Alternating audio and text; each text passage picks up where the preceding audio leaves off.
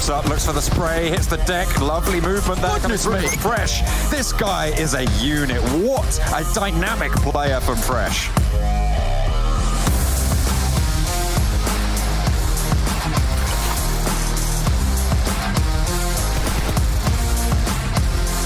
Gapahala with an 8 around the side, spots the player, goes even as the blue zone puts a hurry on things. Around the side, Beast is there, looks for the spray, goes low and goes down. Gapahala.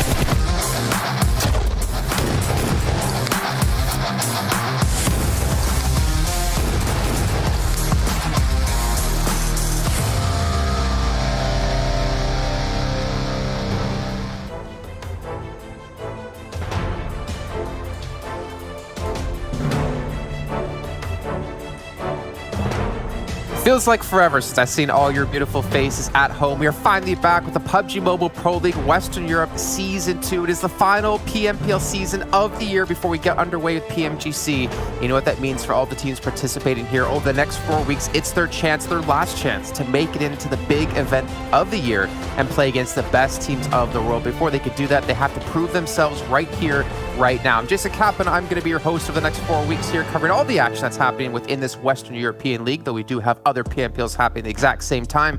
But like always, I can't do this alone. I got to bring back two faces you guys might recognize at home. Two faces that I probably haven't seen since, well, I guess our rehearsal day. But before that, haven't seen since the last PMPL. We got Kalaris, we got Maxman joining us once again. Kalaris, how you doing, man? You're looking fantastic. Thank you. Doing all right. Doing all right. I'm looking forward to the games, looking forward to the action. I think that some developments from some of the teams from tournament to tournament have been exciting, and I can't wait to see them on the battleground. And oh my god, your glasses are looking, you can see you put those on, and your hair is looking flawless. You know what's also looking flawless? The man to your left-hand side, Maxman. I thought you were going to rip in me. I was waiting for you to rip in me right off the start, and I'm actually impressed. There's big changes. Yeah, I don't know. Yes. We got 4 weeks, man. Don't worry. We don't need to rush into that anytime soon. I'm glad to see you, glad to talk to you once again. But guys, we got to skip the formalities onto the side because we want to get the games going right off the bat. And it's time to dive just straight into the whole format of this tournament and how things will go, of course, for all these teams participating. Every team really having a lot of pressure on their shoulders to perform here.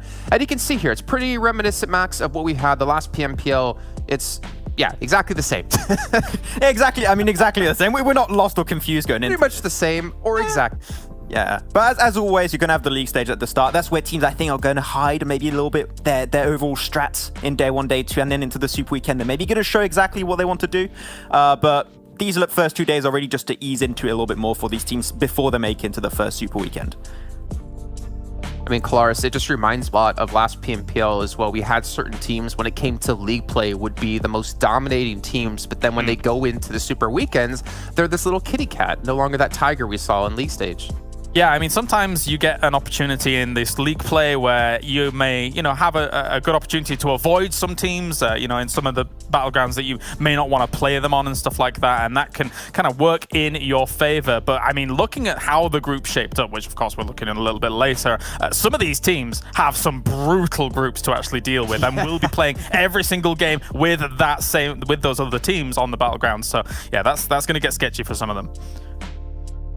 Well, you know what they say, right? If you want to be best, you got to beat the best. So it is going to be for some of those teams, especially when we get to it, like you mentioned, it's going to be really exciting to talk about.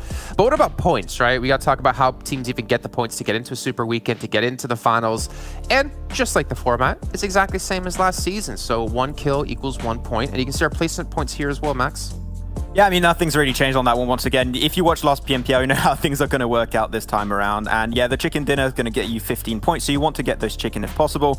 And as always, you're going to have that 1 point per kill, which we saw some teams go absolutely mental. I especially remember Fresh from last season getting so many kills for his team. It was mental. Elicio also. So of course, you can have those 1 stellar players that can step up and get a lot of points for your team. So those kills are going to be, once again, very important in this season.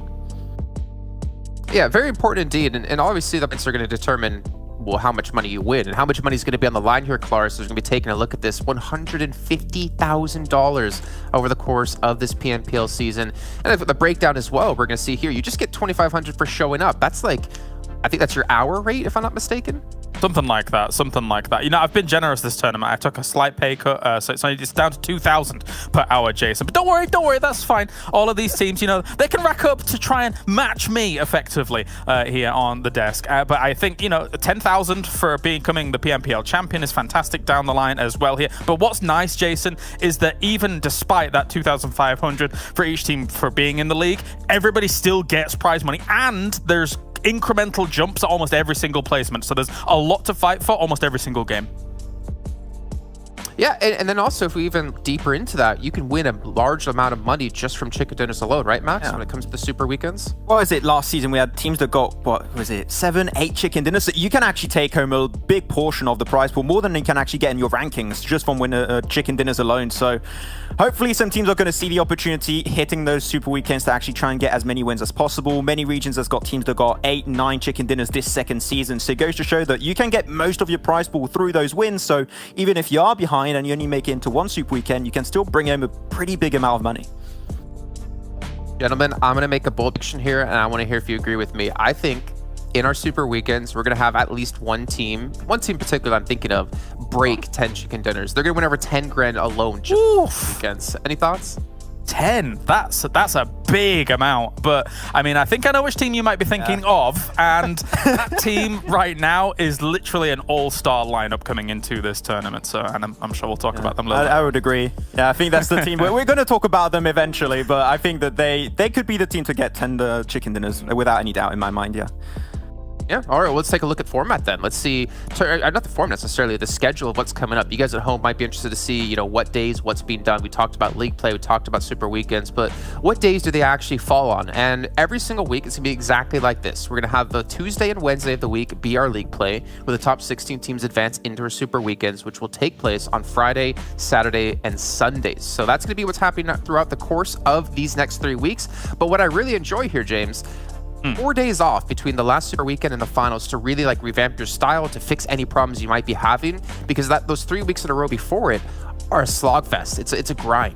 Yeah, I mean, not only is the league play to qualify for those super weekends brutal, because 2 days worth of games is actually not that much in the grand scheme when there's 20 teams involved in that. So going into that super weekend as well, when you kind of know the 16 teams, that's when you're going to be gaining as much information as possible, probably gaining as much information as possible about those teams that are going to be in that final. And then, as you say, those 4 days are a perfect opportunity to look back on those VODs, think about how people are approaching compounds, think about where they're rotating on certain locations on Erangel, Miramar, etc., and trying to figure out exactly how to counter that. Yeah, and also you've got to keep in mind that these teams are currently playing for a spot in the PMGC, so you have one bad week, and that's basically your spot for the PMGC down, because the level of competition is so much higher now. So you need to be consistent from the first week right into the grand finals if you can. So it's pretty hard on these players and teams, of course, to be up there all the time.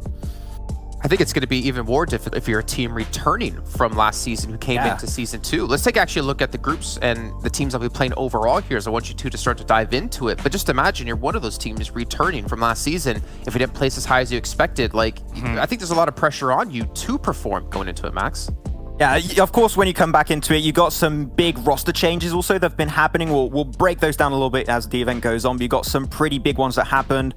One of those, of course, being Destiny. Destiny is not the roster that we used to know, and Destiny did actually pretty well last season. They had a lot of success in the league stage. They were 5th place, then 2nd place, hitting into the finals, even making it into the EMEA Championship. But now the roster has completely really changed, and they're not called Rico Infinity Team, but they do have Mozaro that's still on the team, and I think Mozaro was a big reason why Destiny did so well. But without the rest of his team, such as Beast and Mihi, can they still perform as well? Exactly. I'm really waiting to see in these first 2 days. That's a good point. I mean, Group A, when I look at it, I think that is stacked, if you think about it. This is the one that I was alluding to before. I mean, Big versus Destiny is huge, obviously. We're seeing how that's going to play out. And Eastern Stars, we've got Kapahala back. I'm excited to see some of that go down. And also, I've got to say, Nexus Gaming, there were moments in our previous EU West tournament where they showed that they had control of compounds. Dexter was one of those guys that was instrumental in that. They've stuck together as a roster. Maybe that time in between the EU West tournaments has been able to gel them even more, and maybe they can put up some fights here in this Group A as well. Yeah, possibly. I mean, mainly, as you said, Nexus Gaming was about Dexter. Hopefully you can see the entire team rise up a little bit more. When I'm looking at Group C, this is a new org joining the scene, which is always great to see in European PUBG Mobile esports, which is Vodafone Giants, or Giants Gaming, you can call them also. They were the old UDR killers, so you got Pocus, Sandro, Ulysses, Nano, and even Sebi playing currently as a sub.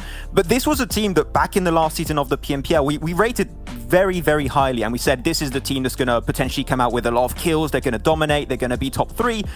Didn't quite happen as planned. They arrived 11th in the league stage and then did relatively well in the finals where they got 4th. They need to start off with a bang because you need to catch up the points you have lost in that first PMPL league stage to make up and hopefully qualify in the PMGC. So Vodafone Giants really need to step up and live up to the expectations we set up last season. I want to jump in there, Max. Yeah. I want to jump just really quickly because this team, UDR Killers, now Vodafone Giants, like they missed the very first Super weekend, right? And I think for them, mentally, and Carlos, maybe you want to extrapolate on this, like you can't afford to have that happen again because it's already tough enough just to qualify for the finals, but then to miss the first week a second time would be really detrimental. I think we're all on the exact same page here. For UDR Killers, when they were playing it last time around, they started slow and eventually gained momentum towards the end, but it wasn't exactly enough for them to have felt out all the teams to then be able to launch themselves and propel themselves to that kind of championship caliber team that we expect them to be and take a #1 spot. They got, I think it was 4th last time around as this roster. In the finals, which is great considering that they had a bad start, but I do think this team can strike out at #1, maybe if another team has a bit of a harder time, but we'll see about that. I think we know. We're gonna touch upon that team eventually on Group E. I think people maybe know which one we're talking about. But Group D also got some pretty big names. One of those being Exquisite Décode UK. So in case you watched last PMPL, that was Laco Nostra MVP, but that has now disbanded from the org. And they got some new additions. One of that actually being Reznov from Godsent back in the last PMPL season, which is a very big addition to the team, and I think adds a lot of experience to the roster. That could help out a lot. But mainly the one thing you got to look at when you're looking at Exquisite Décode UK is the return of the god of Alicio, that was the MVP of that first season, and he just did so much for the team. And I'm hoping that's going to be the case once again, because Alicio really was the MVP by a huge margin in first season of PMPL. Is that going to be the case again? Of course, we'll have to wait and see, but this is a big team in this Group D that is looking to once again push even further this time. Jason, can you believe he's forgetting about Daddy? Can you believe it? I believe it. I mean, to be fair, I'm not ripping on Max. I'm just talking about the fact that there's so many damn good players in PMPL this season. There's so many damn good teams. We haven't even mentioned the All-Star team, because I want to dive into that just really quickly with Unicorns of Love. You talked about Destiny. It's not the same roster. Unicorns of Love, it's not the same roster at all. It's a conglomerate of like these super players into one team. Max, I don't know what team can stop them, A, and also B, can you have this team full of this many all-stars play together and work together for a common goal? Yeah, exactly. That's the question. I was talking with Imperium in voice chat just a few days ago, and we were actually talking about this team and what could be the positive and negatives. Of course, on paper, this team is going to absolutely destroy everyone. Technically, you got yourself Fresh, you got XT, Lin, GK First, Rollkiss also. This is a team on paper that should do extremely well, but also how good is the synergy going to be between these players? And also, one aspect you have to take into account, the old Panda team that now got picked up by Unicorns of Love, they were all Chinese. They all talked in Chinese. Now you had players that speak English. Communication could be a little bit of a hindrance for these players. So I'm hoping to see how they worked around that and actually see if their communication is on point. Scary thing for me, Jason, when you look at this roster is, and again, as you say, we were always going to get to this and it was going to be a big topic, is that when we watched them and when we have watched them throughout tournaments, even though Max might be concerned a little bit about that synergy, we have to remember that some of those individual performances that we saw literally would carry them to, even if they lost early players and stuff like that, it would carry them to a second place. You would get yourself maybe edging towards a snaky first place or something like that. So the individual capability on this roster as well is terrifying for the rest of these lobbies at the moment. So I did actually talk to XT, I believe it was, before this all began with Media Day, and discussed with him about the exact topic you brought up, Max, about communication. How difficult was it for them to transition into English? And he mentioned it was tough in the beginning, but they're getting used to it. Finally, they're feeling more comfortable. But as the weeks go on here within PMPL, they're going to get stronger and stronger as the communication really gets solidified into the team. I'm really scared for all the teams out there. I just hope, as we mentioned, it's not too many all-stars, too many chefs in the kitchen, you know, too many good players on one team that can't play together. But as you mentioned, Kalaris, I mean, even if they want to stake their way through, we saw that happen more than enough times. But guys, we need to maybe look a little further into the actual schedule, right? What maps will be played when? And within our first week alone, within the league play, we're only going to be sticking to 2 maps, and 2 maps in particular. We're going to be having Erangel and Miramar. And as you can see here by the ABCDE, those reference towards the groups that will be playing as well. So to kick things off here on our very first match of PPL Season 2, Kalaris, we've got Erangel with Group B. We're not going to see the all-star team here off the bat. Yeah, so a good opportunity for people to kind of get their feet wet here without Unicorns of Love being in the game. That's great. 3 Erangels and 2 Miramars means that, you know, everybody's got their bread and butter, which is, of course, Erangel. However, Miramar has really taken a life of its own in PUBG Mobile as well. And you're seeing all of these teams executing so well on Miramar as well in regards to those big long-range fights if they need them, and also understanding which compounds to take depending on which circle with those channels of rotation, which Miramar is mostly used to compared to like Erangel, where you can rotate in a lot of different spreaded directions thanks to the fields. Also, you got to keep in mind, right, that this is the first league play stage. You had some scrims happening before, but scrims really very rarely fully and 100% transition into what's going to be happening in the actual event. So I think that maybe some drops will be a little bit all over the place. Maybe some rotations are going to be a little bit scuffed, but that's what the league play is for also. As long as you make in the top 16 and make into the Super Weekend, that is going to be your first objective, because the points don't really matter after the league play is actually over. So come into this and try and get as much information as possible and try and use that for the remainder of the event. Yeah, it's going to be very important. I think it's going to be a really scrappy first couple of drops here, as we're going to be seeing when we do head into the matches. But I want to remind you guys at home of what's going to be going on in the back end here. If you guys haven't been paying attention to social media, the esports awards are currently happening, where you can vote for your favorite esports title and favorite mobile esports title of the year. And of course, you guys are going to be all voting for PUBG Mobile. We can head over to esportsawards.com/vote, and together we can be the #1. And now it is time to get the first match of the day underway. And I don't always do this, and we won't always do it throughout the next couple of weeks, but I will do at least here on the start of the day. Maxman and Kalaris, I want to hear some predictions of who you think will take the first chicken dinner here. Want to go, Kalaris? Or I go? Oh, Max. Okay, I go. I'm going to go with Vodafone Giants, actually, because we, as I said, last season we set up very big expectations, didn't quite live up to it, so I think they know what they need to work on, and hopefully they've been doing that for the past few months. So I'm going to say first game, potentially Vodafone Giants. We'll see. Okay, and I will go with Big. I think Big here, Mihi Beast over there as well, with a great roster technically. I think, you know, I think they'll make waves here in this tournament. You know, I hope they really do. Honestly, it's great to see Big as an organization in general come into PUBG Mobile. But Gemini, I have to kick you 2 out of here for now, because we got to bring in our commentators. The first game of the day is about to start here. We want to check in with how they're doing, because I haven't seen their lovely faces as well ever since PMPL last finished off. We got John Allen and Blank joining me here in the virtual reality world of PUBG Mobile. Gentlemen, start off with you, John. How you doing, man?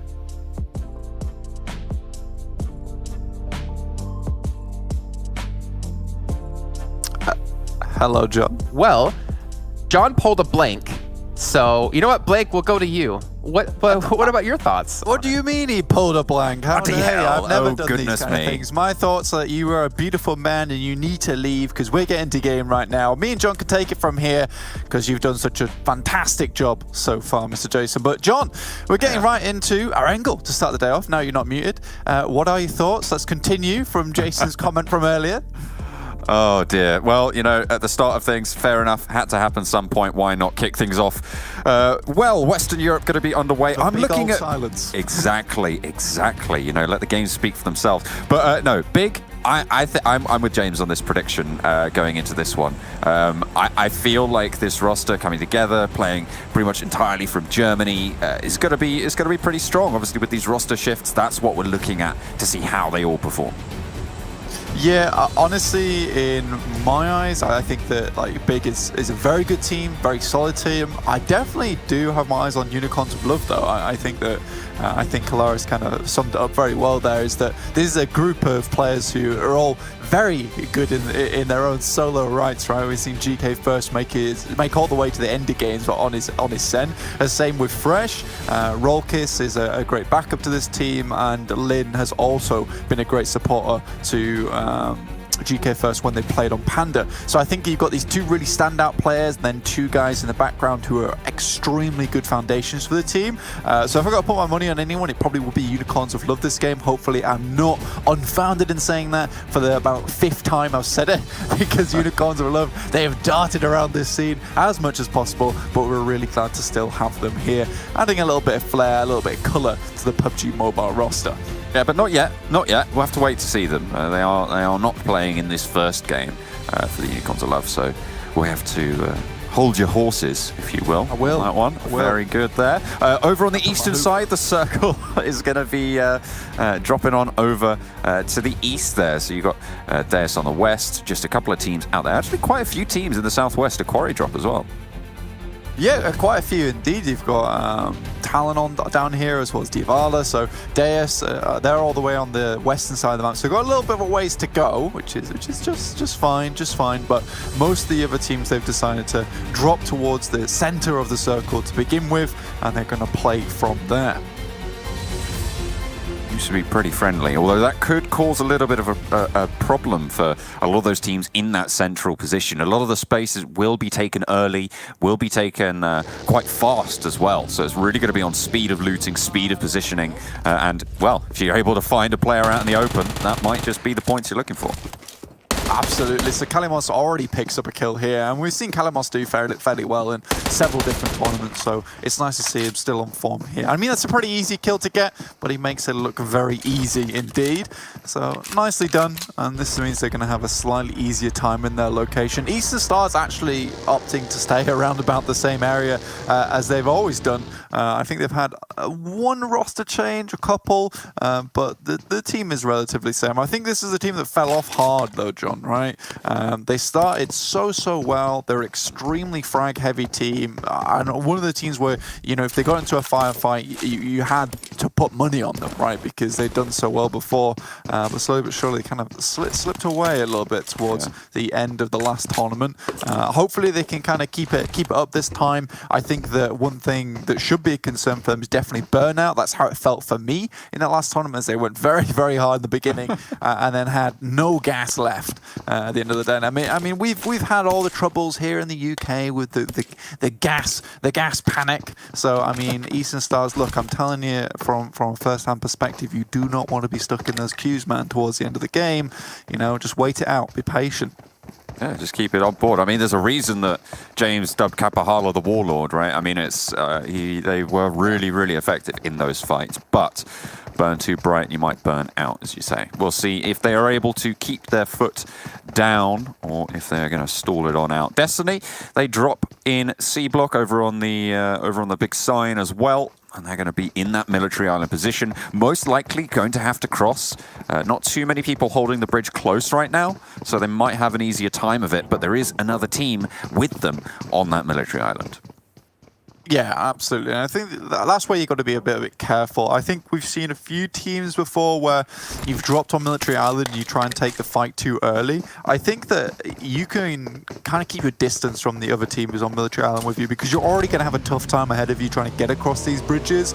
There's no reason to take this fight early unless you are absolutely needing to, where you both drop on top of C block, but both teams identify each other and stay clear, which is good. Good to see. I like it.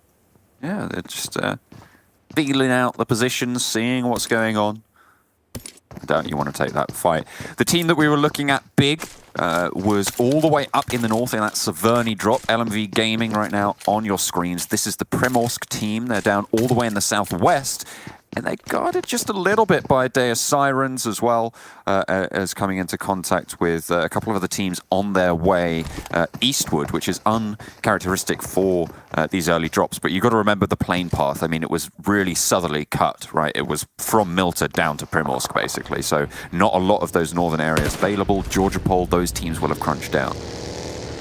Yeah, you kind of forced into a lot of decisions this game, which is almost like perfect for a first game of the day, right? Because, you know, you want to see all these players adapt and decide what they're going to do. It does cause a little bit of issue in terms of the fact that people still haven't quite got a feel for how anyone plays Erangel, but it also opens up this gameplay style where all the teams are going to have to figure out how they want to play, but more on a mechanical basis, as well as like some great in-game leading, because it's not all going to be free and easy anymore. It's not going to be a case of, well, I know where they go, I know where these people are roughly, and we're going to take this route forward. So a lot of these teams are going to see some probably closer to what their real caliber should be this game. So we get a very, very clear idea of who should be on top. Talking about Big really quickly, John. Honestly, I think the guys on the desk, and you've highlighted it, this is a very good team. I think they've got some great players here, actually. Beast, I think he was Eastern to Stars before, if I'm not mistaken. Oh no, it's still Destiny, as well as Sway from Team Umbra, who actually, back when we saw him, Team Umbra was probably one of those players where you thought, actually, this guy could probably do better on a team with a bit more, you know, with a team that has some better fundamentals. So overall, I'm really happy with Big's team comp, and I feel like these teams are getting way better at forming a strong composition within their ranks. And I mean, they're all same language as well. I mean, coming into Big, speaking German, they're going to have that effective communication built up. I mean, they spoke a little bit on the desk about, you know, shifting languages, changing that, and the comms can be difficult. If they're all just speaking German, that's their first language, fantastic. You know, they're going to have a great time of it. So hopefully we're going to see that synergy come on through. But they're playing a little bit passive at the moment, and you know what? Fair enough. Yeah, I mean, to be fair, at the beginning of the game, Max mentioned it, saying that, you know, all these PMGC points are becoming ever more present towards the end of the year, so it's really important to make sure you have them on board. So I don't discredit any team for deciding to take a couple of games in the beginning safe. You really don't know what's going on too much. Scrims aren't the best of indicators of what happens. A lot of times, some teams just won't participate in scrims and have their own private ones. So honestly, here, a lot of this is this feeling of a team's out. Like you said earlier, with the playing path being so rigid, it's a bit more difficult to find your place. Kalamos does go down to Jamaz. Did find initial knock there, but the rest of the team are flooding inwards. The flush will come through, so that won't be saved. The option now is, do we take this 3v3? Looks like they want to go for something. MZ takes up the hillside. Jamaz now defending. A lot of damage pouring out. The rest of the team's there to rally. More damage sent down the hill as well at the moment. ChasMac Gaming really suffering. Look at this flank from Vito coming through as well as nades start to pour on in, covering the escapes, and there is nothing that can be done. ChasMac have to run for the hills. Just Trazen remains. I honestly did not like this fight one bit, to be honest with you. You're fighting uphill where there are several little lips on the hillside where the players from QX can actually play from. So I think that it was poor decision making. I think once the first guy went down, sure, he did a great job to hold his own versus 4 players and get a knock, but the reinforcement needs to come in a little bit quicker. And in the case where you're still on your way, there's a lull in the fight which allows QX to recollect themselves and then begin again. I think fighting uphill is always a bad idea regardless, so that should have been fed back and just said, you know what, leave, go forward, find a better position. Now Destiny's on the rotate on the western side. They're actually flying through a lot of teams at the moment, and they've got to be a little bit careful here. Aegon drops out, tries to provide some covering fire. Deus Sirens trying to get away from this one. The pinch not in their favor. They might just be able to find something. If Mazzaro's going to wander around like that, maybe a couple of shots from Divala, but not quite found just yet. Sakura does take a knock there. Beg for mercy, able to land those shots. As Mazzaro now up close and will be able to do the deed. Nicely done, and that's another rundown for Mazzaro. What? Hang on a minute, that kill feed just lit up. The whole of Deus Sirens really suffering now. As Divala now onto the bike, trying to get away from this one. Yeah, honestly, I think the Sirens let themselves get caught up in this one a little bit too easy. I think Destiny were able to control the pace of that fight insanely well, to be quite honest with you. I think that one thing to consider here, though, is Beg for Mercy's knock onto Sakura from across the way. Now, Beg for Mercy was always overshadowed by Fresh when he was playing on Unicorns of Love, just because of how good that player was. But I don't think that Beg for Mercy was necessarily a bad player on that team. I think it was just a case that he was playing with a Titan who made a giant like him look a little small, which is fine. So it's nice to see Beg for Mercy now having an actual playground where he can show off his skills, flex the muscles a little bit, and not have to always play that support role to the Flying Fresh. Pretty good to stretch your legs, get out in the open. Open ground, see what you can do. And Alito with the Champions Club, three of them playing at the moment, is going to be moving over to the eastern bridge here and seeing what they can find. Obviously, Destiny moved away from Sosnovka military base. They went up that western bridge, which is why they found that fight with Deus Sirens. And Deus Sirens, actually, they've done the old switcheroo. They've actually gone onto the military island and are going to swing around on the south side, potentially coming into conflict with the Champions Club, as well as the team leaving from Novo at the moment, seeing to try and contest for that bridge. Maybe there's a little bit of a pinch to be seen there, but the Vodafone Giants have spotted Destiny. Yeah, I think that Destiny's going to just cruise past here. They should be just fine for the time being. Stop up, get some scouting done. This is a perfect position for it because you have the shack in front of you. Look at this, though. Beg for Mercy drops to the backside, gives the information. Everyone Destiny moves up in unison. Oh, this is dangerous. I don't think they knew about Mango, but they certainly know about it now. Everyone goes down. Doesn't even take a bit of damage. Finally, the answering shots come through. Beg for Mercy with the off angle. Gets the flush as well, but at the cost of a player. They lose Egon in that first forward push. Mihi on the floor there. Has to fall on back. Albert as well, beating a retreat, but they've done the damage. Now they can regroup. They can rethink as Destiny is on the back foot here. They're leaving the blue. Yeah, this is painful because Destiny has to definitely leave, try and find somewhere else to go. But Big's off in the distance, causing problems for both these teams, taking a knock onto Mozero from Destiny, and now they can start to work their way into the circle from the north side. Now, you mentioned Deus's rotation earlier. I personally don't like it at all. I think that your best bet in this situation is just to stay on that west side of the main island and kind of try and squeeze your way in past that circle. Because of the way the plane dropped and the majority of the players, of course, they're going to be around Milter. So many teams are going to be around Milter at this point, especially with the circle that came through. I think here it's going to be almost nigh on impossible for Deus to get across the bridge. So best bet now is to just call it quits and have a swim. You know, you're going to take a dip, maybe attempt to get like an 8th place here, but I don't see them going any further than that. This next circle, got a lot of water in it and not a lot of playable ground on that southern edge as well. I mean, that area around the bridge going to be very difficult for more than one team, really, to sit there unless you get a couple of more than one scraps team. moving through. Exactly, and there is more than one team there right now. Everybody's going to be moving down from the north. Big entering that circle on the northern side. Plenty of teams in their way on their march to Milter. So right now, you're taking a look at the map and you're trying to think to yourself who has the best position, but with such varied terrain going forward, you're almost going to have two separate fights going on at once, or two separate little battlegrounds. What I'm looking at is Farm at the moment, which is relatively cut off from the side of Milter, where most teams will be playing within this urban warfare. Farm is going to be a little bit more open, so you've got teams like Vodafone Giants, as well as Nexus and XQ. They're trying to stay within this location, figure out where the rest of the teams are before they move in. I do believe that it's going to be kind of last man standing over in that location, depending on the movements people takes.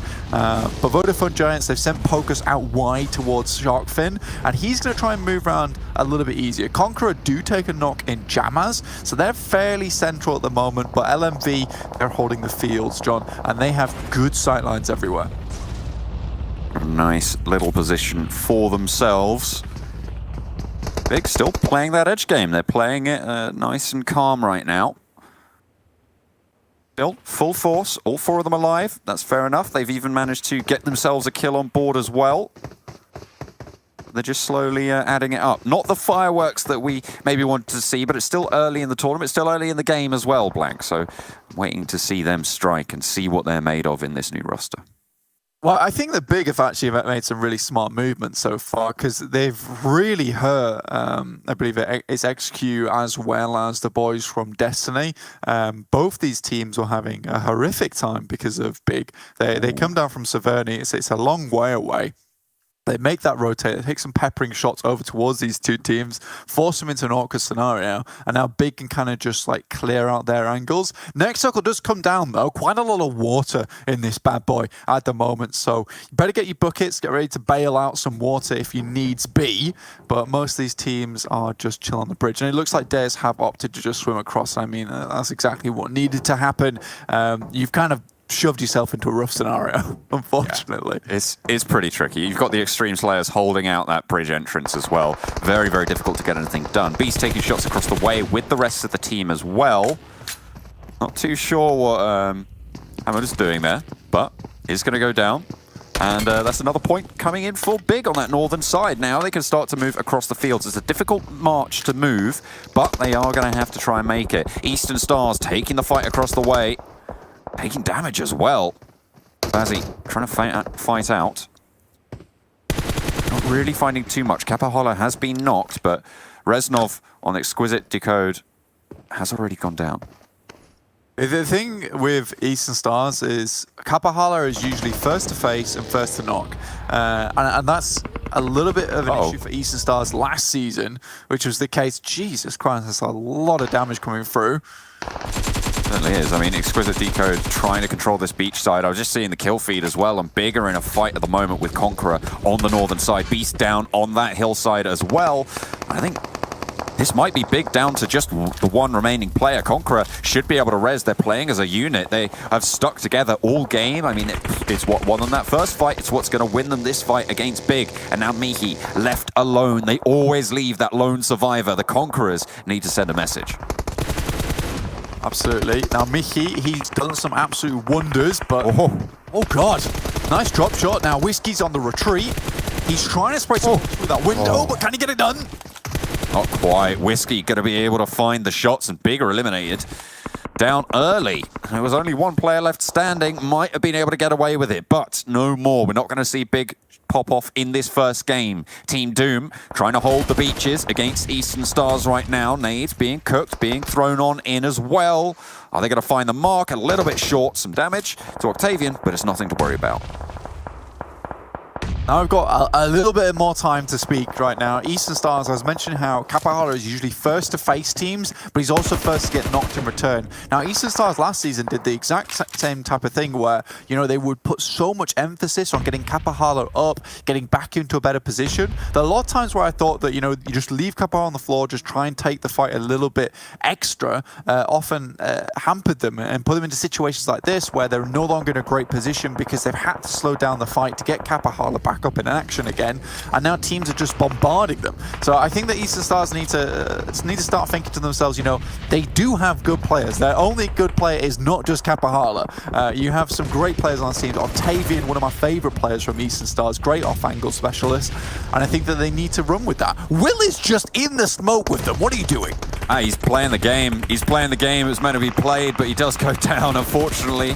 A little bit too hard up against it there. Will fall. Exquisite Décode UK will be eliminated. Going down in 14th place, and the beach still dangerous, treacherous round. Eastern Stars have some respite. Oh yeah, got some sand in your buns there. If you're on the floor, on the prone position, you don't like that, but you'd much rather that than bullets coming your way. Action does go down, so it's Game Lord finishing that one out, which is nice. Game Lord still on 4 players with 4 defeats on top of them, so 4 kill points will be going their way, which is nicely done for them, and they take a pretty decent position towards that northern side. They can kind of start to sweep down. Deus still in the game though, impressive to say the least. I'm glad they're still here. They've evaded detection for the time being. Wow, okay, the waves of Nexus Gaming broke upon the bow of Vodafone Giants as they try to move in on that western side. Now Vodafone Giants have a dominating position there, can start to move on through, but it's so difficult to play against these high ground building positions until they have to leave them. It's the question of what can you do whilst you have that advantage. Yeah, I think the Vodafone Giants right now are dominant in their spot, right? I think that what excites me the most about this team is they've been together for so long, they've been picked up by so many different orgs and disbanded by so many different orgs, but yet stay together. I mean, they don't get disbanded, they just get dropped. And they're like, you know what, guys, we're going to make this work. They're a dogged team. I respect that so much. But there's one thing I respect even more than that is improvement. Every single tournament I've seen these guys in, they have improved significantly. And I think the guys on the desk talk about how they got 4th in the last finals. And that was off the back of some really good plays. They went toe-to-toe with Panda as UDR killers. Yeah. God, I do really love this team, honestly.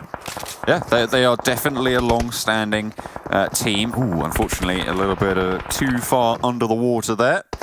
But one of the last players of Deus Sirens, and only one more to be found. The Xtreme Slayers trying to scout her out, but Lenu behind the rocks. Playing sneaky, but has given the game away. The shots have come through, they know the position. A pretty tricky angle to hold, though. The rocks on the outcrop giving a little bit of cover there. Needs to be careful, and the gun is available to Lenu for the shots, and really only one angle. Nades might just be the best way to deal with this, but if Lenu can get up off this position, could be unfortunate half HP and the swim out wide. The question is, have they figured this out, or do they know that there's still a player behind those rocks, behind that outcrop? Lenu trying to sneak away, trying to get away with it. Eastern Stars suffering on the northern side in the meantime as Game Lord try to put the pressure down. They roll on down the dunes, and that is going to be the Eastern Stars taken care of. Well, Lenu survives, and that's ASS pass 8th place, so they've surpassed what I thought they would be able to do. But Lenu come up for breath soon. Oh no! Otherwise, there will be a drown coming through. So 7th place. I wasn't far off, but still much better than I anticipated with the strategy they actually chose to take up in that situation. Xtreme Slayers, though, have a very, very safe position. It was good that they cleared out that player from Deus, because if they came from behind, this position becomes a lot worse. But they've also got this 2-2 split going on. They're leaving people behind, clear out those players that might backstab whilst getting that forward position in the first place. So honestly, very well played to Xtreme Slayers so far. I really like it. But the thing I want to see now is how Vodafone Giants approach this next circle. How do they move in, and how do they pick up their kills going forward? Because they have to cross a road, they have to get across some open ground, so smokes will be integral here. We know that as UDR killers, they had some excellent smoke plays, so I want them to be able to recreate it in this scenario. Xtreme Slayers have been very quiet, coming from Military Island at the start of the game. Playing on that coastline. Very good line of fire for them. Trazen out in the water. And the fight goes on in the buildings right now. LMV trying to move on up. Trying to take on the Champions Club. Ulysses from Vodafone Giants has a foot in the door as well. The push coming through now. LMV take the ground floor, has been requisitioned for their purposes. LMV moving on through, trying to spike out towards Vodafone Giants as well. And upstairs, you've got the Champions Club to worry about. Nades start to pile on in, and it's pinch time for LMV. Nades going through every floor as well, and the Champions Club might suffer. Nades continue to go on through. The amount of explosives being put in here. Goodness me, it's a wonder this building's still standing blank, but my God, LMV, not happy about that. I love that from Vodafone Giants. They watched this all unfold, and then as soon as everyone entered, they were like, right, surround the building, nades in hand, let's go. And it's worked out perfect. That could be a great nade, in fact. Oh my, it actually hits one more and it'll do the trick. So Vodafone Giants, they have owned this so much. How on earth did he transcend through that wall? Anyway, it looks like they are going to go down. Champions Club with one player remaining. Vodafone Giants lost Sebi, but LMV are eliminated. 3 players for the Vodafone Giants. Kamara upstairs. Position is known. And Xtreme Slayers are watching this all unfold. All 4 players standing. 4 teams alive. And Trazen still swimming it down now, playing the fish. I mean, it's the best he can do in this situation. It's actually very, very good for them. He's survived a long, long time. Now, Xtreme Slayers, they've got to make their way up the beach. Great forward position from early on. I don't think they took enough pressure in that situation. When everyone coalesced on that building, I feel like they should have moved up in that situation. I think Vodafone Giants have absolutely owned this circle in this situation. Kamara is just a waiting game for him to die at this point. Yeah, there we go. Finally taken care of. Champions Club eliminated. Looks like Trazen's been spotted. Look at that. Oh dear. Noshi's got out for the scalp in the water. It's just going to mark them. And Pocus takes a knock across the way. It is traded, so Holes will have to be rezzed there. Trazen. Look at this. Goodness me. Come on. Behave. Behave. Vodafone Giants will absolutely move up now, right? I mean, you'd feel like they needed to, but the knock might slow them down a little bit. Yeah, I do. Oh, that is mean. That is real mean. Could he not get on the boat and run it? Oh, it's broken. It's broken, yeah. Unfortunate. It's broken. This is a big problem. I do think Xtreme Slayers have spent far too much this game playing fishermen. I think that maybe they should start playing PUBG Mobile instead. Yeah, maybe. Shots under the boat. They really want to take care of Trazen. I mean, to be fair, if you're focused on Vodafone Giants, he just emerges from the lake, the monster from the deep, and will just take care of you from the back. So you do need to be worried, and you can see they are checking their angles. Vodafone Giants, in the meantime, did move on up, though. Yeah, this is excellent. Excellent stuff for them. They have some vehicles to play around with too. Pocus has moved out of the smoke, is trying to throw some nades over, but a little bit too deep. Pappy moves wide outside the smoke, so this could be very, very well done, but it looks like Vodafone Giants, they understand the issue here. But with Tracer being in a situation, and with the water still being in the map, it does almost create a 3v3 scenario here for Vodafone Giants, because the boys behind are going to keep looking at Tracer. So potentially, he ekes this one out for the Vodafone Giants. Needs to come up for breath again, though, sometime soon, and the circle will shrink, pushing him closer. Oh, no. A nade over the top, and Noshi goes down. This is a great insurgency start for the Vodafone Giants to try and get across. ChasMac finally eliminated. Now full focus across the road. Vodafone Giants need to try and control it. I'm not too sure what you're checking there for. Making sure, just double checking. It's annoying, man. Yeah, in the water. I'm so glad he's dead. There's the res, though, that comes through. Vodafone Giants trying to gain a little bit more ground. They move towards the roadside. I think at this point in time for Vodafone Giants, with the man advantage not being there for them, the best thing for them to do is wait for the circle to push out, and this is perfect. Now they need to move back. Circle moves all the way up towards the northwest side of the map, which will force Xtreme Slayers over this lip of the hill. They no longer have this cover to work with, and there's a road in front of them. Smokes will be so important in this upcoming fight. Focus is pretty far out wide there. Needs to be careful. Shots being landed, but no, not finding the knocks. It will soak up a couple of meds, but Xtreme Slayers have been quiet this game. They haven't really had to expend too much to get to their position. Up Nano goes, and down goes Holes. Yet again, finding the knock. Trying to find the spray as well, challenging those shots, challenging the angles, and Pocus might be able to get a side swipe. Noshi around the edge, but there's the drive down. Nano goes down as the buggy flies over the road, around the side as well. Ulysses is spotted, and Pappy's done so much work, allowed the Slayers to move into position. Pocus gets the flush, but what can be done by the rest of the team? The M249 not going to work on out, as Ulysses going to be bringing it back into a 2 versus 2, but that's taken down into a 1 versus 2 as Pocus cannot weather the storm. And from the beaches, Xtreme Slayers rise, Vodafone Giants fall, and it is from the military island they find the first chicken dinner. Pappy had enough of that stalemate, absolutely. And just, you know, turn the keys in the engine, get that on, put the foot down, and it's easy as that. Oh my goodness me, what an incredible ending to that game that we just experienced there, John.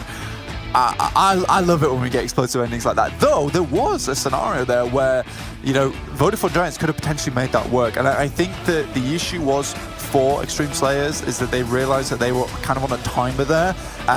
It takes players like Pappy who realize that now is the time to go, John, that win you games. I think if they'd waited that out any longer, it would have just flowed into Vodafone Giants' hands. And I think the fact that Vodafone Giants knew that, it's kind of their downfall, because they were like, well, they've got to come over at some point. But I don't think they expected a couple of wheels and being stuck in the axle.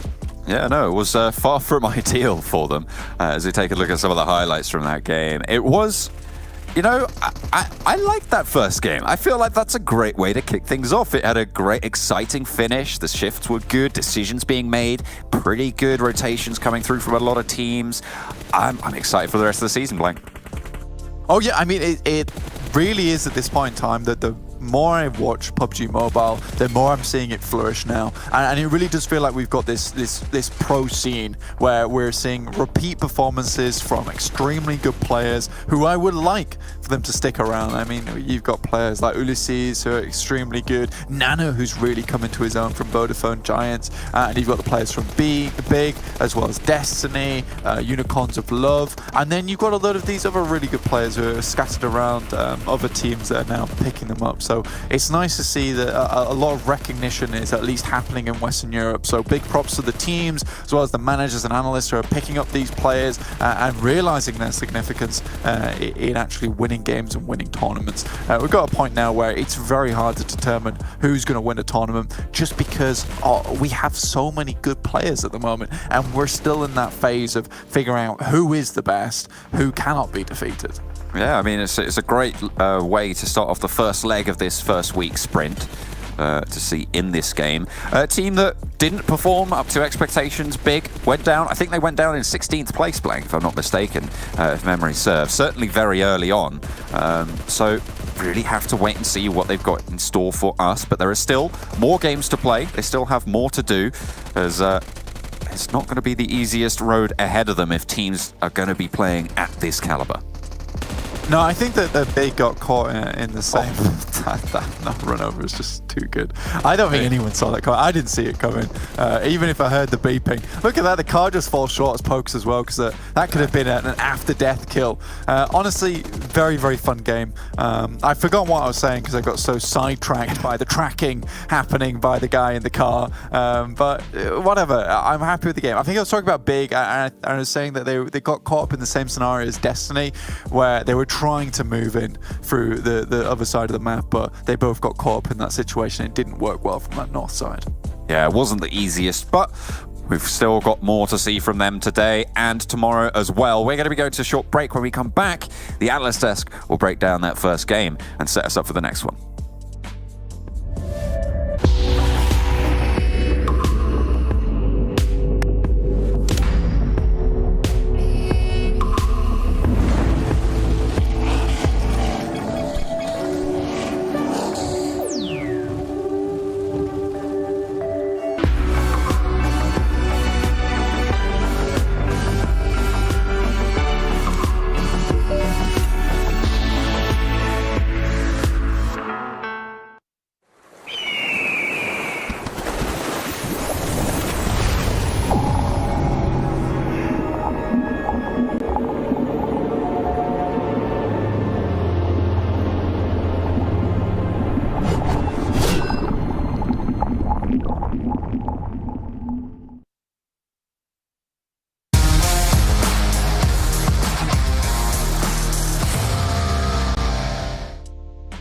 What a way to kick things off here for our very first day of the PUBG Mobile Pro League Western Europe Season 2. We have our first match done and dusted, and I don't think it's a team we necessarily expected with the caliber teams we have returning. Obviously, the big names we have as well, but Xtreme Slayers putting down a chicken dinner right off the bat, getting the 15 points for that, plus the kills.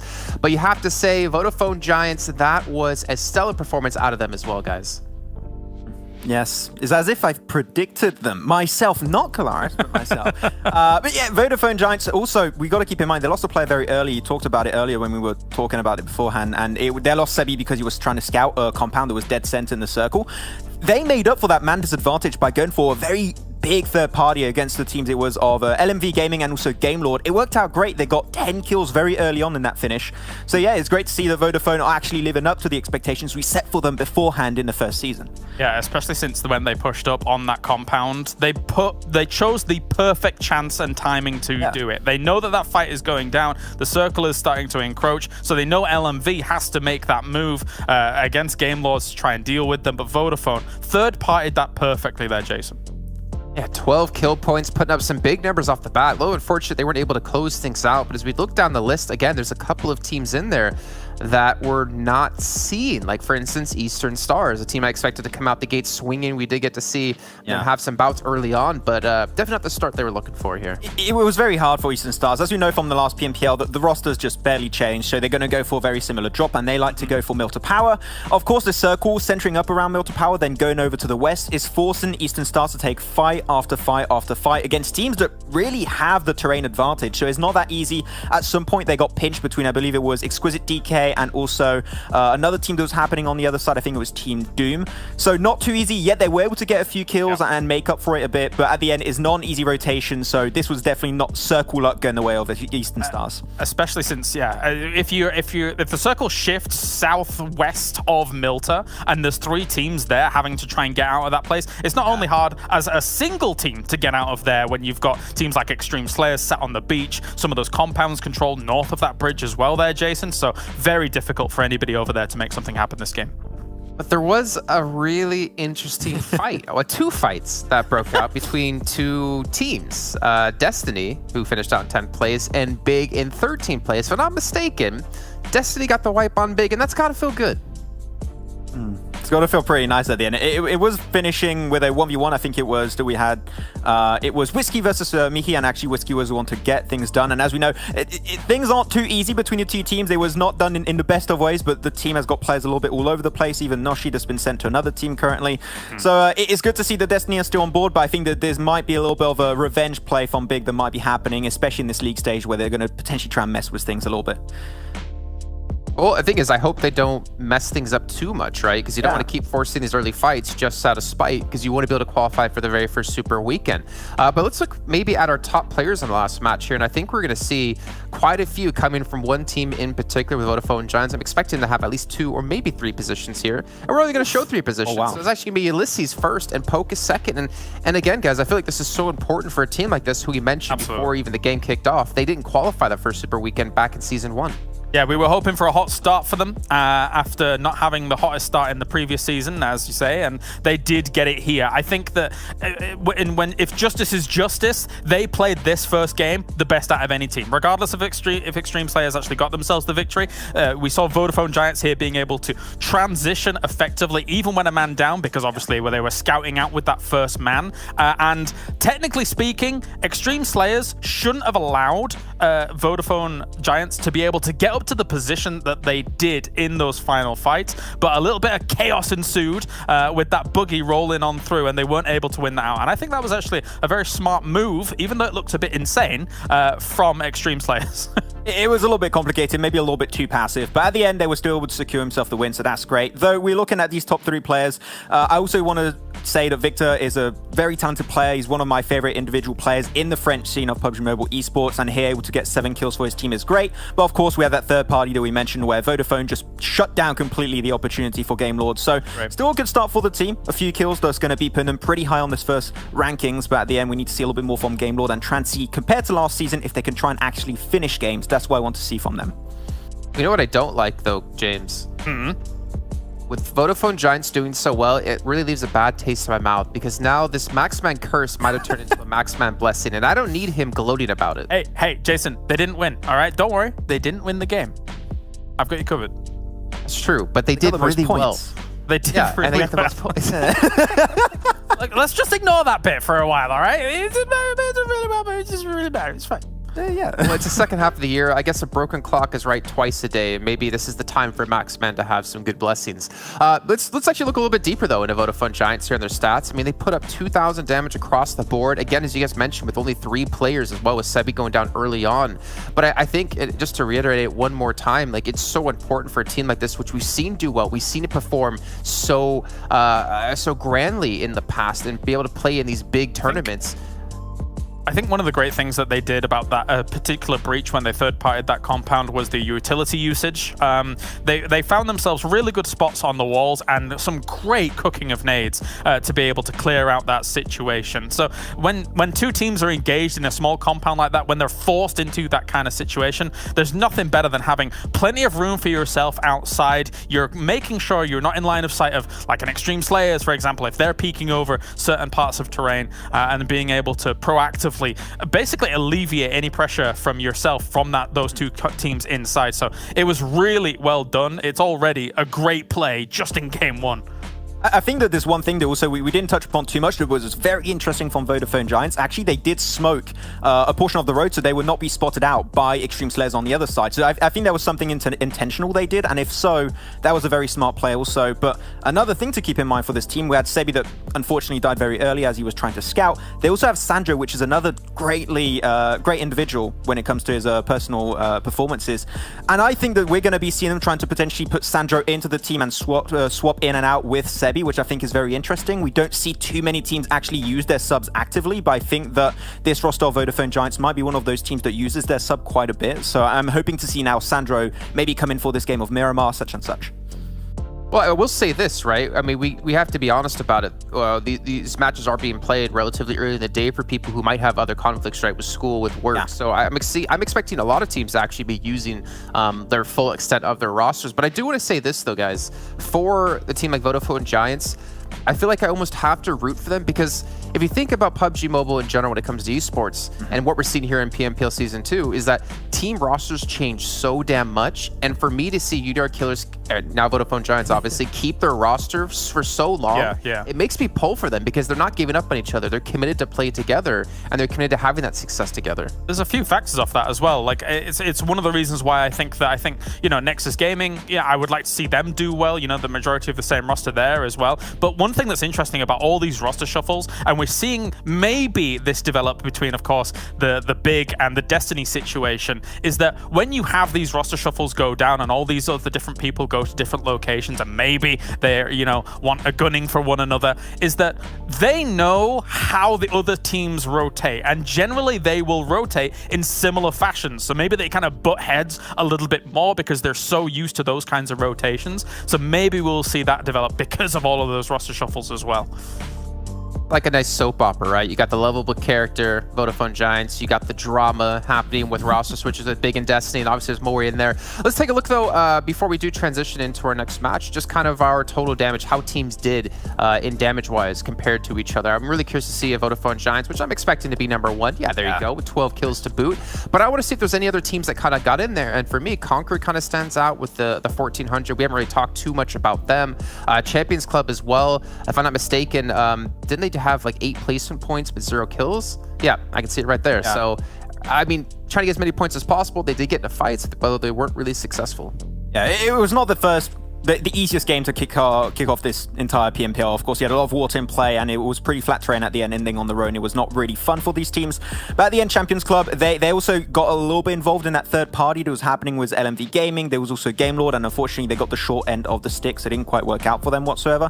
But of course, as we said, this is the very first league stage. All you have to do is to be top 16 out of the top 20 teams. That's fine. So I think teams might also be testing a few things, maybe having some iterations of who's going to be the IGL, who's going to be the entry fragger, who's going to be the support, and that of course could be causing teams to have some results that maybe don't really reflect how good they can play. So this is the first game. I'm going to leave it up to see how they're going to actually do in the first Super Weekend. But these first 2 days, I think, is just teams trying to tiptoe forward and find their overall feeling on how they're going to play this PMPL. Jason, I just want to quickly kind of jump in and be contrarian James, even from the first game. That's right. Because as much as, you know, we saw Xtreme Slayers getting the win here, I do think, because our job is to analyze and kind of let's talk about these entire situations. The final fight plays out, right, between Vodafone Giants as well as Xtreme Slayers. Now, we saw Xtreme Slayers actually send one person out to scout in the water, keeping an eye on the one person that was behind the boat. That's actually a very, very dangerous, because imagine a world where Vodafone Giants, I mean, yes, you're keeping an eye on them over the ridgeline and stuff like that, but imagine a world where they crash really hard onto that location, and all of a sudden you've got one person out in the water. That's not really the best situation to be in, because you're effectively giving Vodafone Giants a 3 versus 3 man if they crash really hard. So as much as they won, that's great, that is awesome, but maybe some things could have gone awry had, you know, situation be different. Yeah, I think that's just kind of a really good story to tell in general when it comes to PUBG Mobile. Is like if situations would play out maybe a little bit different, like you said, if Vodafone Giants did crash over the hill a little bit earlier on, they could have caught them in like more of an equal footing. And I also kind of wonder, Max, if Vodafone Giants didn't lose Sebi early on, as you saw, he had 0 healing, 0 damage done, he survived for 14 minutes, would they have been able to actually fight their way out of that one and take the win themselves? There's obviously a lot of different ways we can look at it here, but we can't really deny, you know, Xtreme Slayers from doing well, Vodafone Giants from doing well. My eyes turn towards, as Group B comes into the mix here, will Unicorns of Love start things off extremely strong? Ooh, I mean, Miramar also, if we go back to the last PMPL, when they were still Panda, now the old roster, Miramar was one of their best maps. They would do really well. They struggled a little bit heading into the EMEA Championship. It became one of their worst maps because they were always clashing with Canina Power. But in the PMPL for the Western European region, they did extremely well. And I think that experience, especially added on top of that Fresh, that also does really well on this map.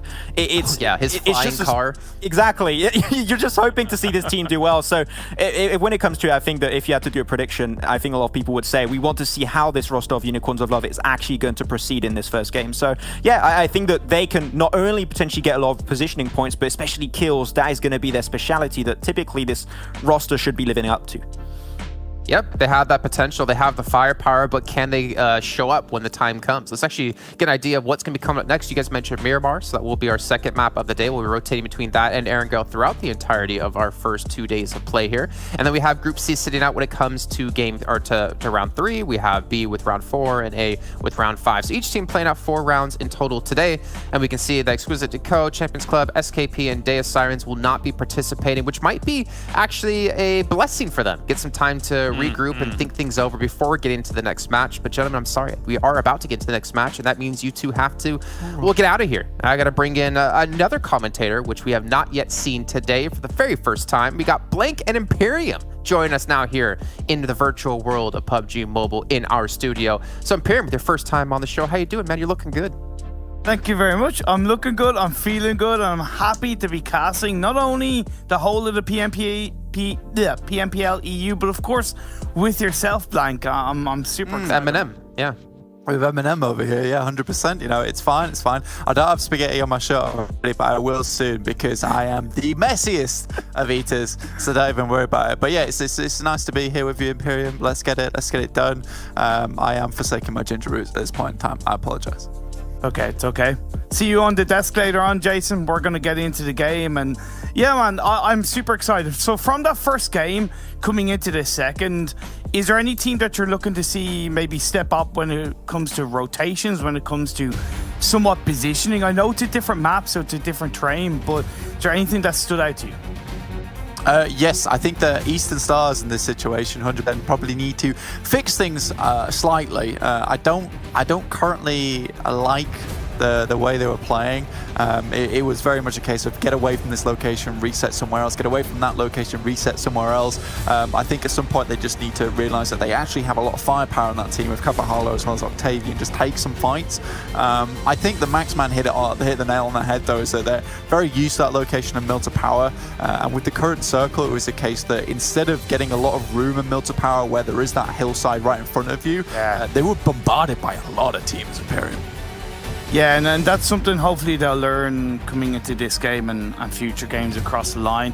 The playing path, not too bad. It's a little bit heavily on the east, but the teams, for the most part, won't complain about it. Max noted about Unicorns of Love and how they tend not to be troubled on Valdemar, at least going back to the previous PMPL. But one thing I have observed from when I've seen them in this new roster iteration is sometimes the rotations can be a little bit slow, and with this phase 1 being so heavily up north, that could hurt them in this second game.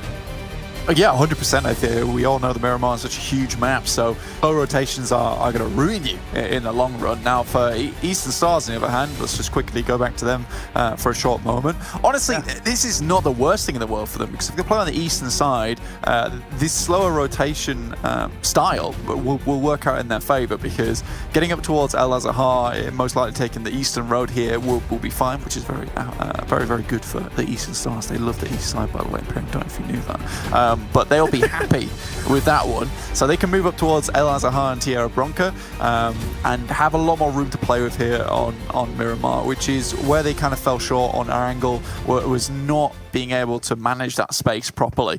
We have Team Doom on our screen though, which is nice to see. We love Team Doom. I love that team name. It's my new favorite within this lobby. Okay. And hopefully they can bring Doom to the other teams. I'm stealing that joke from John. He said it earlier beforehand. We love to see it. We love to see it. But I'm also a thief at the end of the day. You know what? We will forget that John said it. We'll claim it as your own. Thank you very much. I'm with you, my friend. I'm with you, my friend. Helping. I like that, yeah. Exactly. I'm casting with John the next game. He's like, you're hearing really, man? Really? It's fine, it's fine. We'll forget that you casted with me this game, next game as well. So it'll all work out, it'll all come circles. And speaking of the circle, like you said, circle very much towards that northern side at the moment. So teams are going to have to play positions potentially they weren't used to playing before Imperium, because I think Tierra Bronca, Valdemar, these are kind of places where teams tend to, sorry, not Valdemar, but up towards Tierra Bronca and Torre Armada, these are typically places where teams start and they don't finish. They'll come away from that position. So Campo Militar for LMV is really good. Very good loot in that location. And not far to go either. So there's not too many downsides from hitting up that location early. So LMV is going to be absolutely happy with this one, knowing that, you know, they don't have to move very quickly. I think that might come into play, Imperium. I don't know what you think about this. But in my opinion, when you play Campo Militar, like a lot of your game plan comes off the top of this. You're like, well, where do I need to move to next? A lot of teams play this position. Oh, yeah. They've got to have clear rotations. So now I'm hoping they don't stagnate and just go, okay, we can just stay here. Oh yeah, you're dead right, and I would like to think it's the same for a lot of areas of all the maps. It's so much different dropping somewhere and rotating from that position than it is ending in that spot. Yeah. It's just a different mentality, different kind of styling you need, because when you drop somewhere, you're not really worried about where the little dips are. You're not worried about where the key points of position You're leaving. Yeah, you're leaving. You don't really care about it. You want to pick up as much loot as possible.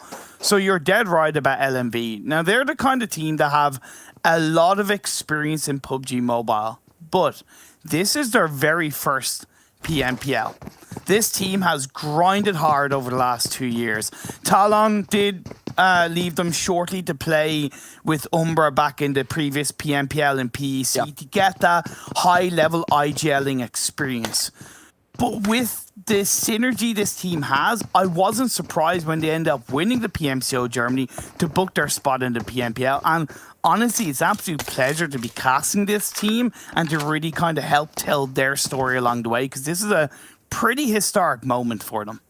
Yeah, for sure. And I mean, coming back to the points I made in that first game as well, is that, you know, we were talking about how we've got a lot of these long-standing teams now, Vodafone Giants, for instance, and a lot of these very well-renowned and well-known names throughout, scattered throughout all the teams we have in this lobby. And it's nice to see a team like LMV who's coming into this, like you said, who have grinded very, very hard to get here. They've got a lot of passion, a lot of fire behind them, and they're just waiting to light that bonfire inside their hearts to kind of win out in PMPL. Now, it's not super likely, considering they are a new team to the pro scene, at least at this kind of caliber level, but there is a very good opportunity here to grab some more experience. You mentioned Talon grabbing experience elsewhere. Now it's time for the rest of the team to get it. But Talon, with that prior experience, will definitely be able to, you know, ease the team in rather than, you know, doing what my dad would do, which is just throw me in at the deep end and then watch me helplessly paddle at the water, which is not good. And I don't want to see his team do that. It's nice to see that they have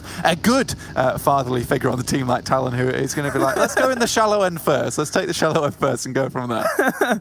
Well, talk about the shallow end. Destiny are taking the shallow end of the eastern side and wrapping around Eastern Stars. And it's funny because you mentioned about Eastern Stars' potential on their rotation, but they're not really taking advantage of that. They've allowed a team that dropped more heavily down south in Port-au-Prince, so to rotate ahead of them. Teams have got to recognize that if they're too slow in the rotation, it's going to massively hurt them in phase 2, 3, 4 going forward, and they're going to lose control and lose sight of the game. So I'm a little bit disappointed in Eastern Stars. I know it's only game 2, but I expect a little bit more sharpness from this Romanian team.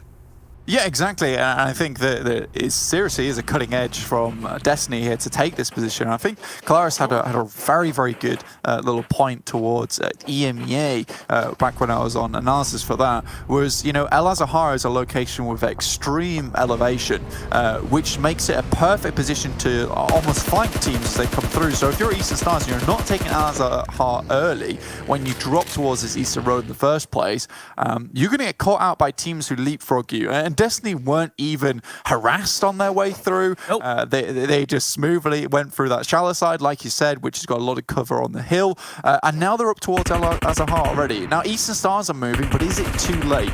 We'll find out later. Right now, we're checking out Big, who we all have high hopes for, right? Nexus are just behind them. Now, this is a team that didn't really change too much. The guys on the desk were mentioning this, but I do still think that unlike Vodafone Giants, who have stayed together for a long time, had a lot of determination to keep that happening, I think the Vodafone Giants have a very well-rounded roster. On the other hand, I do think that Nexus is very skewed towards Dexter at the moment. I think the rest of the team do need to step up a little bit. You're dead right. Dexter? Never mind, I apologize. I lied. Me steps up, gets a knock to begin with. Bam is going to look to return fire in this fight. It's a good turnaround for Nexus because they rotated all together. That's helping them, but Sushi's going to get knocked in return. Rana's going to try and step up. Does get a knock on board, but Bam, he's pretty much the last player alive. He's going to get taken out, and Big, they take out Nexus at the start of this game. So poor. Yeah, 4 kills as well there. Yeah, as I was saying, Dexter is the best player on the team. I see him jump out his vehicle and then somehow glide through the air like David Blaine and then fall to his death. So didn't quite manage to stick the magic trick there, unfortunately. But that will be very good for Big, with 4 kill points actually being quite a huge thing for them, because you know, that's like almost getting, I think that's like an 8th place right there already in the game. So happy days for them. So they've already got a middling result. And if they can just keep that up, they'll be fine. So I think from that position, though, on the south side, they've opened up themselves a lot of room to get through Graveyard, which is hugely open anyway, Imperium. So you don't want to be rotating through that area with another team at your back. So this is perfect for Big. They can start to move in. But most teams are heading up towards that center of the circle. Really, the only teams that are still out in the blue are Sia Gaming, as well as Unicorns of Love, who are making the big rotate on the western side, but you've got to be careful of Vodafone Giants, who are still over towards La Cobreria as well as Crater Fields. And that's what I talked about with Unicorns of Love. I really feel like sometimes their rotations are too slow, and they're very heavily separated. Lynn is coming out of the blue on the very edge. The whole of Vodafone Giants are there. Most likely that's going to be punished. That is the replay. Oh my lord. What happened? PUBG I don't think we Mobile. have to explain it. Yeah, exactly. PUBG Mobile things. Yep. I don't know. Yep. Interesting stuff. But you were mentioning the Unicorns of Love do rotate a little bit early. Now they're rotating straight into Vodafone Giants. And like I said, Lynn is very split. So it's highly unlikely that he'll be able to get up. I'm going to imagine, because he has stopped in the road, you guys can't see it right now, that he has been shot at by a few of the players on Vodafone Giants, and is now slowly being encircled by the Sharks on that team. Realistically, the rest of Unicorns of Love, they need to provide support or just get out of dodge really quick. There you go. You can see in the feed, Pocus has gotten a knock into Lynn. And I can't help but think, Blank, and I don't know what your thoughts would be, is that's a bit of a planned defense from Vodafone Giants. I think they knew Unicorns of Love were going to rotate in this kind of direction. I don't know if they knew that it was going to be separated, but based on how I've seen Unicorns of Love rotate in the past on this side of the map, they always go for that western main road. So to me, Vodafone Giants were like, well, we'll hang around here. We're pretty close to the edge of the circle. Let's see if we can pick up a bit of a gatekeeping kill or two onto Vodafone Giants and go from there. And look, they found a... Oh, sorry, that was actually a response, and that's really good from Vodafone Giants. Yeah, I mean, 4 Romanian men here right now are taking a fight with Team Doom at the moment, getting the better of them currently. 2 players are down, but you are right. I think that was a planned defense coming through from Vodafone Giants, a really good one at that, because the area they hold on that western road, it has buildings on either side, so it's incredibly difficult, especially as a solo player trying to move through on a vehicle to get through unharmed. So Vodafone Giants, now they know they've cleared that western side. Teams aren't going to be coming through anymore, and they can head towards the northern side. So really good stuff. I think for Romanian men, though, Imperium need to move forward at this point in time. Sorry, Team Doom do, because you know they're giving them time to get those knocks back up, and Eastern Stars are now coming into the fray. So there's a bit of an issue on their hands here, Imp. Yeah, 2 respective PMCO qualifying teams of Team Doom and 4 Romanian Boys coming into the fray against each other. I think the side of Team Doom are comfortable staying with this compound because of the next circle shift is popping up. And you noted about Eastern Stars, they could be getting involved, a bit of a third-party opportunity. And that Phase 3 shift, Blank, that is gigantic. Yeah, that is unfortunate for a lot of teams. I think that a few of these guys need to get a move on pretty quickly. I think Game Lord, I think they're actually heading up towards the northern side, but this is the closest we've been to Oasis in a very long time. Vodafone Giants, though, loved this for them. They were rooting on the northern side, and they're going to be even happier about this because they don't have to move down anymore. They can head through Oasis, head to the top side, across the road already, which is going to be a danger point for a lot of these teams who have to cross that open road. Most likely will have to use smokes, have to have vehicles on hand, but you can see Xtreme Slayers, they're already striking out towards that northern side in the vehicles. They know they need to get into a position and quickly. So pretty much every single team in the game right now is locked and loaded in cars.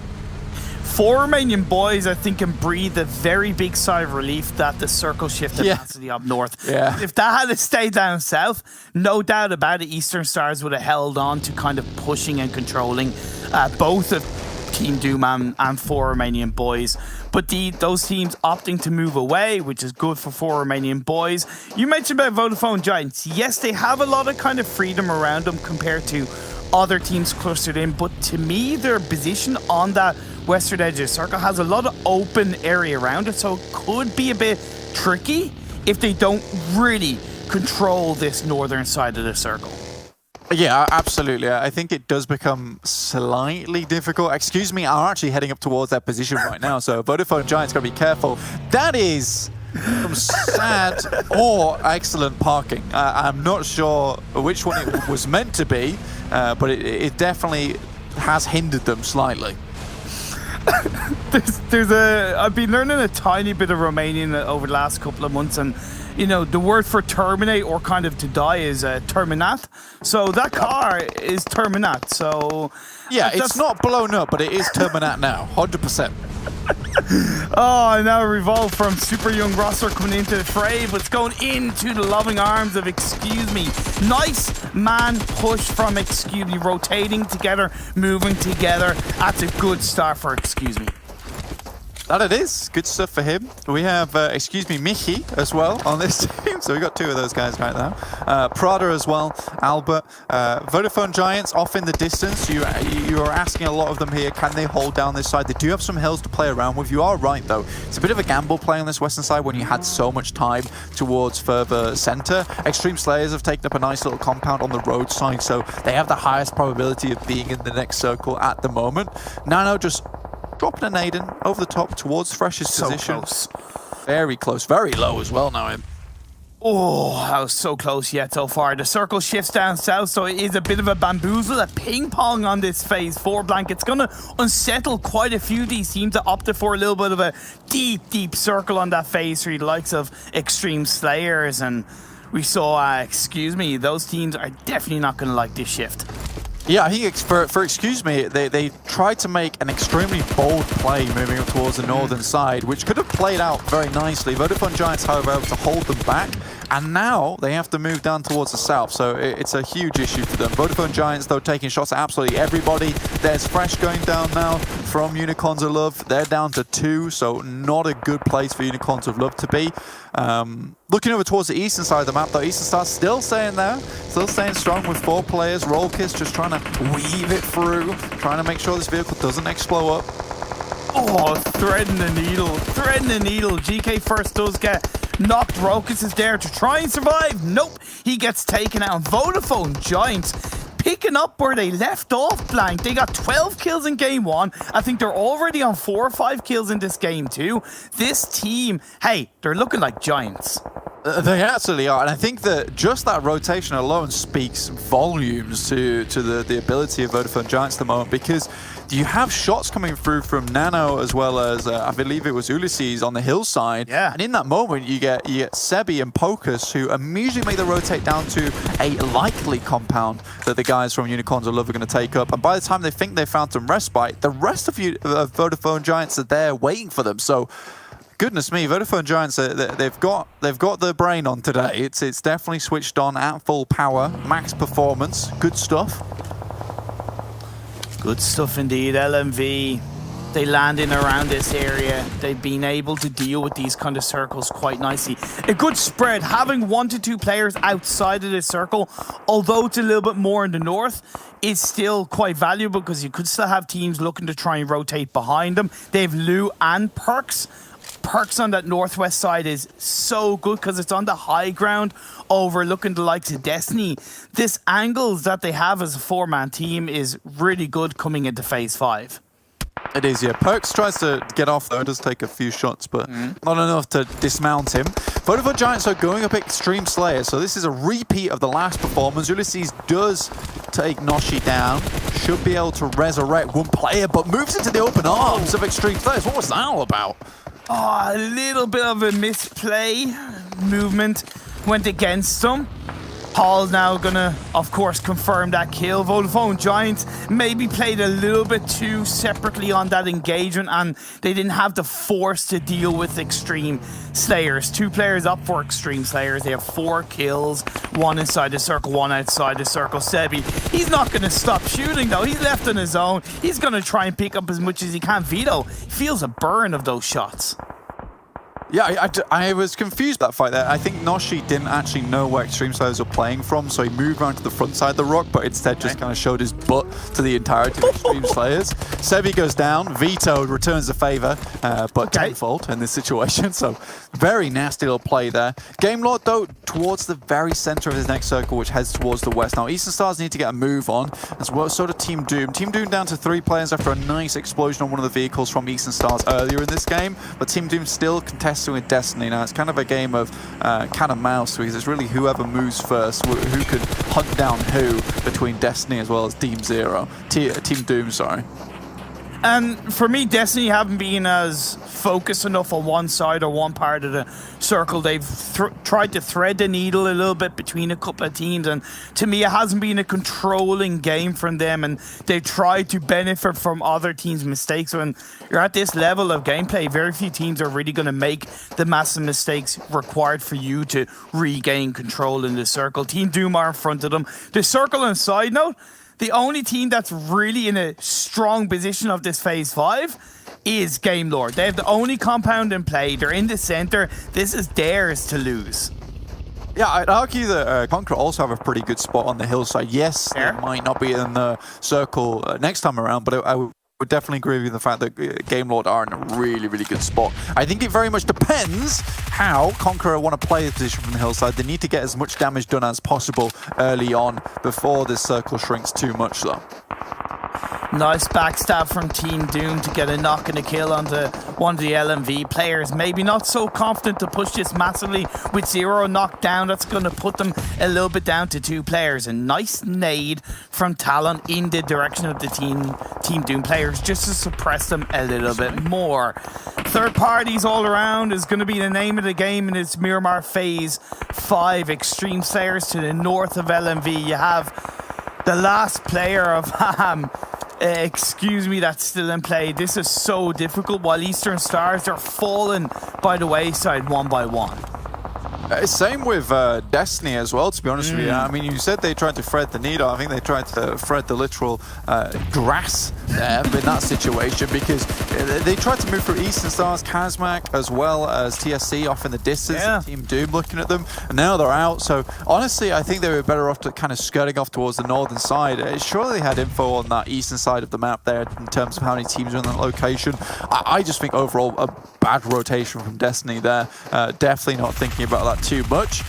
Team Doom still going against Eastern Stars, who have stayed in this blue a long time. I don't know how long this will last now, with Octavian going very low, having to just heal this one up out in the blue now.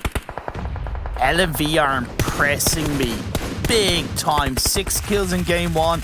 They're on 5 in this game 2. The circle has shifted to the northwest. They're pretty close by, but they have that last player. Okay, I speak too soon. He gets taken out by Perks. The Kobe on board. That creates the opening once he can get rid of Jamas. Yeah, Jamas is literally just showing the top of his forehead at the moment. So Perks needs to be really on the money with that shot. Conqueror slowly moving around, and this is actually really good for them with this northwest shift because they had players all in position to make this happen. You saw Jammaz's position just there going against LMV. He's just looking over the lip side of a hill. The issue is that if they want to get further into the circle, they do have to come down the hillside. So hopefully they have vehicles still in hand that they can use to make some impromptu cover. Game Lord's still in their own compound. Everyone else is just trying to stay as far as possible, and you can see why. It's just open ground, and Game Lord is controlling this compound, which has walls on all sides, which is going to stop a lot of these compound crashes from happening too soon. I would love to see TSC just absolutely push Game Lord and hope for the best. It's going to be easier said than done. Nice elevated control from Game Lord. They are indeed going for to try and wrap around into one of the buildings it's smoking, but they make it in. Bujo gets knocked, taken out right off the bat. Very good control from Game Lord. Euphoria playing into the building, but Robs is going to send it in. Goes for the FPP mode, takes him out. That's going to be a squad up and kill number 7 for Game Lord.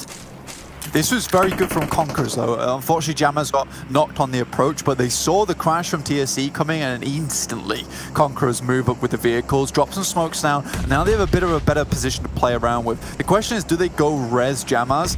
Vito's just trying to dart around within the smoke, but you can see all the dust blowing off the floor there. Game Lord do not want to give them any quarter. Bina is counting his lucky stars that he got to that tree in time. It's very little cover, but it should make him survive. They are going for the revive. Now, I would argue it's not the best idea, but if they're confident of pulling it off and keeping themselves up as a full squad, hey, go for a Conqueror. Yeah, I mean, you're in a 4v4 right now. Realistically, Victor could have had the drop on them, and it would have been really awkward. But you're in a 4v4. You want to stay in a 4v4. Bina goes down again, but there is a return knock here, Imperium, so there's a chance. And now Conqueror need to move up. So immediately in the vehicle they go, heading up to the wall side. Very, very well played. Victor's on the off angle as well, so this is a great opportunity for them. Oh, but Narvalo gets the opening knock on the sidelines, and in comes a couple of more shots. Game Lord have this area covered. I respect the push from Conqueror. They needed to take an opportunity despite having a player knocked. It is still, though, a 2v4. They haven't been able to make it into the compound. The edge of the circle is Game Lords. Yes, they have to move down, but to me, in a 4v2, that's going to be hard to get past. They're moving up now. They know the res is coming through here, Imperium, so they're going to try head up to the next rock. Not going to wait for this one. They don't want Conqueror to keep getting these players back up again, but they need to get some key knocks coming through. There's one imp. Oh my lord, Clink with the play. Bina comes in, but it's not quite enough. And Game Lord close out the game confidently. They take the chicken dinner, and then their fantastic result, they're going to grab a hell of a lot of kills. Very, very good start. Yeah, I mean, that was a very well-coordinated push for them very early in the game to pick up that compound nice and early there, Imperium. I think that for Conqueror, though, I was very impressed, to be honest with you, being able to take that fight for so long and actually put up a good fight in terms of ability. I think that with Game Lord's position, it was so hard to actually aggress onto them. Using that moment where TSC jump in, it could have been a very different story if TSC hadn't have fumbled it the way they did and Conqueror came in afterwards. But, you know, you're hoping for a team to kind of work in your favor, which is not something you can ever hope for in PUBG Mobile. You just got to work with what you've got. But yeah, really good plays from Clink in those final moments. I think that perhaps if Bina didn't go down twice, I know I don't want to point fingers at people. He was behind a tree, so it's difficult. He can't really have eyes everywhere, Imperium. Yeah, I do get that. Look, for Conqueror, playing this spacious game, I think was incredibly valuable for them getting information, and they made the push when they felt they had to. I know they don't have their normal IGL in Reeves for this league play at least, so I don't know who's IGLing, but to be fair for me, they had a very solid game, and they can, at least compared to their game one, it was a lot more controlling, it was a lot more valuable, and coming into the highlights, you can see there was a lot of action between the west and the east, not so much between the north and the south because of those wild circle shifts. Yeah, 100%. I think that a lot of these teams just struggle because they were fighting so many teams in areas where they realistically had to move a lot of the times. We saw that massive shift come through, and pretty much 4 Romanian Boys, Eastern Stars, as well as Team Doom, just said, we will rendezvous later in the north, where we will finish our fight. But for the time being, we all have to get a move on. We're late for the bus. But for Vodafone Giants, I honestly think things could have gone a lot better for them. Particularly because they went up to the northern side, it was great, but you mentioned it, like there was some serious ping-ponging going on. It was a long rally between the circle and the map, and unfortunately got the better of Vodafone Giants. And I think they made some really calculated and well-informed plays towards the beginning of that game. Unfortunately, like in that situation, there's so many variables to deal with, and I think at some point you are going to crumple. But not a bad game, and it still shows a lot of their character in period. Yeah, maybe their head just got to them a little bit too much towards the later stages of the game. Look, that was game 2. We're going to go for a little bit of a tiny break, head back to the desk to analyze this game 2.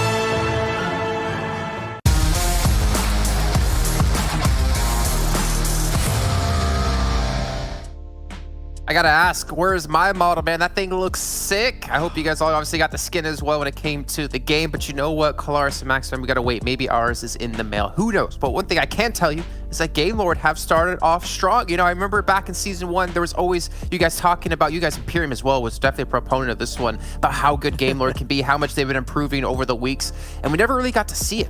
But here, to take their first chicken dinner in the second match of our first day of play is fantastic to see. Yeah, it's great to see, especially, I mean, I'm French, right? I'm going to be a little bit biased, of course I have to with Game Lord, but they are a team that's got a lot of passion behind them, and I know especially the manager, Cuckoo, I have the impression I know every single manager, as Kalaris might say, but in general, Game Lord is a team that had the intention of sticking together. There were a few little changes in the back end and in the team in general, but at the end, this is a team that is trying their best to potentially be the team to make it to the PMGC minimum. They would like to make it to the EMEA Championship, and here scoring 27 kills. They had 2 really big games back-to-back in terms of kills, and I think that they could be standing first in the overall rankings right now. And there's a parallel as well, where if you think about EU West last time around, a lot of their strong success came off of finding a decent compound, knowing where that circle was going to go effectively, or like knowing the lay of the land, and then being able to hold on to it. And they did it great here. It was so difficult for any team to push up against the compound they had. They held this down like Fort Knox. It was great.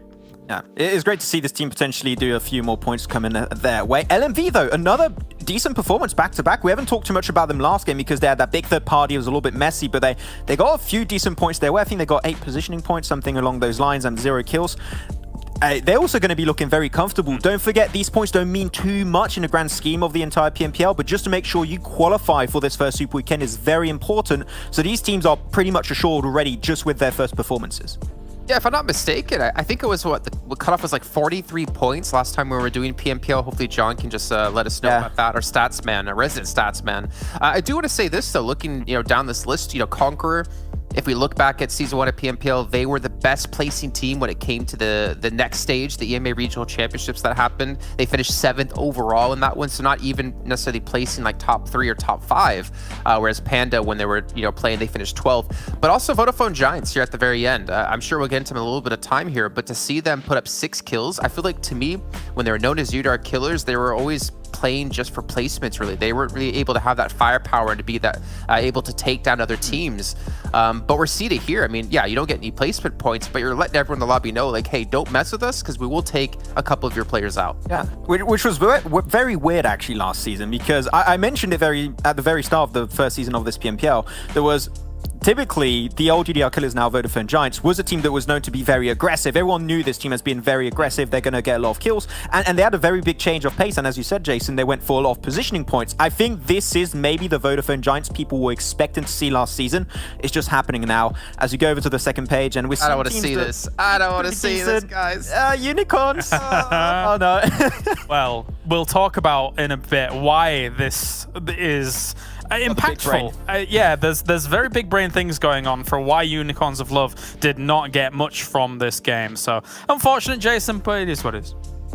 Yeah, I think, seeing Destiny as well in 12th place, seeing Big in 10th place, like, we're seeing maybe a little bit of sloppy play, but I don't want to say sloppy because I don't want you guys to think, like, oh, these teams aren't playing well. I feel like there's a big learning curve that has to come into this. As we mentioned before, guys, like, teams don't really necessarily know where people are going to be dropping. I remember talking to Beowulf over in NA before this started, and I was like, hey, can you tell me some of the drop locations of the teams? He's like, no, I can't really, because people just don't know. Like, they don't even know where they were dropping necessarily when it came into it. It came down to time and figuring things out and seeing where people do go.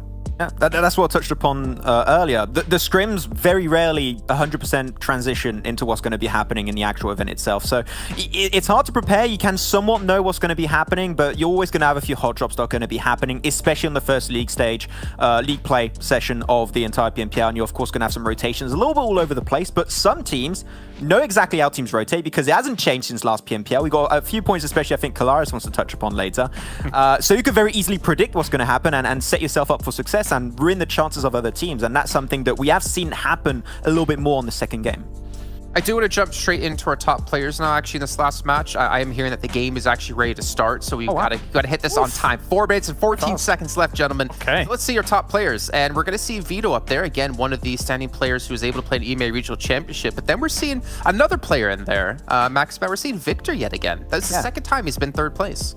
I'm just surprised we don't have another noise from Kalaris with Vito getting over 1,000 damage. I'll bring it back. I'll bring it. Thank you. Okay, I was missing that. I needed that. But yeah, Victor. I got that completely. I'm so glad you brought that up. But thank you. That's fine. I do it sometimes. Okay, Victor. Yeah, I'm really happy we're seeing this guy do so well. As I said, a great individual player. Yep. Of course, playing with the entire team extremely well, and they're holding that compound super well. But he's always a player that's going to be out there trying to create an initial little bit of an advantage for his team. That's what he did in that first game where he got 7 points for his team on the Erangel. Now in this one, he was the one going a little bit wider to make sure Conqueror could not actually kind of crash into the compound. So he was trying to set up his team and try and defend that compound as much as possible. Victor is a big reason why Gamelord can do extremely well. So if they keep playing around him as they have been doing in these two first games, I think we could see Gamelord very easily not only make into the Super Weekend, but I would say it would be a breeze for them if they play like this to make into the finals. Oh man, if this was last season and the Maximum Curse was still Not anymore. there, I'd be really worried for Gamelord. But let's see actually how they did up against Conqueror. And again, these two teams finishing off our top 2 places in this last one. We wanted to talk about this a little bit here because Conqueror looking pretty strong overall, though they did have some hard rotations to make. Yeah, very difficult for them to eventually make that breach happen against Gamelord there. I mean, they tried their best, but actually I feel like when TSC had actually crashed onto that compound, Conqueror took the opportunity, as Blank pointed out in the cast, very astutely, to try and find themselves some distance between it, because it was always going to be difficult to get up to that position. However, honestly, I wish they'd have gone even further, than just the rocks and tried to make something happen at the compound, because eventually... Final form. I mean, they had to do something, and this had to be it probably. Like trying to get up to that compound, and I think then you increase your chances instead of being caught out in these rocks. But I mean, it was still well played for them to get the second place here. It was not too easy for them also because they were holding on to it was a downward slope. They were playing from a little hill and they were going downhill all the time over from the west. So a lot of teams potentially had angles on them. So they were using a lot of utility, especially smokes very early on. If they held on to those smokes a little bit earlier, which was pretty hard for them to do, they had to use the smokes to survive. Maybe they could have made it over to the compound. So smokes are very important. We saw it also work out for teams like Xtreme Slayers on that first game, that it hurt them to not have as many smokes as they would have liked because they didn't spend too much time in the looting stage. So smokes could have actually helped Conqueror make it a little bit further and potentially get the win, but unfortunately it was just clearly not meant to be there. I'm not gonna lie, I got a little bit scared as we were talking about that, because the second I mentioned a Dragon Ball reference, I saw 2 minutes get added to the clock. So I'm a little bit scared that production's like, Jason, tired of you anime reference. We're talking about tired of you talking about anime, talk about PUBG Mobile. So we're gonna talk about another 2 teams, and we wanted to mention Vodafone Giants. We wanted to mention Unicorns 11. And Kalaris, if I'm not mistaken, you're a prophet because you predicted something while we were watching the match happen. I mean, Max and I were talking about this. Max, back me up here. As soon as we saw the drops, we kind of anticipated this coming along. I mean, I anticipated the drop of Unicorns. Like they haven't changed anything, and that's something I talked about earlier, right? Some teams from the last PMPL got their roster that's maybe changed a little bit, but the IGL is still up there, and they are going to keep the exact same drop and rotation, and Vodafone knew exactly what was going to happen there. Yes, which is really cool, because this shows that these teams have done their homework, and it's so awesome to see Vodafone Giants do this. Okay, so numbers aside on the thing here as we look at this, whatever. The big important point about this is Unicorns of Love. They go Valdemar. We know at that point when they see that circle, they're going to be rotating up that west side. They're going to be trying to go really wide up towards the Cobra area and come in. They were a little bit detached from one another as they kind of settle in forwards. Vodafone Giants, the smarts, the understanding, they came in west side of La Cobrera and were sat around those buildings. Now, the only reason you wouldn't try and find yourself a more central position during all of that is because they know that Unicorns of Love, off the drop, find the cars, go Valdemar, rotate west, come in west side of La Cobrera. They find themselves a kill, and they put such a stunt in Unicorns of Love's paths and travel patterns that you saw. Unicorns of Love, they only got themselves 1 kill, no placement points. If they'd have been allowed to make their usual western rotation off the back of, Vodafone Giants not being there, not camping that spot, it could have been a much better game for Unicorns of Love. But what a brilliant play by Vodafone Giants. Fantastic. It's so interesting too, because the fact is that because you were in the chances so early on for Unicorns of Love, and I talked about it a little bit earlier with you too, Kalaris, this is a team that when you ruin their plan that they have in mind and set up since the very start, they're a team that don't find a plan quickly on the fly, and they struggle. And you saw that instantly after losing Lin, that was out there scouting. They were out in the blue a big portion of that game. Reason why they had, 1,000 healing, because they were struggling so much to actually try and puncture the circle and get himself in position. So it was complicated. Now they know that teams are being very cautious of their rotation and how they drop and how they rotate. They're going to maybe have to change things up maybe today or even tomorrow. They'll have to do it very soon. We literally called that camp 6 minutes before it happened, and it was amazing. It was so good. All right, well, We got to jump into the schedule. As you see, 50 seconds left to go until we hop into the next match. We're going to get you guys up to date with what's been happening today and, of course, what's coming up. So we mentioned before, it's going to be Erangel, Miramar all day today. So Erangel's going to be coming up next with Group C now sitting out. Don't worry, Group C will be playing in the last 2 matches of the day.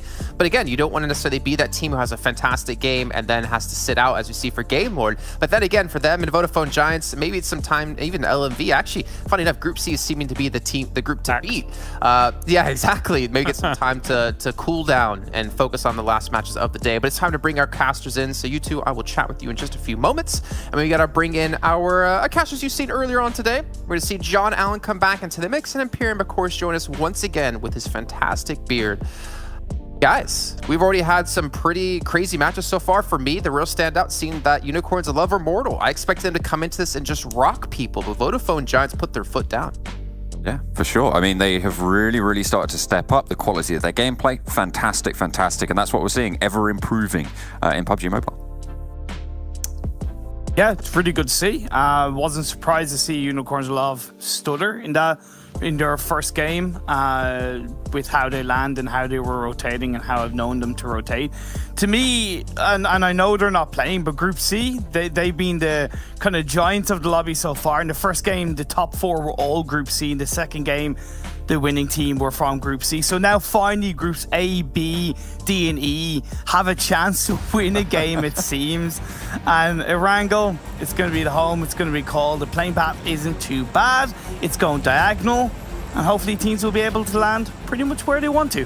I mean, the C in Group C stands for chicken dinner. It must be. I figured it out. I've cracked the code. Big brain. Tom Hanks, eat your heart out. Awesome. Can't even, doesn't hold a candle. Doesn't hold a candle to me. But yeah, you're right. The playing path is going to be a little bit kinder, I feel, in this game than in the first Erangel game that we had at the start of the day. Kind of similar, but it's going to allow access to Georgopol and those northern areas. We only saw Big really head up that far north. Yeah, that's very true. Very true indeed. Destiny going to drop in military base. It's their normal drop spot, and they've definitely been somewhat lucky with the 2 playing paths of the 2 Erangel games so far. Sometimes when you have that Erangel game that's quite a heavy north or very east or west playing path, it can be often difficult to get to that military base drop. That phase 1, it's quite different to the first game of the day. It's on that northwest island, but it really has that river play, John, and that means obviously teams are going to have to possibly commit to one side of the river to begin with, and then hopefully the next circle heads in that direction.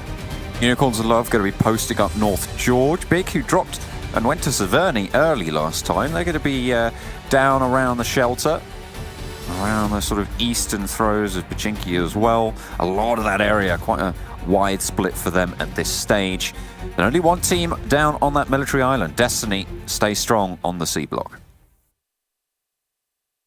Champions Club, the former GSG Europe team, they've only really been kind of starting these games with 3 players, so hopefully they'll be able to pull a bit of a result out, despite being somewhat a player down. 4 Romanian Boys, John, they qualified for the PMPL EU very confidently. They dominated the finals in a big way. Aggression, control in the game's consistency.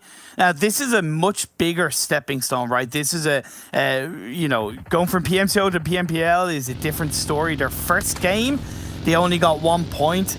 Maybe it's a little bit of a come down to reality for them that, okay, we need to kind of maybe take a little bit easier, get some more information, and then see how we can adapt to how the other teams play around us. Fair enough. I mean, when you're coming in hot, you do need to be careful. Have a little bit of a scout out. TSC were able to snap that buggy up, and we're able to bring it on back to the compound.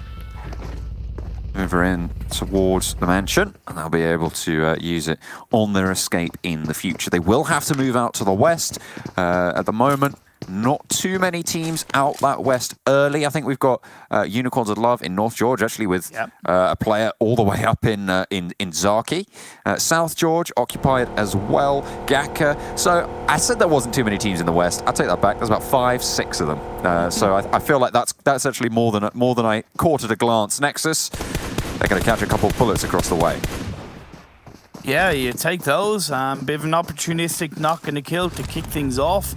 Did not argue with that one. Nexus, I know from talking to their manager that they definitely haven't prepared as much as they probably could have when it comes to playing scrims and tournaments as a team in the lead up to the PMPL Season 2. So we could see this team take a little bit longer to really, you know, dust off the cobwebs of playing professional PUBG Mobile and really find their synergy as a roster. Losing a player early on is not going to help that. For Conqueror, they've had a good start to these games. He got 6 points in the first game with 5 kills. In the second game, we saw them get second place with 7 kills. So, you know, stepping things up little by little. I know it's only the top 16 it's the top 16 that make it into the Super Weekend, so that's kind of priority. But in terms of setting a level of consistency that Conqueror have struggled to find in the past, I like what I'm seeing. Absolutely. But I mean, going back to what you said about Nexus, now is really not the time you want to have cobwebs on you. Getting into Super Weekends is super crucial. So losing out on points that you could have earned by practicing in these first 2 days is going to lose you a lot in the long run. If you aren't going to qualify here, it's going to be pretty tricky. And I know they asked over on the desk what the predicted bubble was. The stat that I had last time was 40, I think it was 45 plus or minus 2 for that bubble on 16th place. So if you're able to get that, you should be in. But that isn't fully updated. I'd have to go through and scrub some more data to be able to get you an updated statistic. But in general, that has held pretty true for quite a while. And what that's going to mean is that you need to be hitting, if you want to be safe, realistically, you want to be hitting 8 points average, but 7 points average would do. To be honest, 6 points average would do, but really you'd be in danger if you're hitting a 6 point average. So putting in those 7, 8, 9 point games, those middling games is going to be so important. And if you're out of practice, that's all the much harder. Yeah, you're dead right. Couldn't have said that better myself. Decided big, they are still looting up in Severny. They have a bit of an opportunity to head down quite heavily the south side of the North River, just outside the shooting range. You don't need to full send it to the Q compound, in my opinion, because how long it took them to get to the point of looting Severny, they're automatically going to be a little bit later into a core position. But at least grabbing a lot of information on teams rotating from the north, from the west and the east is going to be important. ChasMac Gaming spot a player, the Tam Tam, over the top, over the ridge.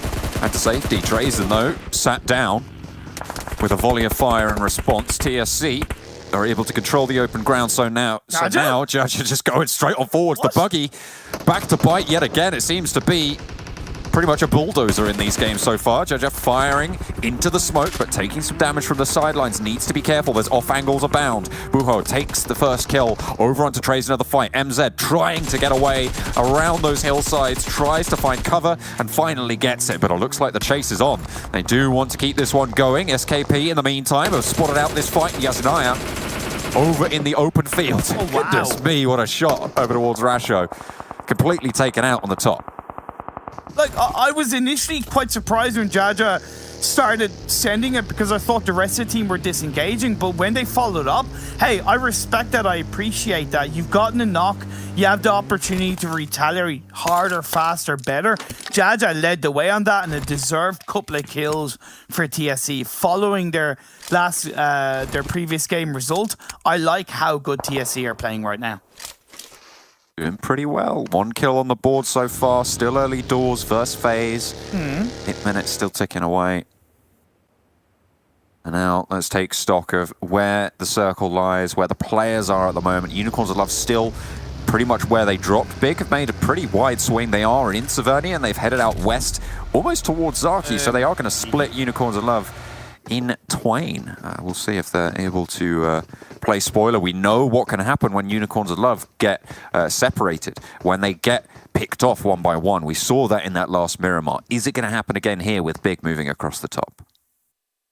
I'm curious if that's a calculated position from Big to try and push back Unicorns of Love. It could be at the cost of allowing too many teams to enter in from the east, John, the likes of TSC, SKP, ChasMac. So that's something that I'm worried about. And Shooting Range Hill is very kind of difficult to control. But as it happens, that phase 2 shifts up north. The river's still in play, and that makes Shooting Range Hill a little bit more of a priority to control, especially those airplane ruins. That little dip is going to be big. It's going to be really important to control that ground. You almost feel like Big need to just move south, bring back their outpost in Mihi, like you say, and just control that hillside, right? There's a lot of open space there.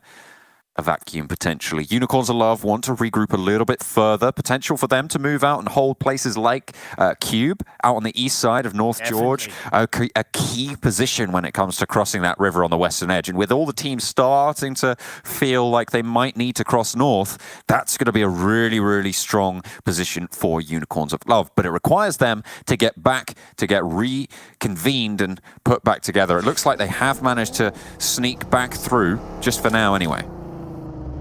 Super Young roster seemed to be the first to get to the Cube compound. 4 Romanian boys were heading in that direction, but they've turned around, realizing that they were a little bit too late to the party. They didn't get their invite in time. They've been turned away by the bouncer, and Super Young roster, they'll control the party area of this phase 2. Well, Unicorns of Love are on the list, you know. The velvet rope doesn't stand in their way, no sir. Ooh, a nice shot across the bridge from Super Young roster taking a knee on Alush. Luckily, there's a little bit of cover and actually made it pretty far across there to be able to get to some decent safety. I don't think you're going to want to land those shots. Results not wanting to take that fight. Alush probably going to get rezzed up here. Ooh, okay, that's good. Keeping them up as a full team will be very important to control this Cube area. The Super Young roster are the former Lost Bullet team. They do have Faker, who played in Fate back in the EMA and PMPL Arabia last split. So they have a lot of experience, so hopefully they'll be able to utilize that across this PMPL Season 2. But I like that reaction for 4 Romanian boys. Getting that knock kind of cooled things off, allowed them to rethink about what they want to do, whereas if they had suffered the knock, they would have panicked a lot more. Potential difficulty certainly on the cards. SKP team are at the blue and Yasnaya. They've got Amodi though in the gas station. Actually a pretty decent position in terms of launching a crossing, although there's a lot of teams staring them down. But they need to be confident about it. Eastern Stars, they are on the east, on the north end of it as well. Pushing in behind ChasMac Gaming. They have been spotted slowly across the hillside. Scopes being trained, but no shots loosed yet. Risky hill to control is a trio. It's a good hill to control because you get a lot of information with that elevated high ground for ChasMac. When you lose a player early on, it can make things a bit more challenging. TSC in the center of this phase 2. I think teams have, for the most part, been a little bit slow to rotate across these first 2 circles, but hopefully the next phase will be a little bit more beneficial. Nice play by Daddy to get a knock, a double knock on the SKP. All right, they're looking for more as well. I mean, Amodi wants to sail straight away. Jesus. Last player standing, actually moving towards Eastern Stars as well. Potentially going to get shot out here if the hills don't provide the cover, but they will. Luckily, just sailing on through. But the rest of the team not so lucky. SKP down to 1 up the top. ChasMac. My favorite logo in the tournament, by the way. Real big fan. Very nice and I think it's really clean, you know? I think it's really clean. Okay. I'm a big fan. I see it come up on the screen and I'm like, I enjoyed looking at this. And that's how I feel about it. I absolutely like that. I like the color. The yellow is different. It stands out a bit more amongst the other logos. And like you said, it is relatively simple. Look at us judging team logos as if we're experts. It's fantastic. What are you talking about? I've seen many a team logo in my day. Oh, goodness me. Imperium already. This is our first time we've cast together, Imperium, and you're already flaming me. Man. I mean to say already, we're into pretty late phases. However, we haven't had any teams go down. That might be about to change, though, as Eastern Stars do circles around a compound whilst getting shot at. I mean, fair enough. You've got to establish dominance somehow, I guess. But not like that. Unfortunately, Bazzi does go down. Potential to res. I like how Exquisite Décode are playing. Reznov has come into his own as a player. Kapahalo, that reposition is working out on the off angle behind the little wooden shack to get the knock into Will. Nice long spray shots with the M46X. The phase 3 blue zone is coming in, and this gets to the point where none of these teams are really going to benefit from this engagement, right? They're both punishing each other. It's going to be harder to enter in the end of phase 3, possibly phase 4. Teams are already solidified, and you know, I can't help think that both of these teams should look to just move away sooner rather than later. Try and disengage, try and get to safety.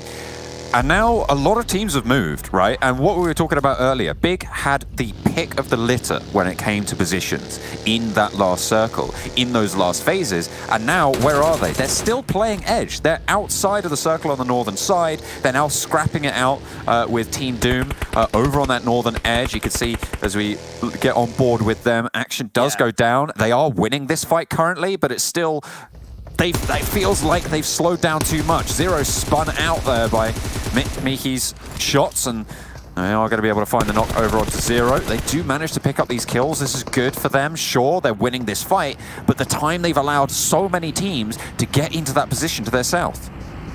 I agree. The only reason why they've won this team fight is honestly Team Doom's rotation as a team is very, very weak. So Big have been able to take advantage of that. Eastern Stars did disengage away, but by no means are they out of the water right now. There's multiple teams around them. Well, Big, hey look, they are at least looking to control as much as possible. They get the squad right, they get 3 kills.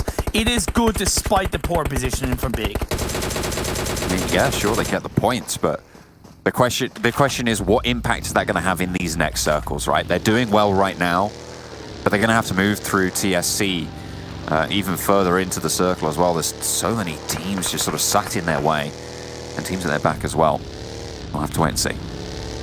I'll always say, look, if you can offset poor rotations, poor positioning with aggression, it's a little bit more of a balance in my eyes. And Big, they're looking to do that. They got a knock and a kill onto one of the Exquisite Décode players. There's still TSC in front of them on that northeastern edge of the circle.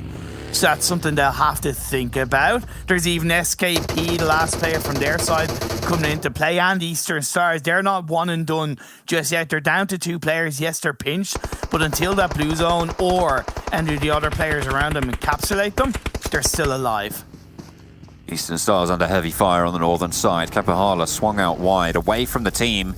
Oh dear, out in the back, Mihi just pulls up, no mercy. Swings it in, buggy Droven, and just the seat swap to finish it. Very, very nice. 5 kills found for Mihi. Very, very good from them. Get rid of what's behind you so you can focus on what's in front. Unicorns of Love, though, they are going to have to focus on the side of Deus Sirens, the first female team in PMPL Europe, full female team in PMPL Europe, and they're taking it to Unicorns of Love. Lynn gets knocked down, Fresh gets knocked down, although there's a third party. That's nice play from Deus. Roll kiss low, last player standing for Unicorns of Love. Smokes on up. Deus Sirens looking to try and stay alive. That's Unicorns of Love eliminated as well. Wow. As Destiny chime into the fight, trying to roll on over this hill. They've got all 4 players standing. They've got some momentum, and they know that there's a team on the back foot just over the crest of this. The res not coming through yet for Deus Sirens. Crossings on the river as well still need to happen. This is the last team to cross north. Oh no! 4 Romanian Boys trying to move through. The damage is there. There's the flush. Oh, not quite able to land those final shots over the top. No! The buggy just blocking it. Not quite able to get those sight lines. Destiny will hear this fight. Do they want to turn their attention that way? Or do they want to swing on forwards as the knocks do start to come through? This is great news for 4 Romanian Boys as they mount up the riverside. Why did you move away from the rock so late with the buggy? It was just such a silly decision. You're there for a reason. You're there to be the gatekeeper and the informant of your side while the players play in the backline, and that all went to dust. Great play by 4 Romanian Boys. They said they're coming from the PMPL into the PMPL. It's a different beast, but they're riding this beast like there's no tomorrow. Encroaching onto the cube compound, sending out the smokes. They want this fight. They want this squad up. They want those kills. Champions Club eliminated on the northwestern side as Big make their swing down to it as well. Mihi did get knocked and they'll have to go for the res. In the meantime, the bridge camp's still on, but Super Young roster not really weathering the storm too well. 4 Romanian boys are just rolling on over. All 4 of them alive, and they've taken ground. They've taken the tower as well. I mean, that is...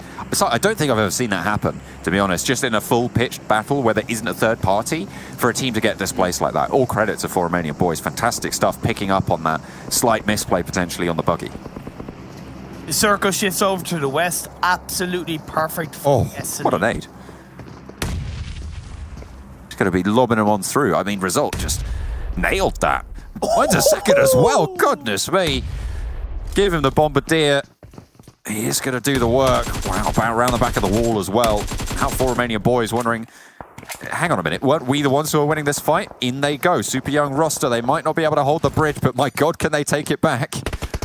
Call them the Avengers. Not too sure if they're looking more Tony Stark right now. Trying to snap the 4 Romanian boys out of existence. They've halved them, sure. But it's not going so well for the rest of this fight. The nade to get the flush. So good. So good. Problem is that 4 Romanian boys played too much by the wall. They got to the wall and they thought, okay, we don't need to move, but now they need to move. Redox is going to come in, going to get a knock, and that's going to be a result on a sliver of health. Oh, so close. Just getting away with it as well. Alush, last player to be rezzed as well. The heal comes through for both of these players. Revive started by super young roster, and this is good timing. The zone is going to crunch. It's going to move them up north, and I'm not even sure that they can get the rezzes in this zone. If Alush goes down here, that is going to be curtains. Nades straight on through, going to be playing the zone. Moving on around, and 4 Romanian boys need to try and do it now, but through the window, there it is. But the blue zone's at their back, and super young roster need to move now. Circle of blue zone is closing in. ChasMac have come in around. They're going to gatekeep by the side of this hill. This circle and this ending is very difficult to control for all of these teams. You can see nobody's in the center. They're all on the edge. Super young roster have been able to survive for the time being. This is such a good game. There we go. ChasMac finally able to play that third party against super young roster. Only result left. Swinging out wide. It's a car chase, but unfortunately they're going to take the dip. That's Destiny across the way. Oh no, hang on a minute. It's Excuse Me. As they are going to be taking those shots, finding those knocks. ChasMac going to have a player knocked towards the back. MZ did go down, but Alush and Result both fall. Yeah, Destiny going to clean that one up indeed. Big are still going. Top 5 teams left in the game. Excuse Me are going to have to excuse themselves around the southeastern edge of the circle and look to take down the players of ChasMac. An opening knock. A second knock because MZ was already down on board. Shadowwen, he's on his own. Great news as the opening knock. MZ going to go down out in the blue. Shadowwen, as you say, now on your own entirely. Needs to push out those positions, make sure they're not playing in those smokes in the blue zone.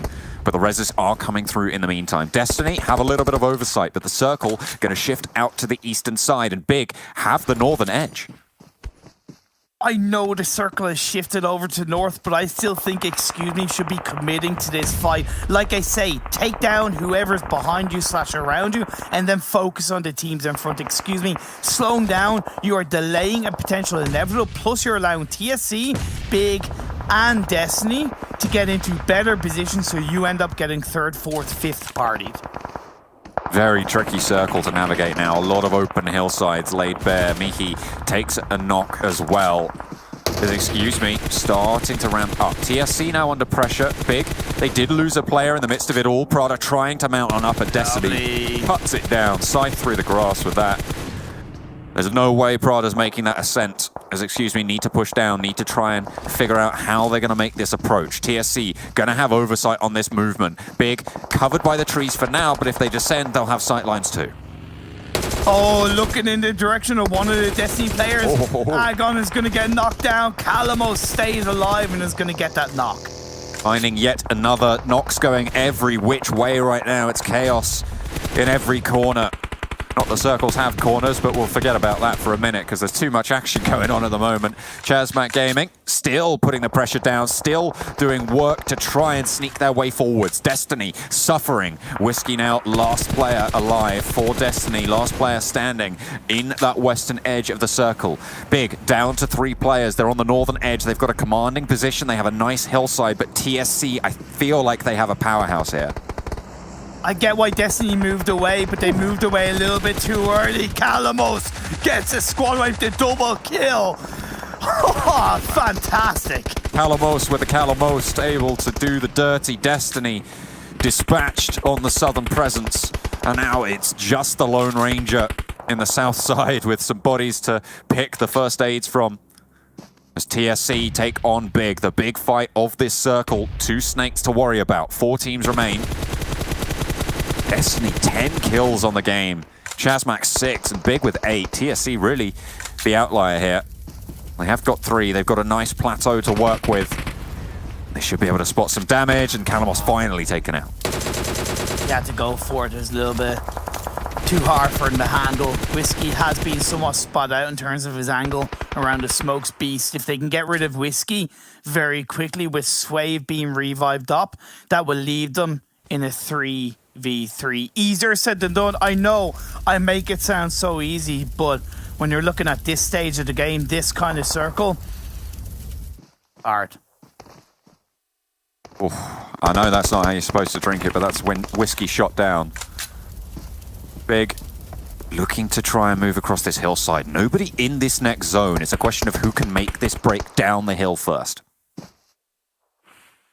I'd say the advantage is in the hands of Big. Being on the edge of the hillside is a little bit more of an advantage. Euphora is going to play it in. This is the open. He gets to the rock. Making a presence for the team. A nice early dash, but poking up just too high, and the buggy goes boom and takes the knock. And this is TSC now really struggling. Big can control this. They are going to be pushed faster than TSC on the longer side of the blue that they're sitting, but they can start to shimmy down this hillside. Nades can come through as Suave is in a pretty decent position. When Euphoria moved down, it felt like the other 2 players at TSC should have followed suit because that distraction would have been made. But now that the knock and that flush has been confirmed, pretty much this is all control for Big. Tam behind the tree. Beast taken low. Jaja up on the sidelines. Position should be known now, but they're covering off every single peak for Tam. With 9 kills, Big want to rack up more. They want to get up to that 12-point mark, but Beast makes the break, and TSC capitalizing on the short side of the blue that they have. Bring the numbers even, but the smoke cover is there for not too much longer. Tam finds another bullet in the shoulder. Jaya crawls behind the tree. They need to heal up and they need to move forwards. They need to drop some utility, but do they have anything in the back pocket? I think this could be TSC's. As far as I know, they're more in the circle. Duxon has to go into the open. Yes, he's prone down, but at the end of the day, he's still out of the open. The 2 players at TSC, they have the tree, but the angles from Duxon could create the pinch onto TSC. Oh dear, Yaya now last standing. Looking to try and peek out. You need to do something. I mean, you know you're out in the open, but you know exactly where these players are. They're moving on in. Both players up and running. They know they have the upper hand. Tam not getting rezzed either. Will be flushed out by the play zone. Swinging out wide. Yaya gets a tickle. Gets a little bit of damage. Swings out. Tries to get the challenge. Tries to isolate them. Tries to get the upper foot. Duxon low around the side of the tree. Big make their push. And out wide. Duxon doesn't quite find it. Goes down. And Yaya behind. Needs to pull out a big shot here. It looks like he's down to the K9. Needs to find a big shot. 1 shot is all it's going to take. Suave around the side. Looks for more. Finds it. Doesn't land it. Doesn't plant it. And cannot find the ending. Big clutch it out. It was getting hairy. But across the hillside from the northern edge, the Saverni squad come down from the top. And this is what we wanted to see from the newly fledged German roster.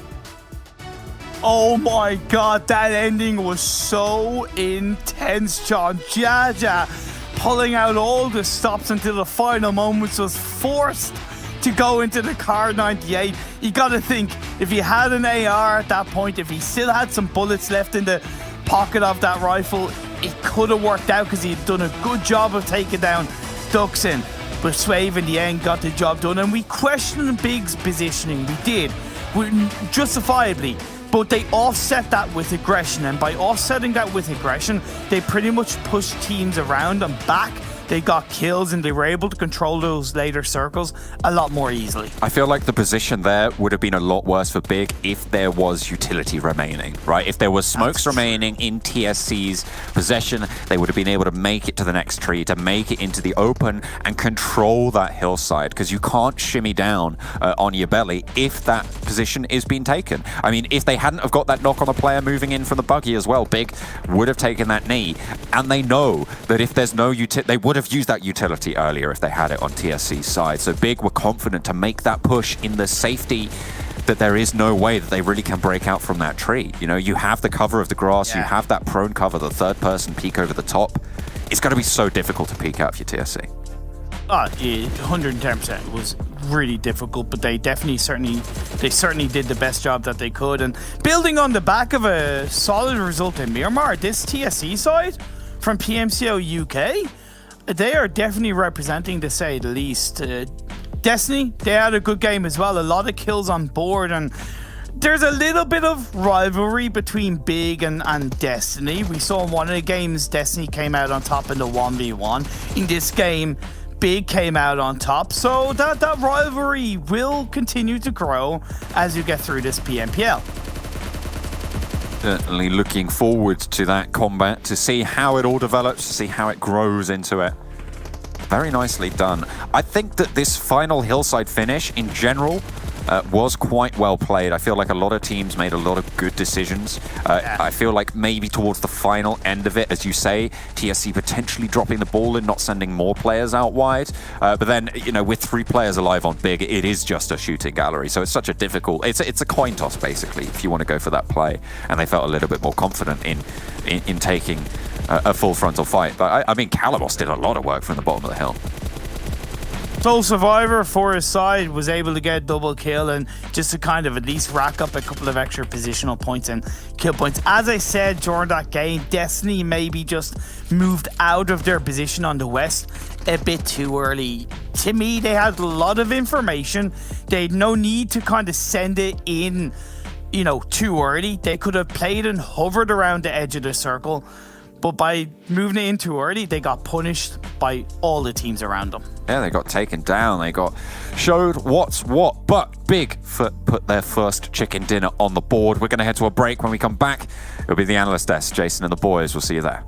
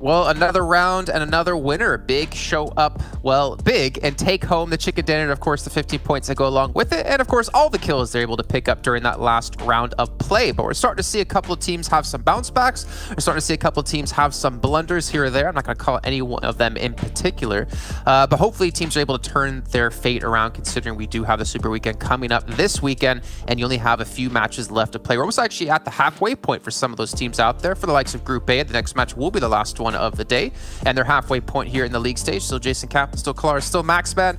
And gentlemen, this was an interesting match, I'd say. Again, Big and Destiny able to get towards the top of the leaderboard. Not really fun, I would say, at the very start of the game, because you had that circle that was around the river, so teams had to make a decision. Do we go north? Do we go south? Do we try and gatekeep? Teams like Side did try to be a little bit more proactive about that, went for Cube. It was an interesting decision. It actually allowed them to get 6th place in terms of points, 8 points coming their way, 4 positioning points and 4 kills. Maybe could have got a little bit more, but unfortunately they got breached pretty hard, so that did hinder their chances pretty heavily. But Big, as you said, coming out in big, and especially with Destiny being second in terms of overall point, you really have that big rivalry between these two teams, of course, and maybe it has a little bit of bad blood between them, but it's very interesting to see how things are working out. And Team Big actually dropping in Severny up north. That's where they dropped. So they had to just simply go down south, have the high ground most of the time, allowing them to get a big terrain advantage. But it got close. It got a little bit messy at the end. It could have almost gone away from them, I would say, to the hands of Jaja. Jaja? Come on, man. We called him the whole time in the back end. But no, you're very right, and I'm sure we're definitely going to be diving into that in a little bit of time here. But for me, as we're mentioning, a big in Destiny, colors, it's great to see Destiny, even with it not being the original Destiny lineup, still performing well. And this is a team, if I'm not mistaken, had like one of the top performing weeks in league play. They were consistently #1, like 2 weeks out of the 3 when it came to league play. Obviously, I know it's a different roster now, but it's good to see them continuing that legacy and putting up points. Yeah, especially seeing kind of how they were playing this game out as well. Of course, everybody really wanted to see that big and Destiny clash towards the end of this game, but it was not to be properly. I think, though, the way Destiny played this was nice, coming in on that western side. Unfortunately for one team down there, poor Unicorns of Love, they got caught, and Destiny was one of the ones to profit heavily off that on that west side up on those hills. So very, very well done by them. Yeah, not too easy for Unicorns of Love, this one getting pinched pretty heavily. But Eastern Stars too, I'm surprised. We talked about this team especially a lot last season. We talked about Kapahala, Octavian too doing extremely well for the team. Not the best start, and you don't have too many games coming into this. You got 8 games total in this league play to qualify. This is basically half of their games already down the drain. You need to try and catch up on this last game for them today and even tomorrow, because if you miss one entire Super Weekend out of the 3, like that's going to heavily hinder your chances of making into the finals. So the teams that have been consistently on the bottom need to have a drastic change of pace right now. Well, I will say this at least, right, Bax, is obviously not qualifying for the first Super Weekend would be tough, but in the grand scheme of things, you only have to beat out 4 other teams to qualify in the top 16, right? But I completely agree. You definitely want to start things off on a bad end. You definitely want to have one foot in the grave already for like the likes of Unicorns of Love. 1 point in total in the 2 matches we've had played. You know, Claris, this was the all-star team. This was the chosen team, I almost want to say here, and they're not performing up to the standards we expected. Yeah. I'm assuming, though, you're gonna be saying that this is just maybe a little bit of learning curve for them. In the last match, getting pinched was tough, but it's tough times for them. Maybe. I mean, that pinch comes off the fact that they weren't really that proactive about what was going on up there. Think about their position that they started in. They had full control, effectively, of North George, and then eventually are slowly moving east from there, taking that hill north of Cube, then moving northeast and taking that extra hill, which, technically speaking, if you don't have a lot of teams rolling up on you, is a pretty decent position to start staging that like game plan from. However, they knew Deus Sirens was going to be rotating north of them because they heard those buggies and vehicles coming over the bridge up to North George, and they probably knew that eventually Destiny was going to be backfilling on that position on that hill north of where Cube was as well. So them not taking a fight early with one of those teams and then being pinched by that situation, they're leaving their fate in other people's hands, whereas trying to kind of grasp it firmly with both their hands, taking a fight with one of those teams first and then making something. Max, I want to throw this to you now, actually, on a certain point, because I remember Panda back then, last season, GK first, he was basically on his own team sometimes, right? He was off doing his own thing. He was off looking for kills, looking for frags, looking for a knocks. And I remember we talked to the team and they said, like, they got to reel him in a little bit, play more with the team. But I feel like again, it's 2 matches, right? I don't want to jump to any conclusions, but I feel like he's lost that wow factor, that aggressiveness, that Rambo-esque style he can perform with. That's what happens when your entire team is a star lineup. Every single player is known in the Western European scene as being great individual players. You know, you've got Lin on the side, you've got also GK First, who did great last PMPL as Panda. Then you also have yourself Fresh, just going to be doing great. He was one of the top fraggers, almost MVP above Alicio, didn't quite happen at the end. You have those star players now all part of this team, and it's so hard to have the players that are actually going to be playing maybe as a support. Maybe the IGNing's a little bit all over the place. We talked about maybe communication issues because of the language barrier between Chinese and English.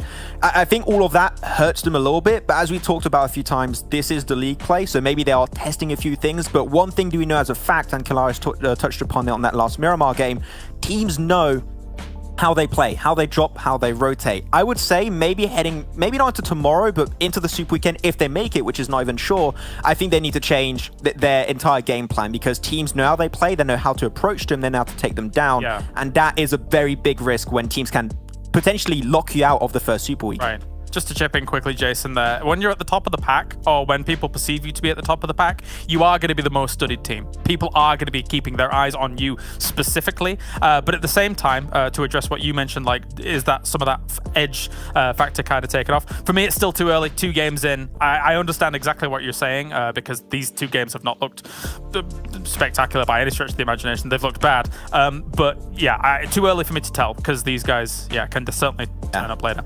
I want to touch on the last point before we move any further, just on them. In terms of PMGC points, they are 100 points ahead of second place. And we saw in the CIS region where teams that had a 100-point advantage got caught up in literally 2 super weekends. So if they miss a super weekend, their PMGC spot is not assured. So they need to make sure every single super weekend they make it, otherwise they might lose their spot. And I do want to bring up one more thing about them while we have a little bit of time, because I feel like it's so interesting to talk about this team. And Max, this is where I really want to lay on your expertise. I feel like when we look at other esports titles compared to PUBG Mobile, I want to say there's a lot more egos in PUBG Mobile, and they're a lot really inflated when it comes to people's perception of themselves and how good they are. I do kind of wonder, are people on Unicorns Love able to play that selfless role to help support GK first, maybe to pick up big kills, or maybe one round you support him, another time you support Fresh? Like, I wonder if people can put that kind of thing aside from them to get the victories, because that's what it's about, right? It's about winning the tournament. It's about winning the prize, getting the PMGC. Individual performance is amazing, but it's a team effort. Oh, I'm going to tiptoe about that one, man. That's a tricky one. Hey, I'm just saying, that's my experience. I agree. I feel like a lot of players have massive egos in this game and think they're a lot better than maybe they are. I'm not saying anyone on Unicorns Love is bad, but I feel like at some point you have to be able and be willing to be selfless for your team to win. But I think myself and Imperial are in a really good situation to talk about that. We've been covering the European region for some time, and I have a list of players with, unfortunately, a relatively big ego, and it does hurt a lot. A lot of the teams that have players with a big ego, I have a blacklist completely, but a lot of teams that had players with a big ego are the ones that unfortunately disbanded. Not going to potentially put names specifically out there, but I do know that they might have some issues like that inside of the Unicorns of Love, the new roster now of Unicorns of Love. So it might hurt them a little bit. Of course, as you said, it's just 2 games. We'll have to wait and see how that's going to be growing in the next games. But it is a valuable point you're bringing up. It could be an issue, so we'll have to see how that evolves in the next days/weeks.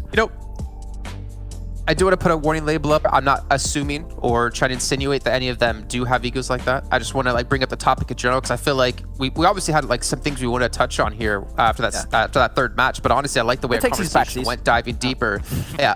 So what I do want to actually do is maybe move away from Unicorns of Love and talk about the last 30 seconds of that match, because as we were watching it, Claris, it sounded like you were in pain, man, seeing the way Big were playing that situation out. If we can, throw it up on the screen, I want you to talk through it. A little.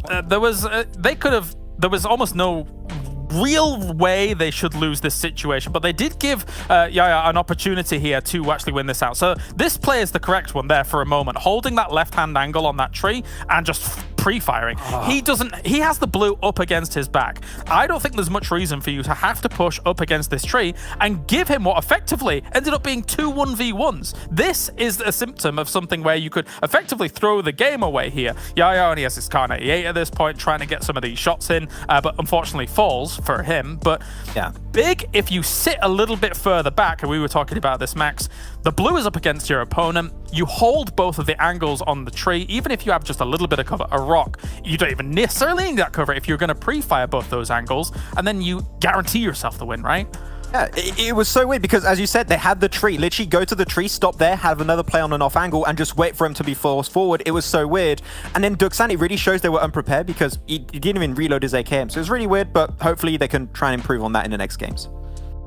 Didn't have time to reload his AK. He had to move on into the next fight. Let's actually now, as we bring our commentators in, the fact we're moving into our 4th match of the day, so you two get out of here. Group B is going to be sitting out with Conqueror, Rain, and Team Doom, but we do have Group C coming back in with Vodafone Giants, with Xtreme Slayers, with Game Lord, with LMV. We have these teams, the group that I necessarily had pitted to be one of the most dominating groups so far in the event, who are now here and are ready to show things yet again, just like these two are ready to show us what they've got. We got John on a blank, ready to go here for 4th match, and take it away. For sure. Thank you very much, Jason. Thank you very much, guys, teeing us up. We're back in with Group C for Chicken Dinner. We're going to see if their record remains strong. Blank, how you feeling? You had a game off? Have you recuperated? Have you rested up? Are you fed and watered? Fed and I have my life-size hamster watering bottle in the corner of the room that I just put away, and I just hold on to for dear life because I'm so parched by the 2 games. But it's all good, don't even worry. Getting to Miramar once again, like you said, we have the long driver himself in Mr. Jason, who will absolutely hit our golf ball off in the good direction. As he said, we are teed up and ready to go. San Martin, very central towards here in our playing path. Just nice and chilled out. But it's good to be back, John, with you, my main man.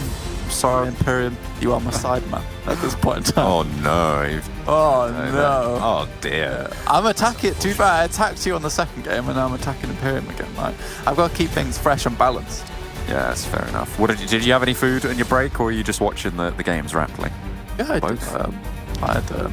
I watched the games, I had a little bit of pasta, you know. Everything's Good. fine. Very good. Good. Carbing up, getting that energy on board. Maybe that's what we'll see from Group C. Possibly. I hope that they've got enough carbs to run them through in this game. I mean, apparently not too many carbs, because they would be running the marathon that they would be doing last Miramar when they head up towards Torre Armada.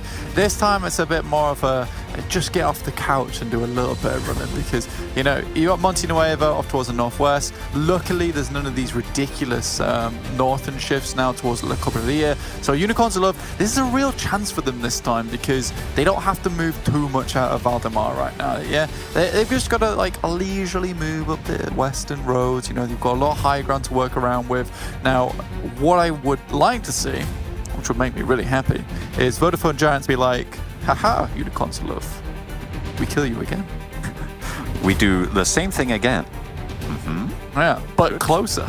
It's good for you, is good for us. Yeah. Oh dear. Yeah, Unicorns of You Love. receive 4 death, we receive 4 points. It's a good trade, trust me. It is, Believe me, the best trade. Probably in the history of trades ever. Big, very spread in their drop right now, Blank. They're the most spread team on the map. And they're playing sort of around this Picardo graveyard, Minas Generalis open ground near La Bandita as well. They've got someone pretty much everywhere. Goodness me, that is a wide drop. That is a wide drop.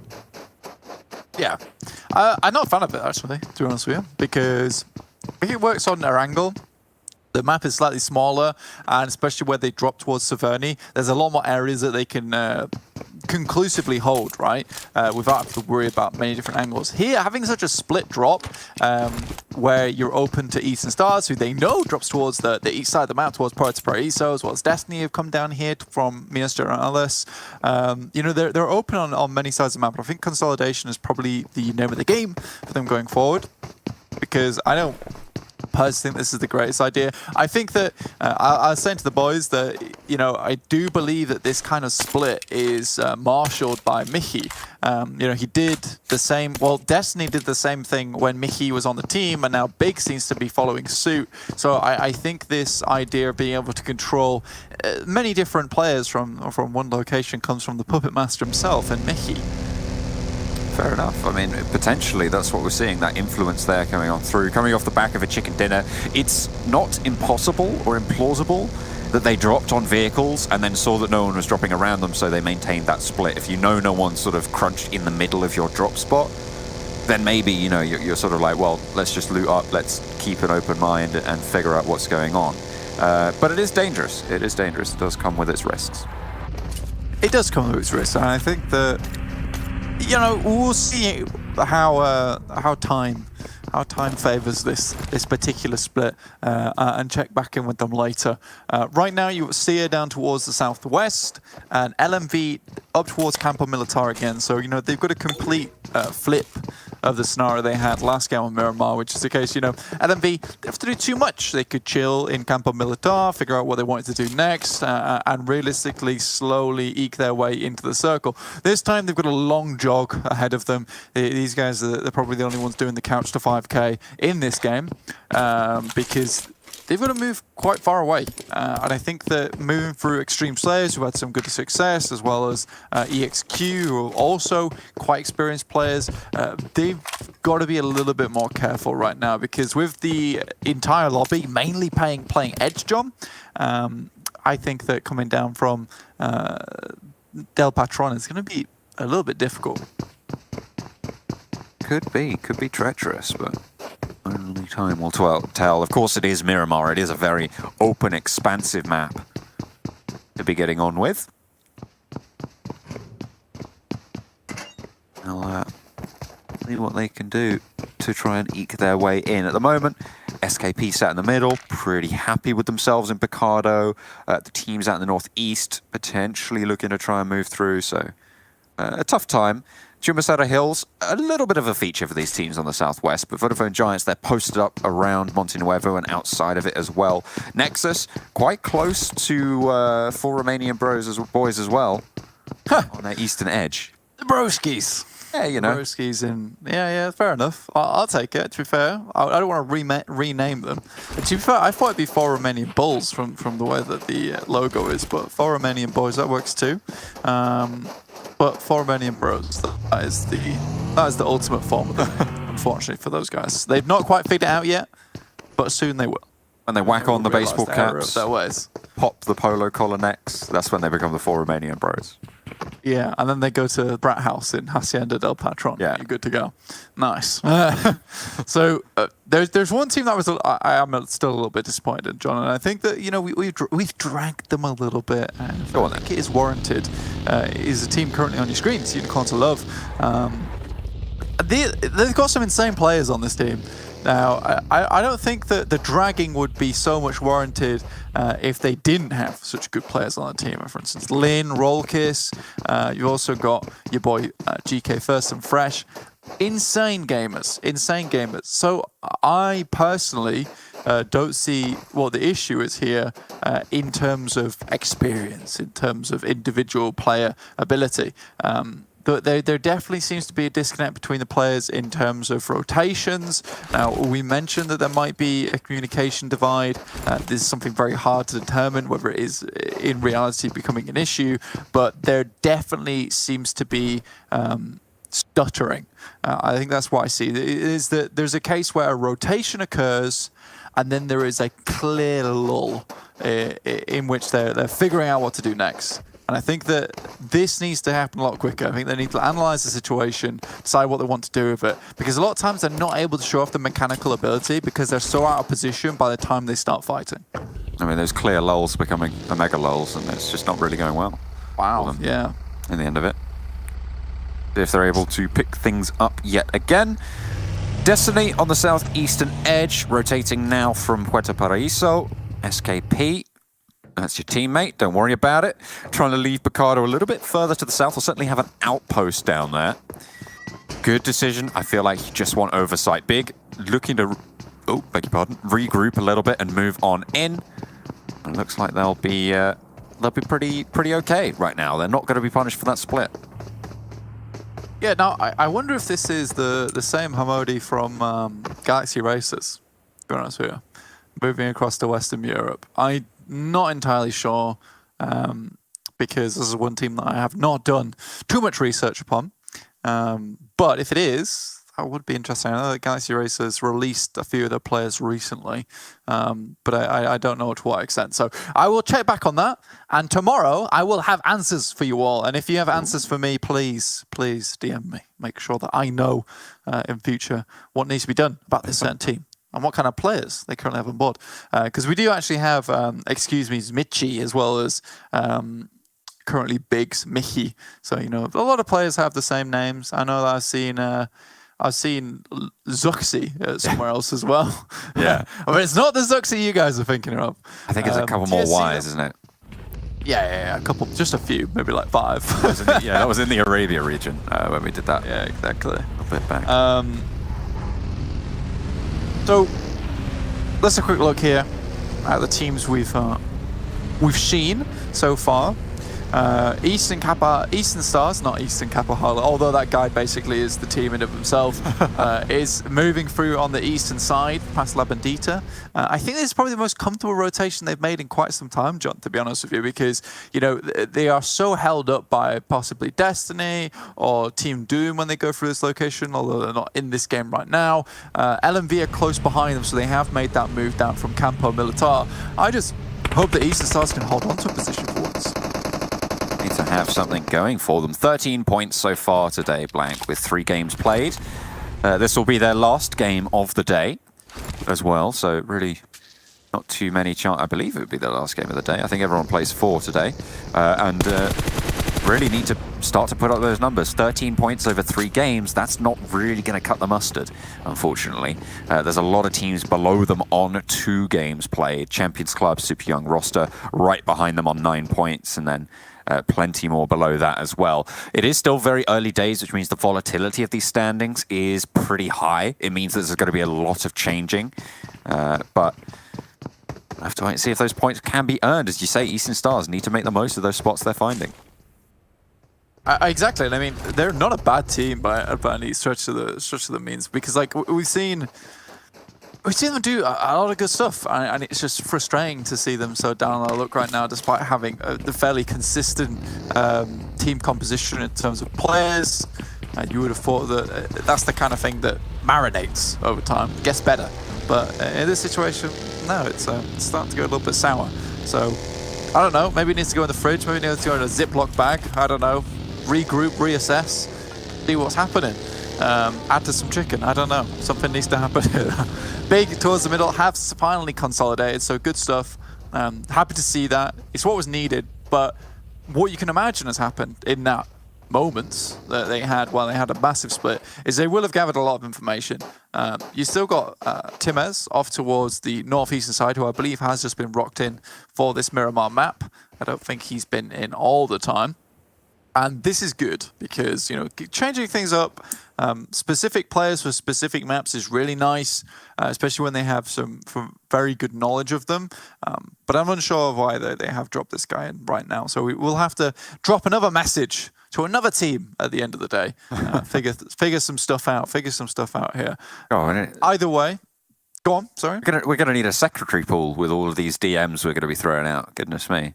It's going to be like 100%, yeah. A war room. We're going to have to organise it all and get it sorted, I suppose, after the Bring up the Instagram. I need a report on the last 5 posts. Exactly. That's exactly what I need, to be honest with you. Game lock, though, once again, in the centre, John. Jesus. There you go. Fair enough. Unintentionally this time, though. Yeah. I mean, you know, it happens. It happens. You do get these circles every now and again, and that's how it's all going to play out. Deus Sirens on the northern edge. They did move down earlier, but they're still really yet to come into conflict here.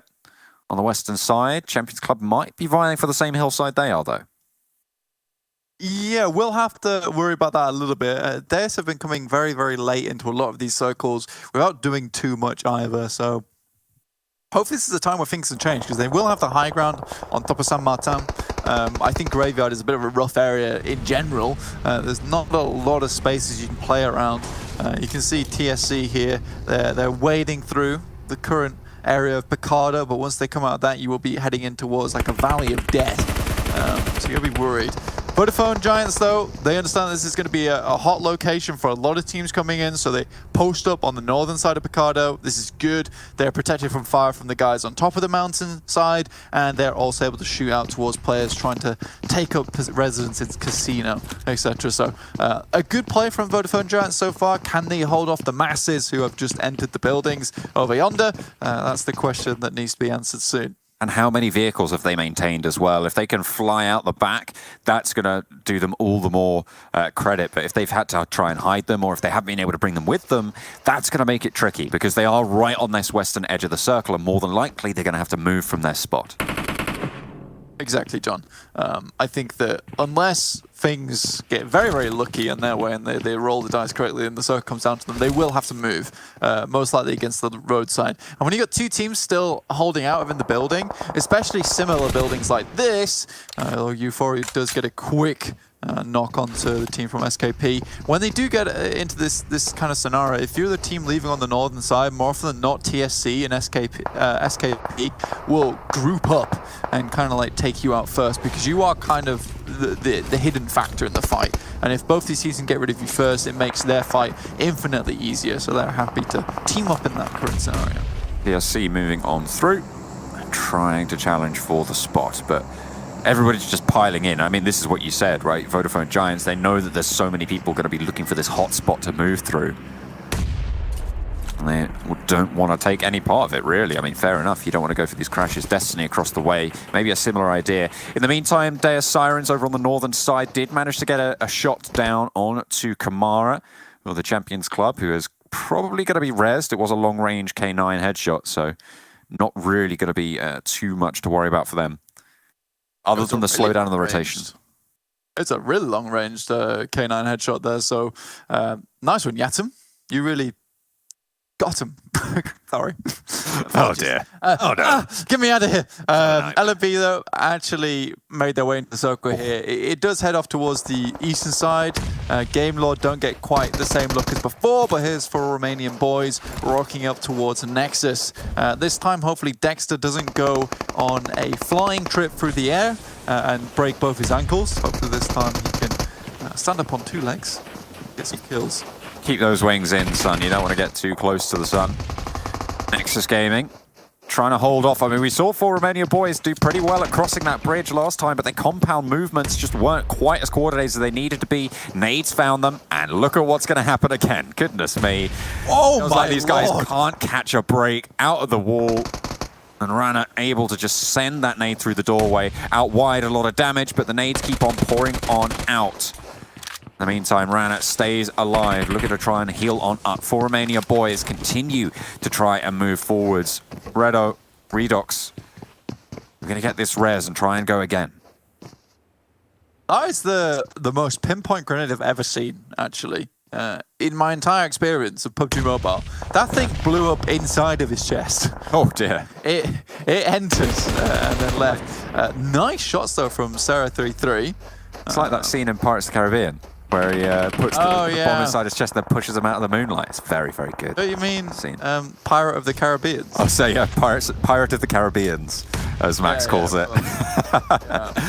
It's something different in French. He's not just... He's a pretty sick pirate, to be fair. He's explored everywhere. Very, very good. Speaking of piracy, that is one ship that is no longer sailing. 4 Romanian Boys able to commandeer Nexus Gaming's building. And they will be able to move on out to try and move through towards the rest of the circle from the south side. But Vodafone Giants, they left Picardo pretty early on. And they've posted up on the south edge as well. I think that one rotation that I really want to talk about here is Big's rotation off to the western side of the map, but he's dead. He's very dead. He's very dead. One thing I do want to talk about is Big's rotation off the western side. It was really well played. They have just lost Mickey in the process, but I think that they realized that it's such open ground coming through this area. When you get a lot of teams caught up in Picardo, you know, Big could take this opportunity to get quite a few kills on that side. I do believe there is a res coming through for them. I'm just quickly looking for the names. Yeah. I believe it is Swave picking up Mickey in this moment in time. But yeah, they can control this area very, very well now, because I think they've got a couple of knocks onto Destiny and Exquisite Decode UK. They're having a terrible time on the eastern side.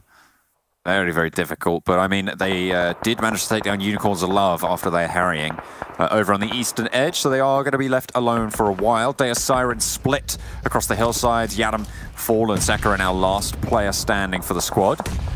On the northern edge, though, it's not going to be easy to be able to sneak on through. There's 2 teams right behind you. Xtreme Slayers as well.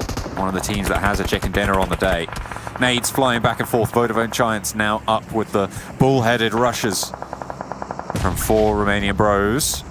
Sorry, I'm going to keep saying that. I'm going to keep saying, keep trying to make it happen, but it's not going to happen. The nade, though, certainly will. It's going to bounce on down. Vodafone Giants hold them off, and it is really the nades that are the nemesis for the 4 Romanian boys. It really is. They had a nade in the chest, now the nade in the air. There's another one that comes through. Oh no. Knock again. Exo Machine is down. Sarah also, and now I think it's just Doran, 23. I think that's Boren. Oh no, it's Oren. Oren! Goodness me. He's got lots of twin brothers or something. I know, sorry. I had to mention all of them in that situation. Sounds like you were naming the dwarves from The Hobbit. Oh, just Oren! Oren, Boren, Dworin, Dwaylen. Thorin. Actually, Wait, hang on a minute. Yeah. Hang on a minute. Oh, stop that. No, not a dwarf. I apologise. Big up in the distance. Big up in the distance. You're certainly Actually, digging though, so you might be a dwarf as I well. really am. I may as well be the biggest dwarf diggying a hole right now. That is a throwback as well. Big, though, actually took the most aggressive fight ever on that western side, but they've cleared all of it. It's all now cleared, done and dusted, so they've mowed the lawn. Not that they really needed mowing here on Miramar, but they've sorted out that grass over there. Now they're coming back into the fight, and things should be very comfortable on this western edge. Sparse scrubland, but the lawnmowers here. On the southern edge, very tricky ground. Very difficult to move around. Nano, that shot's from the back. Eastern Stars, they have a really good spot here. They've got the buildings. I mean, it's very difficult to play against this squad in this position.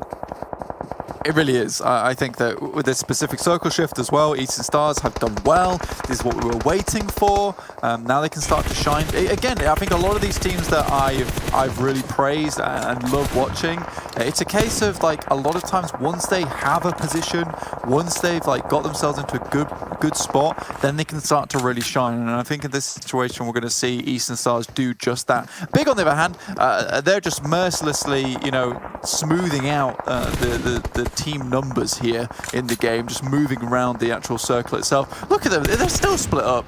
Just Andelito remains here for Champions Club. Not anymore, he's dead. Beast has got him.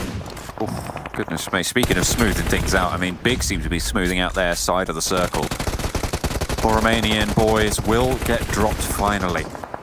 Put down in the dirt. A shift, oh man, come off it. Yeah. Eastern Stars. Alright, so Blank, who's going to win the game? Will win. Okay. I'm joking. I still put my. I'm going to put my stock in Big. Okay. It's going to be the double. I think Eastern Stars, it would be hard for them to lose this, but you know, I'm gonna hold on. I think with the way the Big's playing, there's a lot of confidence here. I didn't think that was going to do that much. I really didn't. But if you're going to say like, what? That was a team nade. Oh no, they naded out the rock and had to swerve out. Unfortunately, the calls didn't come through. The rock was the danger zone. Ulysses needs to push forwards, needs to play in the fire, but unfortunately gets smoked out and shot down. Super young roster dispatched Vodafone Giants on the south side. Which is good. I think Vodafone Giants have been in a fair few fights so far. Big takes another knock, but immediately sways with Mickey. I think that this is very characteristic of Mickey as well as Beast, is that once they get on a roll, they will just start sending it like circular discs down a mountainside. But now, they've got a little bit of a difficult journey ahead of them. With only this ditch to play around with, Eastern Stars off in the distance, they do have to deal with Exquisite Code at the moment. So, the question is how do they go about this, John? Because you know that they'll be down on meds, down on actual utility a little bit here, but Exquisite Code are actually going to be even worse for wear, because we know they had a huge fight earlier on that eastern side and they can't have done too much looting. And again, if they were able to loot up those bodies, they might have a little bit left in that back pocket, but you're right, their armor maybe not the strongest. They might have a little bit lower on those resources. Super young roster, 3 players alive on the western edge. Big, lose Beast on the back to a nade. And they're now down to 3 in the open ground as well. That's Akashi going down, but Mickey immediately gets returned. Robs is doing fantastic work here on Game Lord so far. Another nade comes through. You wonder if he can hold on to Mickey. Swave moves around the side. I don't know if that was a distraction tactic to pull the nades away. Swave should get away with that one, but big times coming through. Big times, 100%. Still trying to hold down in the hay shack. Big, they're really suffering here. The cross was just too difficult. They had a really good spot, but being forced to move away from it, just not going to play well for them. Game Lord struggling as well. At this point, it looks pretty good for the team coming from the UK here. Exquisite Décode looking for nades over the top, finding the first knock. Game Lord actually finding a team nade as well. It looks to be the flavor of the month for a lot of these teams here on Miramar. Rob's now trying to heal on up for Game Lord, but how many more first aids have you got? What are you going to be able to do here? I feel like it's only a matter of time trying to out-heal the blue. Yeah, I think that realistically the best play for Big in this moment in time would be heal as much as possible and then attempt to take down the guys just to their west. That will be Rob's going down to Will, who's now looking over towards the hay bales. Unfortunately, Robs has given away Big's position now. Sear's still in this game, though. Alush as well as Faker still alive, but Eastern Stars, it's looking so good for them at this moment in time. They're doing pretty well. The circle does shift a little bit out to their west, so they will have to crunch into one side of things if they don't want to just hold this outpost, and quite frankly, that might be the best play here. Exquisite Décode UK looking to move on in, and actually they've changed their approach angle. Looked like they were trying to skirt around the hillside, but now they've tried to actually take an end of the compound. This might be a really good shot. Reznov able to get a lot of damage on into Bazzi on the front lines. Oh, doesn't quite get through the window and gets knocked down in the process, but so does Reznov. Kapahala able to pick things up and now control these hillsides. Alicio cut down in his prime. Daddy not anywhere to be seen, nowhere close by, and cannot help here. Off Big the floor. getting shot down as they try and make their way forwards. Exquisite Décode UK, they had all four alive, and immediately they get taken down by the dominant oversight from Eastern Stars. How has Sear not seen this? It should be just an easy kill for Sear at the moment in time. Big could go for a second place. I think, oh god, they're both trained on them. Ooh, it's just a hay bale and hay bale in the way of disaster at the moment. So Faker realistically just need to breach this hillside, and I don't think Big have any idea of this happening. So I believe this might be Big going down in third, with Sear taking up second. It just depends how long it takes for Sear to move over the side. Oh no, they found it. Fact, Octavian. They just find it, full front, straight up, get the shots in. Now, 2 players left. The super young roster are wondering, how the hell did we get here? What happened? I swear there was like 6 teams in front of us. I know. We just sat down on the coastal side of these rocks at the moment in time. So honestly, I don't know how Sear goes about this. I think they just die. I think that is the logical conclusion. The question is how many points can they get for it, right? How many kills can they get onto Eastern Stars? And most likely the answer is very few. Especially with that smoke train. It looks like they want to cruise on out. It looks like they're trying to create that smoke train and move on forwards. Or certainly move their vehicles, give themselves some cover. Alush on the off. Octavian there, maybe a little bit overexposed, but even on the trades, they're good. Kapahala, I mean, Kapahala's just able to sit up there and do so much in terms of recon, in terms of info gathering. But I feel like Alush knows where he is. It's going to be very hard for the guys from Sear to get rid of this. Even though Faker knows Kapahala's position, I don't think he can do anything about it, unfortunately. I think the right idea is here to move around towards the left side and try and isolate that angle from Kapahala, because he will have to move off the building at some point. He does stand up. Faker sees this. Great shots from Alush. Faker took too long, but Alush was very, very up there. Up and into the fight, finds another knock, hits the deck, a sliver of HP. Blue zone at the back, needs to be careful and push forwards. 2 versus 2 now in open ground, but the nade seals it onto Alush. Knocked, no chance of a res here. Kapahala crawling towards the team, needs to get the res, and Eastern Stars pick all of themselves back up. Unless Faker can do something miraculous here, a nade might find it. Does Faker have something? Pull the pin, try and find the shots, try and get something. The spray is in, but Faker falls, and the Eastern Stars stay all alive. The kills are theirs. And it's Eastern Stars to find the chicken dinner. It was one nade away from being a wonderful finish to that game for Super Young roster. Shameful. I mean, to be fair, not shameful to get the 2 kills that they did. I think Faker, I thought it was Alush who had great bead onto Kapahala who's coming down, because I thought he'd get off scot-free, to be honest with you, John. But somehow, some way, he's able to scan that and actually get the track on as he's falling down. So really, really good stuff. And then again, lives on a sliver of HP. Unfortunately, all it took was a little piece of shrapnel from that nade to take him down. And then I think that Faker just took way too long to engage on that position. I mean, they did all right. I feel like that final engagement maybe not their finest moment. And the position from Kapahala, you're right, there's not a lot they could do about it, but the way to handle that is actually to do nothing. Because you know the blue zone's going to push him off it eventually. He's going to step up. He's going to have to drop. And that's when you take the shots. That's what they did. And I feel like they started off that engagement very, very well. But you're right, it was just a little bit too slow to play together as a duo. I think that Big's actual mentality had to bite them in the end there. Although they did get a fair few points, and it depends how you look at it. Is Big going for chicken dinners? In my opinion, not really in this match. I don't think a chicken dinner was necessary for them.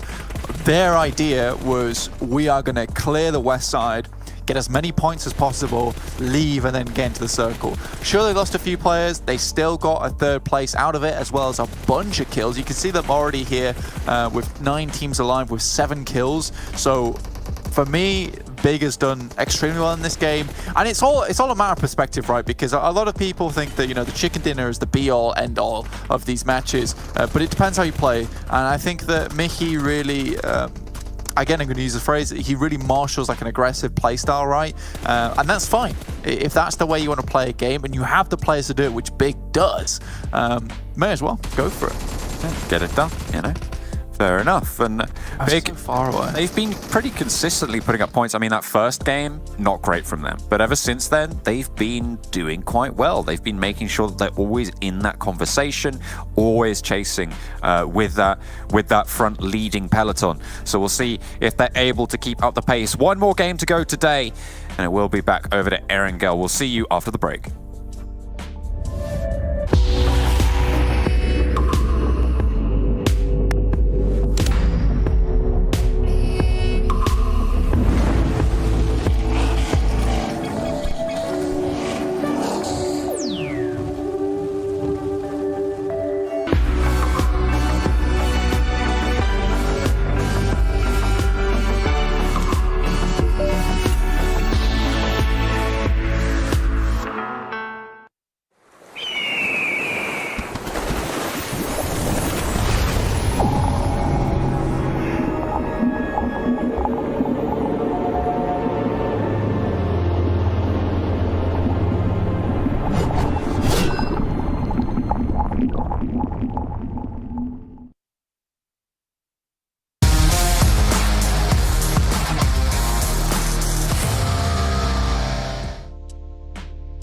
Well, we were talking a little bit of smack about them before. Eastern Star has been able to show up here and get their first chicken dinner of the event. And this is the Eastern Stars we're talking about. If you didn't watch the first season of PMPL, they could be very dominant, they could be very destructive, and hopefully they are very hungry because they get themselves at least one chicken dinner a little bit closer towards that first Super Weekend. Jason Kaplan still joined by some lovely analysts here to break some things down as we have Kalaris and Maxman.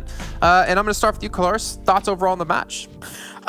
Good to see Eastern Stars finding themselves the nice compound firstly, and then able to actually defend it the way they did. I will say, as a slight caveat, with those circles and that compound, I would have given anybody a big shot at getting the victory if they were able to take that. But Eastern Stars, with those 26 points coming on in, good hold down and understanding of where their threats were coming from at the right times, like dealing with, of course, Exquisite Décode when they did, dealing with that western side when they did. So important stuff there.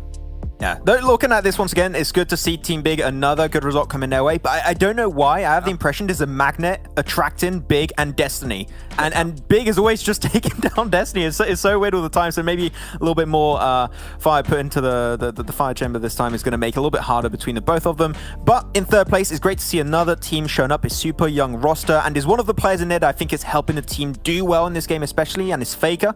I don't know if you remember, Jason, but back in the World League West that you covered, he was playing there as for Alpha Legends, and even just in recent times he played in the EMEA Championship with Fate and actually arrived in 5th position. So he has a lot of great valuable experience in recent times too, and even last year, and I think that can help the team and help them push them forward. His 16 points is really big. All you need to do is be top 16, so I think Faker is a big reason why the team did so well in this game. Well, we're starting to see a couple of names in particular as well when it comes to these teams that have been able to get towards the top of the table quite consistently. I know you mentioned Bigger, they're on Game Lord, LMV as well. Like, these three teams in my head have been up there pretty damn often actually here, Kalaris, and I think for them that's a good sign. Now, again, the one thing I always say here is it's great to show up at the beginning of the tournament, you know, get that first Super Weekend qualification done so you don't have to worry too much into day 2, or at least getting close to it. But I do worry about teams starting off extremely well and then not being able to replicate that kind of performance week in and week out. Gamelord was one of those that I think maybe we had those concerns about in the previous tournament, the previous iteration of this tournament, right? But it's been a good start for them. And to be honest, I feel like they have leveled up a little bit from the previous tournament. So I have less of those concerns right now for them after seeing these first few games. But again, 4's just a bit of a small sample size. I can't judge just yet. Yeah. All right, another one, as we saw the bottom page of the rankings, another poor result from Unicorns of Love. Very surprising to see them at the bottom, but seemed like we had a few points that we mentioned about potentially the synergy, the communication being a little all over the place. It does seem like it is pulling them back a little bit, so we'll have to see heading tomorrow, of course, if there's going to be some changes, because it is just not working today for them. It's honestly getting a little bit worrying for me. Now, again, it's just one day. It's just like, 4 matches in total. Can't always use that excuse. For them. Exactly, right? And it's only 1 point, and I feel like this is kind of their first real test. Obviously, they did have scrims they could play in, but as we mentioned before, scrims really aren't a good sign of how teams are going to perform when it comes to the event. I mean, we had Clash take really good points when it came to scrims last time, and then they ended up faltering when it came to the main event. But I do worry for this team. I do worry that will they have that bounce back factor? Who could be the person on the team to make bounce them back and get them back into where they should be? It's getting a little bit tough for them, but yeah, there's only so many times I can say oh, it's just day 1, or oh, it's just day 2, or oh, it was just the first week. In the defense of them just a moment here, I think the circles have not really been that kind to them. I think that they've had to play in situations where they've had to either make long rotations or rotations where maybe they've been in rough spots. And then because right now I feel like we've got their first 3 circles at least have been quite edge heavy playing for some of the other teams, that then forces quite a few situations where they're having to roll into teams, and then time is against them to try and make those things happen. The only one I can't really defend huge amounts is the Erangel game, but the other 2, it's not been easy for sure. Okay, well, what about our top players, though? I'm really curious to see who's been able to step up here in that last match. I'm expecting, obviously, to see the victors of this one with Eastern Stars get up there, but my eyes are more turning towards, Kapahala. Is he performing to this kind of same way we expect him to after the amount of damage and kills he was able to put up in the first season? Able to do some pretty decent results here. More than 700 damage both for Octavian and Kapahala. I think Kapahala was the talk of the town when we came back to last PMPL for Eastern Stars, but the one that was a little bit more hitting in the back end was Octavian, who was doing a lot of heavy lifting. Talked about it with Blank earlier when he was not casting, and really Octavian has really come in his own last PMPL, and even so now also for the team, so he's been doing great stuff. And of course, me, all player from Destiny, now going to be for the side of Team Big up there with Beast and getting himself some pretty decent damage. Most of that being dealt to the Destiny roster, which are still going to be a little bit of drama on that side. But it's great to see Eastern Stars do so well, but they did such a good start last PMPL, but they finished short. We need to see these type of games happen on a consistent basis. Hasn't been the case today. They've been a little bit up and down, but I'm hoping that they're not going to just fall down at the finish line. Hopefully they can go the entire way this time. And as previously mentioned, I would give a lot of stock to anybody that was able to have this compound with this kind of circle. We were talking about how hard this compound is to push up against and breach. Now, if this compound is in a northern side of a circle and teams have to push down from Los Leones area into that position, it's easier to breach. But given where that compound situates and the circle positions that compound in the southeastern part of that circle, it's all flat terrain, very flat terrain, slight angles down. So even if you're breaching in cars, that's difficult. There's no cover to push up against it. It is the perfect compound, arguably one of the hardest compounds to breach from that kind of circle on Miramar. Okay, I mean, at least for them, they were able to pull out the victory there, and like we've been saying, a much-needed victory. I am, though, curious about damage done. Max, you talked about Sir, and you talked about, obviously Faker, the team, the experience he gives them. I wonder where it comes down to in terms of damage across the board between all the teams in this last one, if they were to put up some decent stats. And it's unfortunate, to put up 1,300 damage, only get 4 kills. That has to hurt a bit, knowing that you could have had, 2, maybe 3 more points in the bank if you're just able to confirm some of those. Yeah. Most of that damage actually comes out from grenades. There was a lot of fight, and that's something Kalaris talked about when we were having a little chat during that game, that a lot of teams were playing in dips on the edge, and of course, if you're rotating in late and teams are playing in those dips and divots, just chuck a few nades, and you might not get knocks, but at least you'll get some damage, and you'll use and try and get rid of the resources of your enemies. That's what they tried to do, but unfortunately, the conversion in damage into kills struggled quite a bit, but at least they were able to secure themselves a pretty decent position at the end, securing the 2nd place, which is great. And talked about them once again, Faker with the experience. They knew that here they didn't want to push. They had to play edge because that compound from Eastern Stars was way too strong, way too hard to breach. So they said, okay, we're not going to breach it. We're just going to play on the edge and aim for position, which is definitely the play to go towards. And because of that, they took home a second place. So I think that was the play they had to do, and it worked out great. Yeah, it gets even harder to push up against that compound when you know that there are then 4 other teams waiting for someone near those edges to then make a move, and then the crossfire occurs, and that's brutal in itself. But Exquisite Décode UK was one of the teams that was in the eastern side relative to some of the other teams in the north and the west. They actually had a lot of room to play with, and that actually converted to quite a few kills from them. And obviously we know them as the previous La Nostra MVP. This is one of the teams I'm hopeful for here. I think they could have done a little bit more with this game had it not been as, again, barren terrain as it was in that area. Yeah, thank you for mentioning, of Exquisite and how they were previously known as La Nostra MVP, because this team was kind of off our radar for the majority of the entirety of PMPL Season 1. And then when it came into the finals, they actually placed 5th overall, and they actually had a legitimate chance to qualify top 3. So they carried momentum. Obviously, Licio, as you mentioned before, being a real factor of it. But I want to jump over to Eastern Stars again really quickly. And I know we've been talking about how, sometimes it just takes one match and some teams have been performing bad. But I want to look at here and kind of break down their stats from this match against their average stats overall from the other matches. And I kind of want to show you, they've had a massive step up here. And I think, obviously, you can have a good zone, you can have a good compound, etc. But I feel like capitalizing off of the opportunity given to you is really important for teams. And I feel like we've seen in the past, Eastern Stars have been able to do this pretty flawlessly. Yeah. This is the thing about Eastern Stars that we saw, especially last season. I even got so many players that come to mind that if they get to the late game and they have a strong position, they will go for the win. They're not going to aim for 3rd place or 2nd place. They are a team that will try and take as much control as possible, take more terrain under their control, and hopefully get the win off the back of that. You can see purely based off their last 3 games, the average healing, 1,000 healing, a little bit above that, 1,028, showing that they did not have a lot of circle love. They did not have strong positions into the circle, and they are a team that normally are able to build something upon strong positions. So this circle was great, but of course, even if you have bad circles, you must be able to make up for that. And I think that that's something that Eastern Stars can try and aim to improve upon for this entire PMPL. Okay. What about their players, though? We have a little bit of time here. Just want to quickly show you guys that, because I'm curious, as we mentioned before, Kapahala, for me, is one of their biggest players, one of their biggest impact players. Obviously, Octavian plays a big role. Exactly, the Warlord. And there's a reason we're calling him that. Hopefully, he can continue to perform well. Okay, we're not going to look at the player stats. Instead, we're actually just going to go into our last game of the day here. Eastern Stars, they finished off their day on a victory, but now Group A has to sit out. So we're not going to see the likes of a couple different teams in there. No Destiny, no Nexus, no Big. So last match, Max, you were close on Game 1. Prediction for Game 2 is not going to happen right now. Well, you'll tell me when we get to the green room, and then I will confirm with you all at home if he was telling the truth and if he was right or wrong. But we're going to bring our commentators in for the last match. It's going to be Blanket and Imperium to take it all away here for the end of Day 1.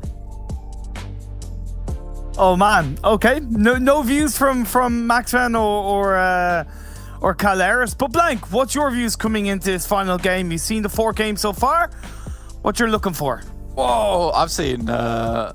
I've seen the future, man. Don't you worry about it. I'm already there. My predictions, or should I say, my Oracle vision coming through here. There you go. I think Vodafone Giants gonna come out good here. Honestly, I think we don't have some of those big teams in this lobby right now, so we're just fine. I think Vodafone Giants currently, in my opinion, probably the best out of the roster we have currently in this 16.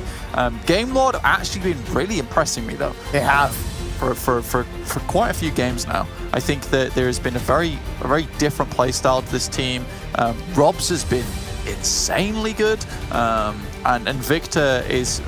I think that he's always played like this, Imperium, is that he's got really good off angles on him, but he's not really had that support he's needed. And now Robs has like this really good fragger in the front line, is giving him a lot more room to breathe and to play that role flawlessly.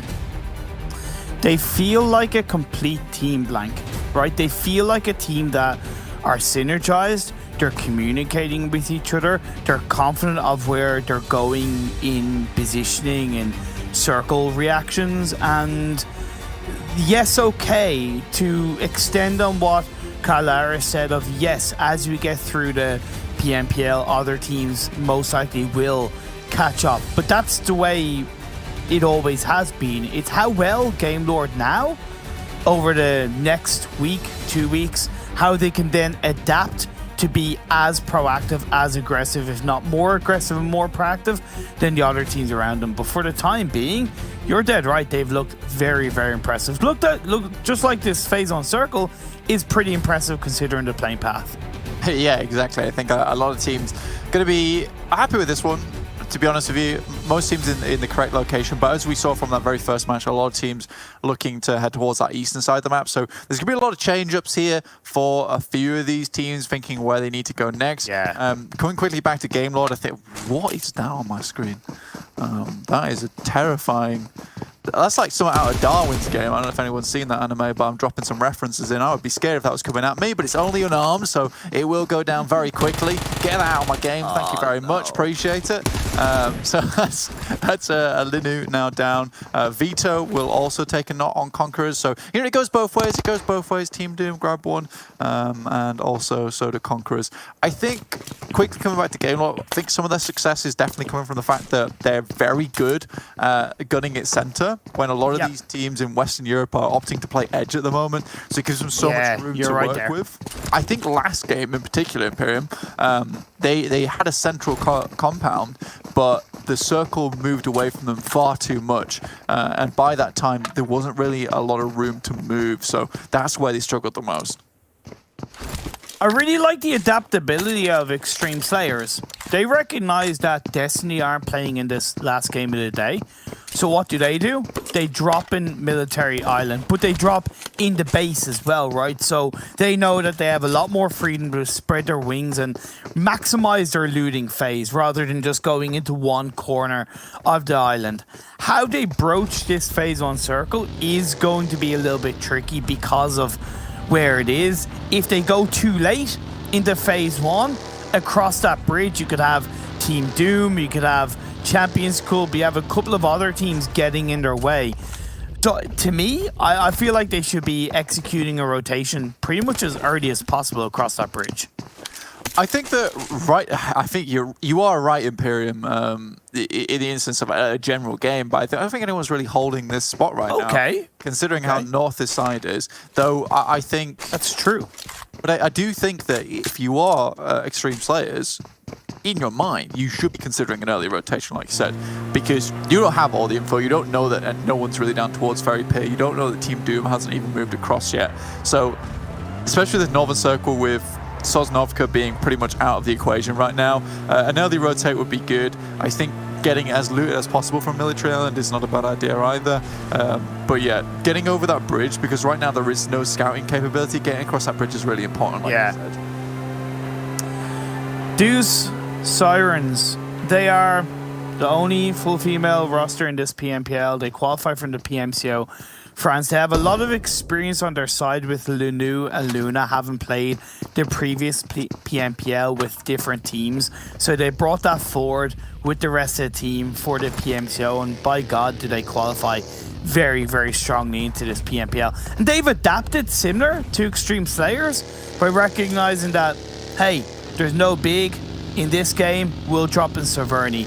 Now, can they have the same kind of controlling, aggressive game that Big had in their game-winning moment? Because this is somewhat of a similar circle as the previous Erangel game. There is no control in this location at the moment, though. They are right on that northern edge. SKP is actually moving in as well, so it'll be interesting to see how Deus deal with this. I think that so far in all 4 matches we've seen, Deus has kind of been on the back foot, though. I feel like they're always following into the circle as opposed to being the ones who, you know, lead into it, which has caused them a few problems. They're never on that.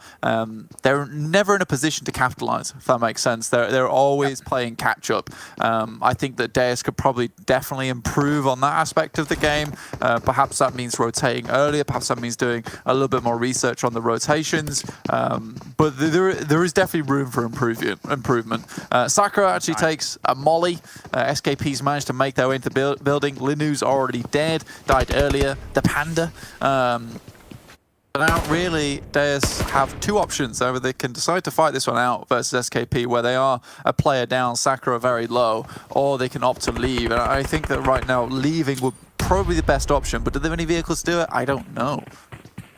I don't think they do have any vehicles. Plus, even leaving and you let your opponents spray at you into the open, that could be an instant kill on board. To me, they need to take this fight. At the moment, in the standings wise, they're down in 16th spot. So they do, for the time being, hold on to that last position. But Sakura is going to try and delve into the smoke. She's going to be prone down into the business. The rest of our team are providing a level of support. So this is an initial turnaround to suppress SKP, but Sakura is still yet to move into the side of the wall. She makes it out of cover. Good turnaround, Deus. Although Yanam gets knocked. Yeah, I think Sakura caused some issues with the team there. Definitely. Just being split up. I think if you're in a 3v4, you realistically need to be playing together. I will say one player has impressed me from Deus right now is definitely Yatum. I think the actual gun skill on this player is actually very, very good. We saw a really long-ranged K9. And I think that right now she's kind of being the glue that's holding this team together at the moment through the thick and thin.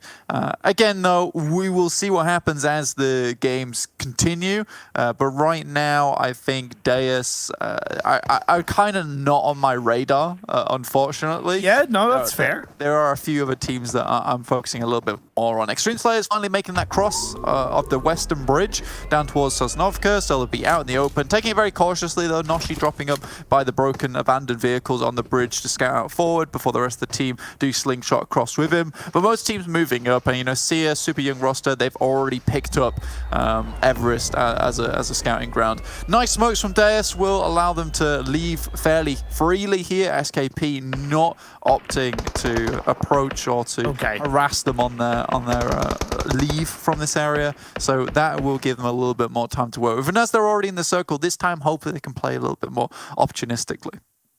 I like that from Deus Sirens, disengaging away at the right time. There's always a bit of risk involved, but they make it out of there. Even more important that ChasMac Gaming coming close by on that northeastern side as we head into the end of Phase 1. Phase 2 shifts down south, so a very different story to the previous Erangel game. A much different land area that the teams are going to have to play around. Great for 4 Romanian boys, great for TSC. Hell, even great for a super young roster on the top of Everest. Yeah, Super Young roster can usually do quite a lot with this one. I think you've got to be worried about Unicorns or Love, who have scouted the majority of Georgia Paul, probably moved down towards Hospital, and then probably broach Everest from there. Vodafone Giants, though, holding in obviously the center of the map at the moment. They will be very happy. Yeah, I would say so. I think you mostly get a lot of info as teams will pass you in this situation. I don't think many teams are going to be opting to drop into this location and fight early on. So you're relatively safe, but just by virtue of people being like, I don't want to stay. Goodness me. Oh my lord. Okay, SKP, I recognize what they're trying to do. It's like, yeah, okay, let's just go hunting. ChasMac Gaming probably weren't really expecting a team to be there, although they would have heard the shots that SKP were firing in the direction of Deus Sirens earlier on. So I find it weird that they end up losing a player and getting caught out. So that's something that they'll have to fix up. Well, we see Excuse Me playing around the Headshot Hills area, looking in the direction of Exquisite Décode. This Ruins area isn't bad, but I feel like it's a little bit too deep inside Ruins. There's not as much exit potential as if they had to Cathedral or the compound just to the west of Cathedral inside this Ruins area. No, 100% I agree. I think this is a situation where it's if the circle's smaller and you can play off this side, but with the circle being a little bit larger in this situation in period, there's so many angles that you can take on that fight for Ruins, and you can get backstabbed by a few teams. Okay, that's a good point. I think Excuse Me recognize that, so they're going to move away. They've done what they needed to do of pushing a team back, suppressing them. Now they need to focus on another area of the map to get more information and playing on that hill just to the west of Pachinki. And this is what I feared about Vodafone Giants. That's why I was a little bit surprised about why you highlighted Vodafone Giants wouldn't be too unhappy about the circle shift, because to me, they didn't move out of the city early enough, where they haven't been able to really control the area. For now, it's good, but I recognize a potential problem later on. I think that for Vodafone Giants, right, if you're in Pachinki, Yeah. because this is a good discussion, actually. If you're in Pachinki, Go for it. you know that at this stage in the game, because the circle's not centered on this location, no one has to take Pachinki. And you don't want to be heading into a city too early. So if they're holding out, as you can see on the northwest side, they have some good sight lines. They recognize that, you know, they can loot up as much as possible, hold this position as long as they can with elevation.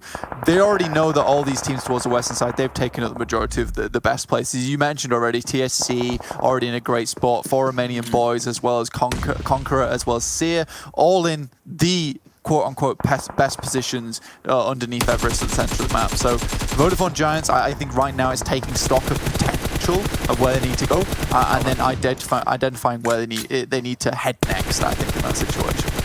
Love the different perspectives. That's why I love having these kind of discussions, because you see the different viewpoints. As the teams are seeing this phase 3 circle shifting once again down the southern side of the map. The Gaka Hills to the southwest is quite valuable. You have Gaka on board, and of course the open field in the center of the circle. I think blank, this will force a lot of teams to play more at the edge of this phase 3 circle.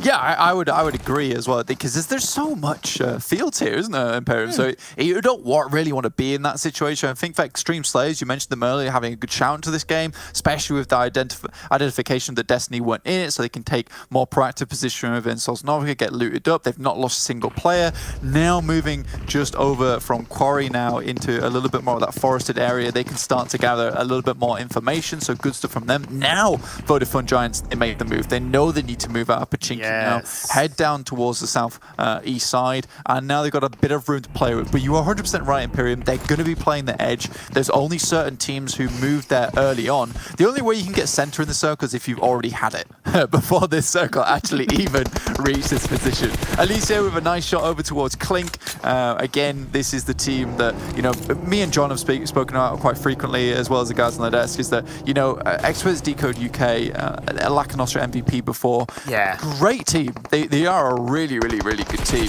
and they just need a little bit more time, in my opinion, to get things sorted. He needs a bit more time as well.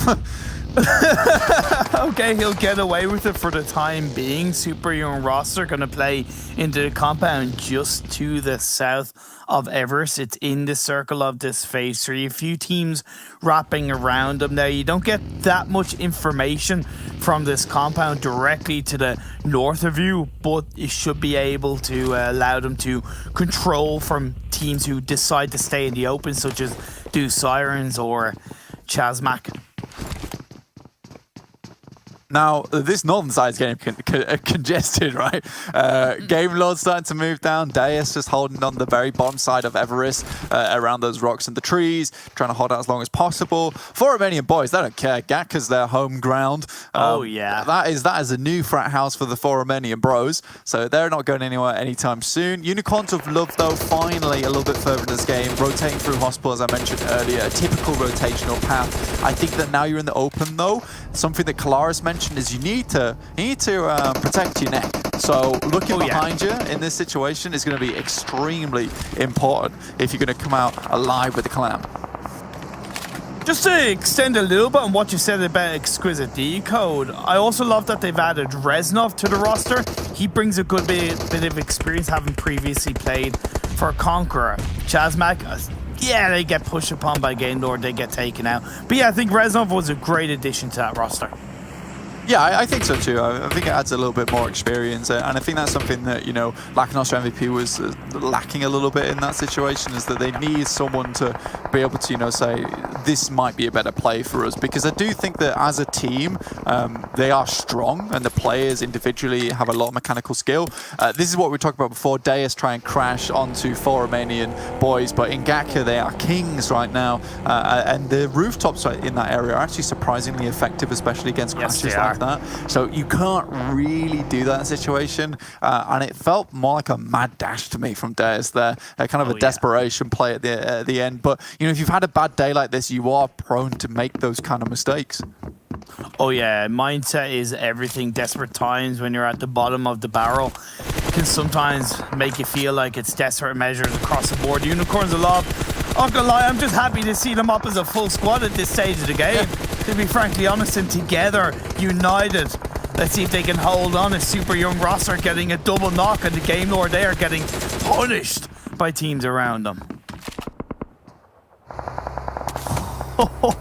Oh yeah, I mean, Game Lord now need to make some out, but will get taken down by super young roster. Robs heads off away in the distance. Again, this is not a situation they really want to be in. Unicorns are loved though. You can see them, like you mentioned, on that western side, trying to breach in slowly but surely. They've got the line up here, which is really strong, and I'm glad that they're doing this. 4 Romanian Boys are going to be very difficult to dismount though of Romgaka. They haven't had to move at all. Vodafone Giants though, they are probing towards the north and the south at the moment. I love this from them. They're trying to figure out where's weakest. If I'm Vodafone Giants though, most likely going to head down towards the south side where this fight is raging on. A third party here would be excellent, but they need to get there fast. And even in the kill feed, you can see there's a fight going on between the side of Laka Nostra. Sorry, not Laka Nostra, LMV, my apologies. Very similar. And, very similar. But yeah, they're down to 2. Well, Hidan is left on his own as Lou gets confirmed up. Unicorns are love, threading the needle, as you said, just really playing this edge of circle extremely well, nearly getting third-party Champions Club. We haven't talked too much about them, but they hold just as strong of a position as 4 Romanian Boys on the western side of Phase 4. They do. This is not too bad at the moment. Yes, it will cause them problems later on because they need to figure out how they want to get into the circle. 4 Romanian Boys got a bit more of a, they've got the sprinters block here, so they are prepped and ready to pump off as soon as they need to. But still, Vodafone Giants playing these chopsticks really well. You got Nano all the way off on the northern side, so he's kind of just playing scout at the moment. He's not going to take any fights. If he does, it's kind of just be a pop-up, a few shots, and then regroup with the rest of the team. Just Pappy remaining here, and Vodafone Giants, they've slipped into this location very, very easily, and now control most of it. Team Doom down towards the south side, but again, this could be an excellent position for Vodafone Giants going forward because they've got a lot of area to work with and a lot of cover as well, depending on the next circle. Lovely push from Unicorns Love. They open things up by sending one player in, got a knock, got a confirmed kill, and then the rest of the team follows suit. This is a kind of synergy, communication, and teamwork we want to see, that we expect from Unicorns of Love. 90 minutes into the game, they have 5 kills. They don't have the circle because of that shift. They're going to have to deal with 4 Romanian Boys, though. That they will have to. Rollkist hit the deck. I think you're 100% right here. Again, we've been mentioning throughout this entire broadcast today, which is the case that, Unicorns Love, they're comprised of extremely talented players. And I think that the major problem for this team is going to be synergy, because building up that synergy is not easy, especially on a team filled with basically huge names. You might have someone who is, I don't want to say being a little bit of too much of a big personality, but it's much easier when you have one guy who kind of leads you forward. In this situation, Unicorns of Love, you should just have Fresh. Now you've got GK First on the team, you've got players like Rollkiss, and Lin, to be honest with you, I think Lin is a very good match for this team anyway. It's a struggle bus, it's a real struggle bus, and I think that synergy, if they can get it down, Unicorns of Love could be a seriously good team.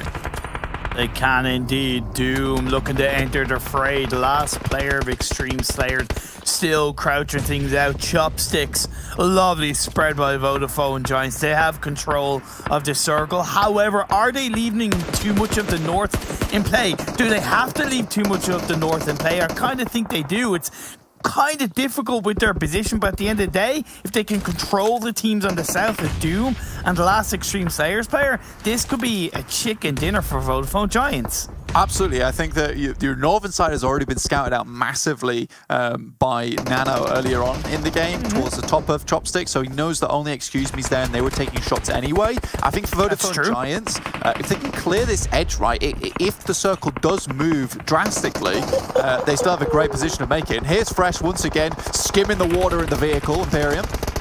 Oh my lord, they just send it in, but 2 of their players are knocked. 1 is confirmed. Fresh is there, and it is GK First from behind. Now, if GK First can make it to the side of the wall and get those revives off, happy days indeed. Team Doom have gone out of this game, so 7 left, 24 players. TSC Legends, though, they also have the stranglehold of the West on their sidelines for Romanian Boys on the northwest of this circle. Like I said, these kind of field endings does heavily force these teams to play the edge of circles, and Exquisite Décode, they're trying to do that wonderfully. Excuse me, is their next challenge. It's just Will left on his own. He's going to cook up a nade. One of the Excuse Me players is knocked down. But still, the return fire from the players from Excuse Me as they try and hold things out is going to be incredibly important. Albert playing in on his own, going to try and use that TPP to get a little bit of information. Will predicts and Molly moves out of the way, goes for the pre-fire, and the Mango, the full squad are up from Excuse Me, and nade comes out, and that's going to be a confirmation onto Exquisite Décode. Yeah, that will be them going down there. Kind of unfortunate. Excuse Me to hold this out very well. They got the ballista as well. It just started lobbing those grenades into the air. Not much Will can do in that situation. However, a little bit of things unfolding down towards the south side. And honestly, there was a moment, you guys might be wondering at home why Vodafone Giants didn't push Unicorns of Love when they had 2 members down. It's for this exact situation here. You do not want to give up chopsticks control. Now the circle shifts. Yep. Vodafone Giants can move up through those chopsticks and even better hold out Unicorns of Love here. So really, really well done. That's going to be not easier good, said than yeah. done. Oh, they trade the knocks on board. Pocus is down on his knees. So is Nano. Just Sebi and Ulysses left on their own. There could be a little bit of a third party from Excuse Me on the northern side. Don't forget about that. But for the time being, Unicorn of Love, they're pushing on in. It's higher on the high ground. It's a little bit harder because more of your body is exposed. So credit to the Vodafone Giants players for just using that low ground to their advantage. Oh, and Jesus. plus, they're able to play on the underground part extremely well to avoid those nades. Yeah, I mean, that addition earlier on in a couple of patches is so good for these teams to be able to hide it out, which Unicorns of Love absolutely no. Great nades coming through. I think that might just be the end of Vodafone Giants here. Yeah, it's a double nade from Fresh to open the door and say, hi, Vodafone Giants. We're Unicorns of Love, and we're here to take over your area of the map. We have woken up. We started flying on board, and I think that was indeed a third party from Excuse Me. He steals that one away. But here's the thing. That's solid, fresh information for Unicorns of Love. They know that they're the team to the north of Chopsticks. Yeah, it's very well done here. Smoke's come through, so they will be able to try and secure this loot crate that's dropped further towards Excuse Me side. I think Unicorns of Love really played that one fantastically because it was a case that they didn't let the boys on Vodafone Giants breathe at all. But I think Vodafone Giants played it pretty stellarly up until that point with 9 points coming away from that game. But now it's Unicorns of Love to really impress us here in this game. They've not had the best of days. Some of it was unlucky. Some of it wasn't the best play. And now they really need to end on a high note. If they end on a high note, coming in tomorrow, that momentum is going to be very strong. I know it will please Atomics very heavily. It will make them breathe a massive sigh of relief. I'll tell you that much. He will be stressed looking at the game so far that they played.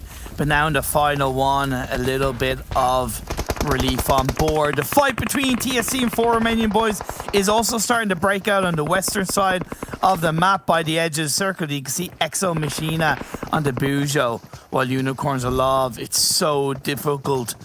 So difficult. You can't go too far forward. You got to try and use the utility. The pre-fire shots, there's nowhere. There's absolutely no meds for Excuse Me either, so it's just a matter of time before these guys go down. They can't weather the storm that's coming towards their way in Unicorns of Love. Unicorns of Love know they need to push forward as soon as possible. They can also pick up some of the gear that did get dropped by this team in Excuse Me. Exo Machina actually heading down towards the floor side. They do have Doran heading up towards the north as well. Unicorns of Love, they need to finish this fight out much quicker and kind of capitalize what's going on towards the west. Sooner rather than later, the last player is up. Prada gets one knock on board. It is still a 1v2 against them. Playing around the side of Loot Crate, can't pull it off. And that's going to be Unicorns of Love. Rokas getting the final kill. Will get the revive, and it will keep them up as a 3-person team. And now their next challenge blank is 4 Romanian Boys. There's a 3v3 currently. The only issue with that fight really is you get some ammo, you possibly get a better gun upgrade, and you also get some level 3s, albeit them being a little bit damaged from that last fight. However, because there was no meds on Excuse Me, that fight really didn't replenish too much. So this next fight possibly might be a little bit quicker for Unicorns of Love, a little bit more calculated. Smoke's starting to go down. That's another part of the utility that they probably picked up from that fight with Excuse Me as well. Doran, prepping the grenades in hand. So you've got to be very, very careful with this going forward. But a 3v3 opens up a really good chance here for Unicorns of Love. They are right on the edge of the circle, so the next one should define the playing field. Goodness me. Perfect. You highlighted Doran's spot a circle and a half ago. You noticed that blank. And 4 Romanian Boys, they are looking to capitalize it. 1 knock executed. 2 players left. They're trying to create the beautiful Romanian blanket.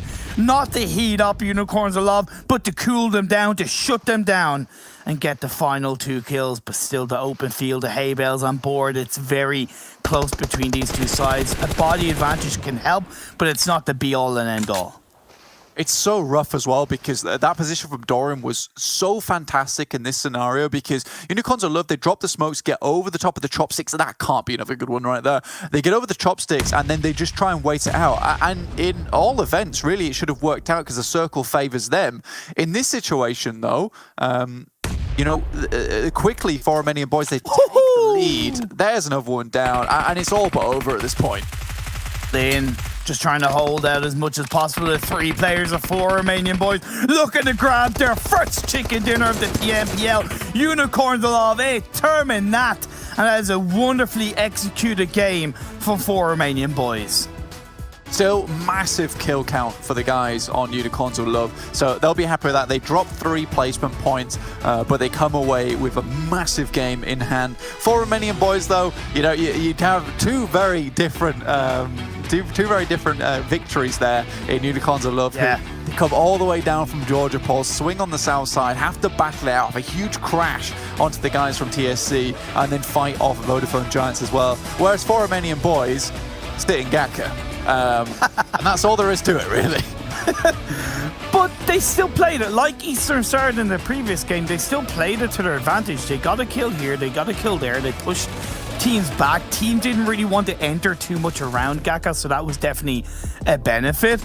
But when it was all said and done, they pushed out of the compound. They took the fight against TSC, who have proven their worth in these games so far. And again, considering they're a PMCO qualified team coming into the PMPL and grabbing a chicken dinner on the very first day, it's just them stamping their feet on the ground saying, hey, we are here, don't doubt us.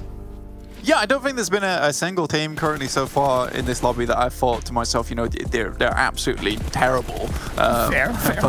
But I think the majority of the teams here all have potential in one way or another.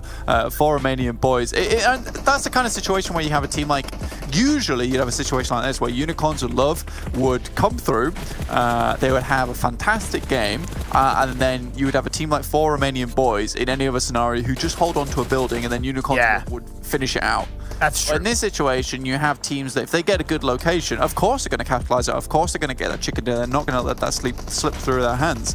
So it's great to see. It's really great to see. Regardless, though, all things said and done, I think that was an amazing performance from Unicorns of Love, and they shouldn't be too disappointed they only got 2nd place. No, they should be very pleased with how aggressive they were, how well they looked as a team. It's, frankly honest, the best I've seen Unicorns of Love play as a team since this new roster formed. I've seen them in a few tournaments, I've seen them in a few scrims. This is the best we've seen from Unicorns of Love, and there's more to come. By no means is this the absolute best from them. Vodafone Giants also blank had another pretty solid game. Yeah, okay, they knew they were in a tough situation on chopsticks, and I think you were right when you said that they didn't want to capitalize on the Unicorns of Love push onto both Doom and the last player of Xtreme Slayers. So I think they made the best of a tough situation. I think they did as well. I think that you don't really expect Excuse Me to come from behind that situation when Nano's looked up in that location for so long and tried to scout out teams up there. No one really shows their face. They kind of get a glimpse of Excuse Me, but they're already in a fight. I think it's so hard in that situation to make the right decision. And I think that for all intents and purposes, though, you know, Vodafone Giants at the moment, what they've done is every single time they've made a play, it's so calculated and so well maneuvered that, you know, they're having these 70% chances. 30% of the time it doesn't work out, but as long as they're keeping up these statistics, they'll be fine going forward. Couldn't have said that better myself. Let's go for a bit of a quick break, and then we'll head back to the analyst desk to break down the whole day.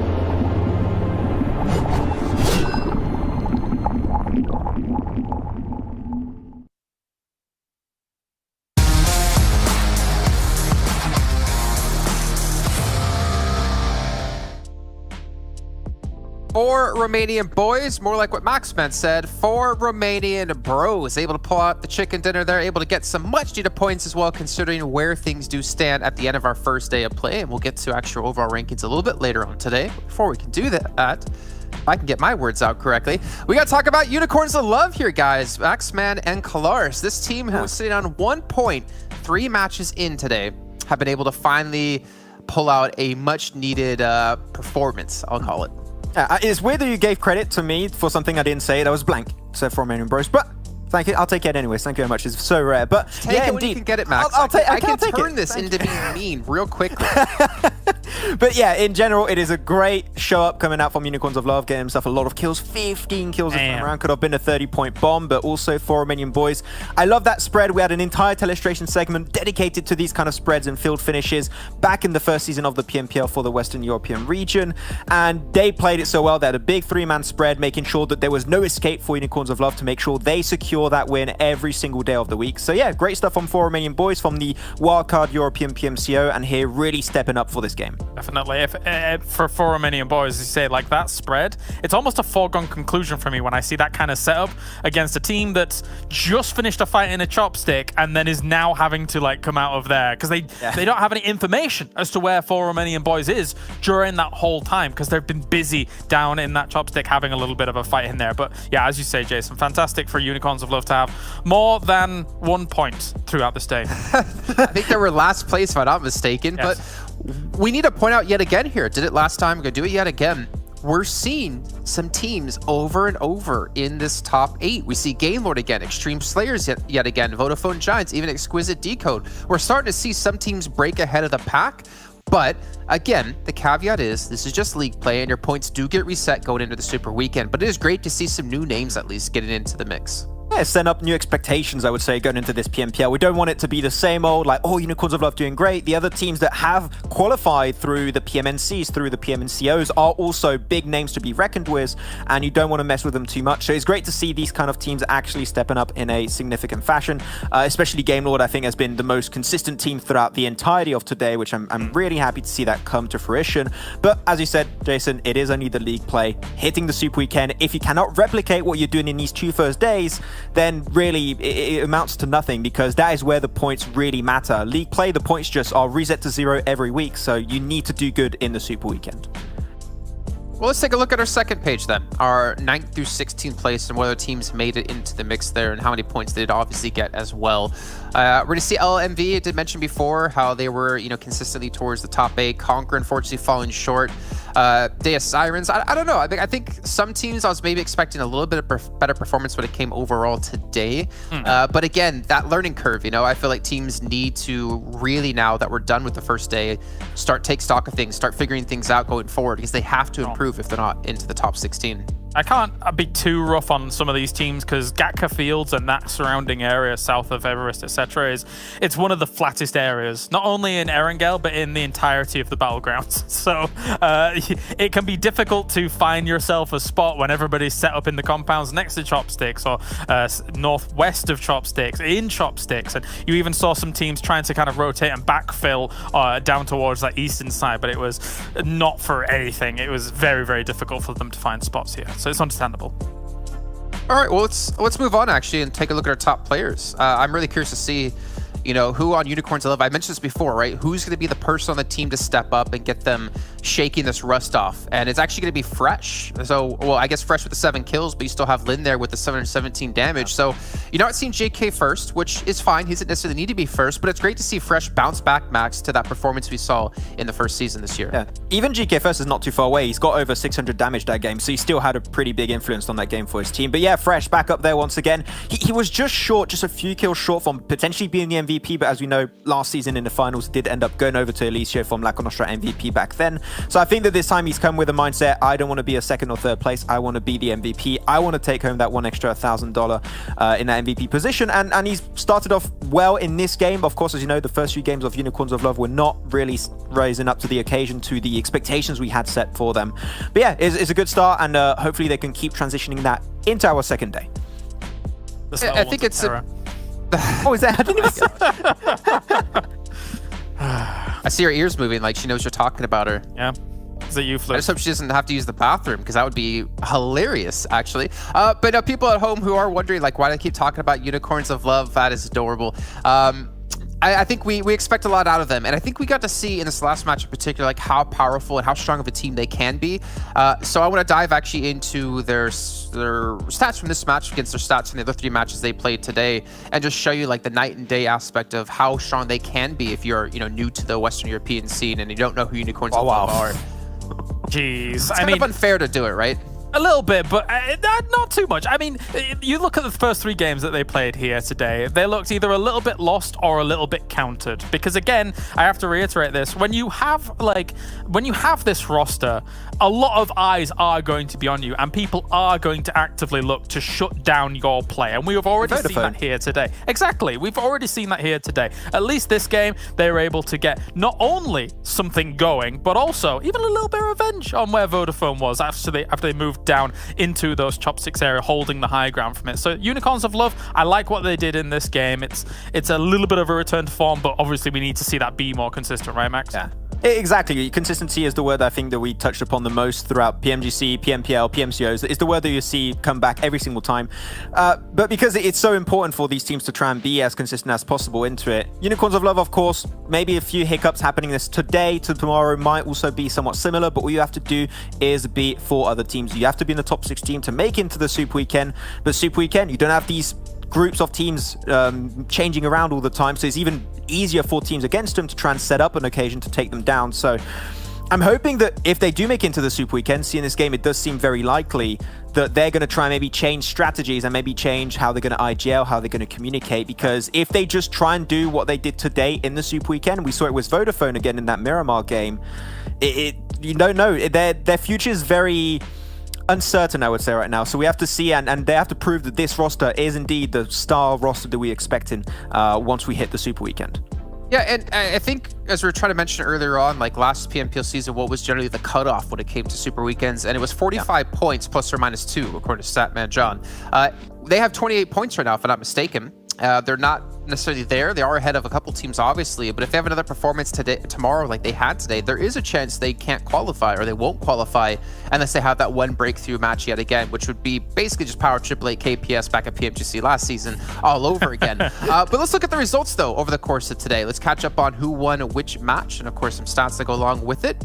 And we haven't had any repeat wins, which is kind of nice, kind of sad. I was hoping to see one team come out the gates really swinging, but we can see here the damage pretty consistent in terms of like how much the winning team was doing across the matches, except that first one. Though I will say I feel like teams were playing a little bit safer, and Xtreme Slayers, that bridge position they had and the late like rotate through, obviously gave way to that. There was no huge reason for them to be shooting at absolutely everything. They had a very, very covered spot and were able to capitalize off that, which is nicely done. Game Lord has been one that's really impressed me here today in terms of consistency, as well as taking themselves that second chicken dinner. I mean, even in the first game, they had a good position. It's just a little bit of a shame for them that they then have, you know, two teams effectively rock up on them and rain on their parade here, Max. Yeah, I mean, it feels good. We have 3 French teams, okay? We had 2 last season, I think it was. So we're increasing the odds of a potential French win. So I'm pretty stoked to see that happen. But yeah, it was just great to see Game Lord actually be on top a lot of the time. LMV also has been doing relatively well, despite not getting a win. I think that when we look at the overall rankings later, we could see that they have been ranking up relatively high. But yeah, it's just been great to see. And once again, Big also shown up pretty big. I mean, I didn't do that one on purpose. But despite the change of roster with Destiny, seemed like Big are coming out on top pretty heavily. And they were causing a lot of issues for Destiny today. So we'll see if they can try and maybe shift that on its head tomorrow. All right, Kalaris. You know, we were going to do predictions before we got into the final match, but we didn't have time. So instead, I'm going to give you a prediction or MVP. Who do you think's to take our daily MVP of the day? Ooh, for MVP. A player MVP, yeah. Someone on Game Lord, maybe Victor? Victor, yeah. Really? Okay. Well, I mean, we already know who it is. So I guess I know who it is, but you guys don't know who it is. I assumed you saw who it was, and I was trying to allow Claris to take it away from Max here. Let's take a look at who it's going to be, and it's not going to be Victor. I can tell you that. It's actually going to be Mihi coming through out of Big. Damn. Okay, 2,000 damage over the course of these games too. I mean, it's just a really good average. Of course, average survive time can maybe increase a little bit. That's mainly off the back that they've been mainly focused around kills, but 12 kills over the course of those 4 games. It's been amazing to see, and he was just doing so good with Beast and Mozaro, and I thought that Mozaro was maybe the reason why they did all so well, but really good. Oh, okay, that was a weird one. But I'm happy to see that Beast and especially Mihi have been able to stand on their own 2 feet. Was that a highlight? We got told by production just then, Mihi highlights, but he gets knocked. Is that... was that... He can fly, yes. There you go, I guess. Okay, cool. All right, well, I mean, still great to see. Like, if we talk about... I mean, I don't want to go into the drama aspects of what happened within Destiny, but to see Mihi bounce back within Big and be able to perform like this is a really good sign for the team and for the organization with a really strong pickup. But gentlemen, it is time to get into the meat of what we've been waiting to dive into, the delicious steak that's set up before us. I guess it should be a chicken dinner, to be honest, if I knew the brand properly. It is meat. It's the overall rankings, and we're going to see where the teams currently do stand, and I'm curious to see who's going to have the #1 position, but more so, where some of the teams towards the bottom half are going to be. We have Game Lord, have already been able to pass that 45-point threshold, so them and Big looking pretty confident, or pretty sure. I will say sure that they're going to make it through, and Vodafone Giants just on that cusp. I mean, the fact that Vodafone Giants is 3rd without a chicken dinner, like, really shows that our previous UDR killers, of course, that we had the concerns about would they start slow, would they start fast, that's good for them. I mean, they've ended up in quite a lot of late game scenarios, some very difficult to kind of play out of, but brilliant stuff there by them for 3rd place.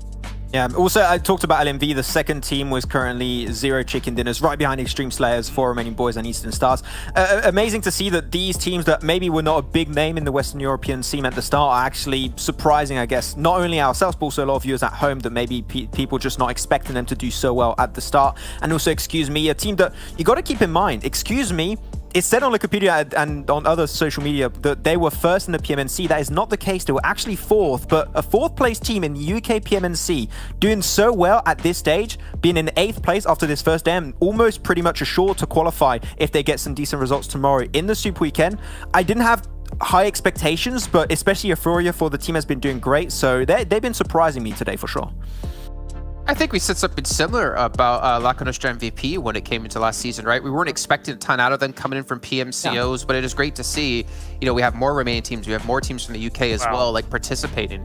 That's because the UK is normally rubbish at esports, Chase. I didn't want to say it. I'm not British. I feel like I couldn't. I wasn't allowed to say it. Yeah, same, yeah. What about our next set of teams here, our 9th through 16th? And again, just to remind you guys at home, if you're unfamiliar with the format, but I'm pretty sure all of you are smart enough to know, and you guys have been here before, it is the top 16 teams at the end of the day tomorrow that we've been participating here in our first Super Weekend. You can see Champions Clubs at the very bottom of this one, but Unicorns of Love just barely skating by here in 15th place. I'm going to be honest, I'm not that worried for them. right now. Realistically speaking, I think that tomorrow, I think they're going to come back with a bit of more of a fresh mind. I think, you know, maybe if some circles, even just one circle going their way means Unicorns of Love probably qualifies, right? So I'm not too worried. You also have like material to go off of now. You can actually do VOD review and see what happened, what went wrong, and you can try and fix that one on the go, hopefully heading into tomorrow. So that's things we're going to see. But I'm especially intrigued with ChasMac Gaming because they are in 9th place, which is not bad, knowing that we are in the league play, not in the Super Weekend itself. But I've been a little bit, I wouldn't say surprised, but more disappointed because they had big expectations for me when I came back into last PMPL. I said that they were potentially going to be top 3, didn't quite happen, but they've suffered some really big changes internally, especially a change of IGL. There was MZ before, now it went over to Kalimos, and you see that it does seem like there's some big communication issues inside the team. They rotate weird from time to time, they go in the water very early. Because of that, they do get placement points, but their kills are so low. Look at that, 9 kills, and then the teams below them got 17, 18, 15, 10, 16. They need to be more aggressive. They need to take stronger positions, and that would make it a lot more comfortable for them to make into the Super Weekend, and maybe even more comfortable in the Super Weekend itself. You know, I want to give credit to one team here before we move on to the final page, Champions Club. They're playing with 3 players all day, and they're still top 16. So that is fantastic to see. Obviously, the kills are a little bit low, placement points a little bit low, but for them to be able to maintain that position at the end of day 1 is good to see. A rough situation to be in, but I think Angelito and those guys, he was one of the guys that I enjoyed watching in EU West last time around, and he was a very cheerful, happy guy whenever we would be talking to him in the Discord, etc. and stuff like that. So good to see. They're in a rough spot. Let's see if they can persevere against that. I think he was one of the people who was screaming in that Discord for Max to stop saying they would ever win. It's true. I remember that. Who wasn't? What about 17th through 20th? Again, these teams that we're going to see here on the final page would not be qualifying through into the first Super Weekend, but they will have more chances in Week 2 and in Week 3 as well. And unfortunately, we're going to see Nexus Gaming, and I feel like we have to be a little bit hard on them because they haven't really fulfilled my expectations, at least, after seeing them have a little bit of a struggle in the first season, but then they had that rise towards the end. They were looking good towards the end. They were even, I believe, like top 8 in the finals, like on day 1 or something like that. Yeah. But to see them bottom at 4 it hurts a bit. The main issue that I always had was Nexus Gaming, and that's something that we touched upon, especially back to last PMPL for the first season. Dexter does a lot, and I would even say too much, to the point where if Dexter dies, the team is just lost. And what do we do? You need to try and work so that the entire team is actually pulling their weight forward, which they started doing towards the end of last PMPL. You had Rana doing relatively well. I think it was Sushi too from time to time, which is good. They were trying to actually improve and make sure that, like Panda, it was not only GK first doing well, it was the entire team. We need something similar for this roster of Nexus Gaming. So hopefully they can work on that hitting day 2, because right now is not looking too fancy on the last place. Great. I think what hurts the most, though, for me, Clars, for them, and it's not something I would dive too deep into just yet, is the fact that they were here last season. They were one of, like, I think the 3 Romanian teams we had, and they were, I think, the second best performing Romanian team behind Eastern Stars. But now they're the worst performing Romanian team. It is just one day, I understand it, but with the experience they had playing in PMPL last season, I expected them to perform way better today. Yeah, I don't want to box them in as this team that can only hold down compounds, because that's what we kind of focused on a lot last season round. And they did have a compound in one of these Miramar games, but then they weren't able to hold it down. So it's a little bit unfortuitous, I think. I want to see how they're able to fare if they're having to play on edge and kind of sweep through teams, because that's where maybe, because again, I think we saw a lot of edge-heavy play in this day 1. That's where you're going to have to thrive if you want to actually like make some waves here in the tournament so far, I think. Well, they're lucky for them. They have time. They have tomorrow, and that means we are done with today. We'll be back the exact same time tomorrow to kick off some more action here. It's going to be day 2 of our first week of league play. And at the end of that day, we'll know our 16 teams participating in our very first Super Weekend, with the teams will be playing 5 matches a day across 3 days. And those points will stick with you until you get to the finals. Let me how you qualify into the finals. Thank you all for tuning in and for all watching. We'll see you next time tomorrow, same time, same place here for some more PUBG Mobile action.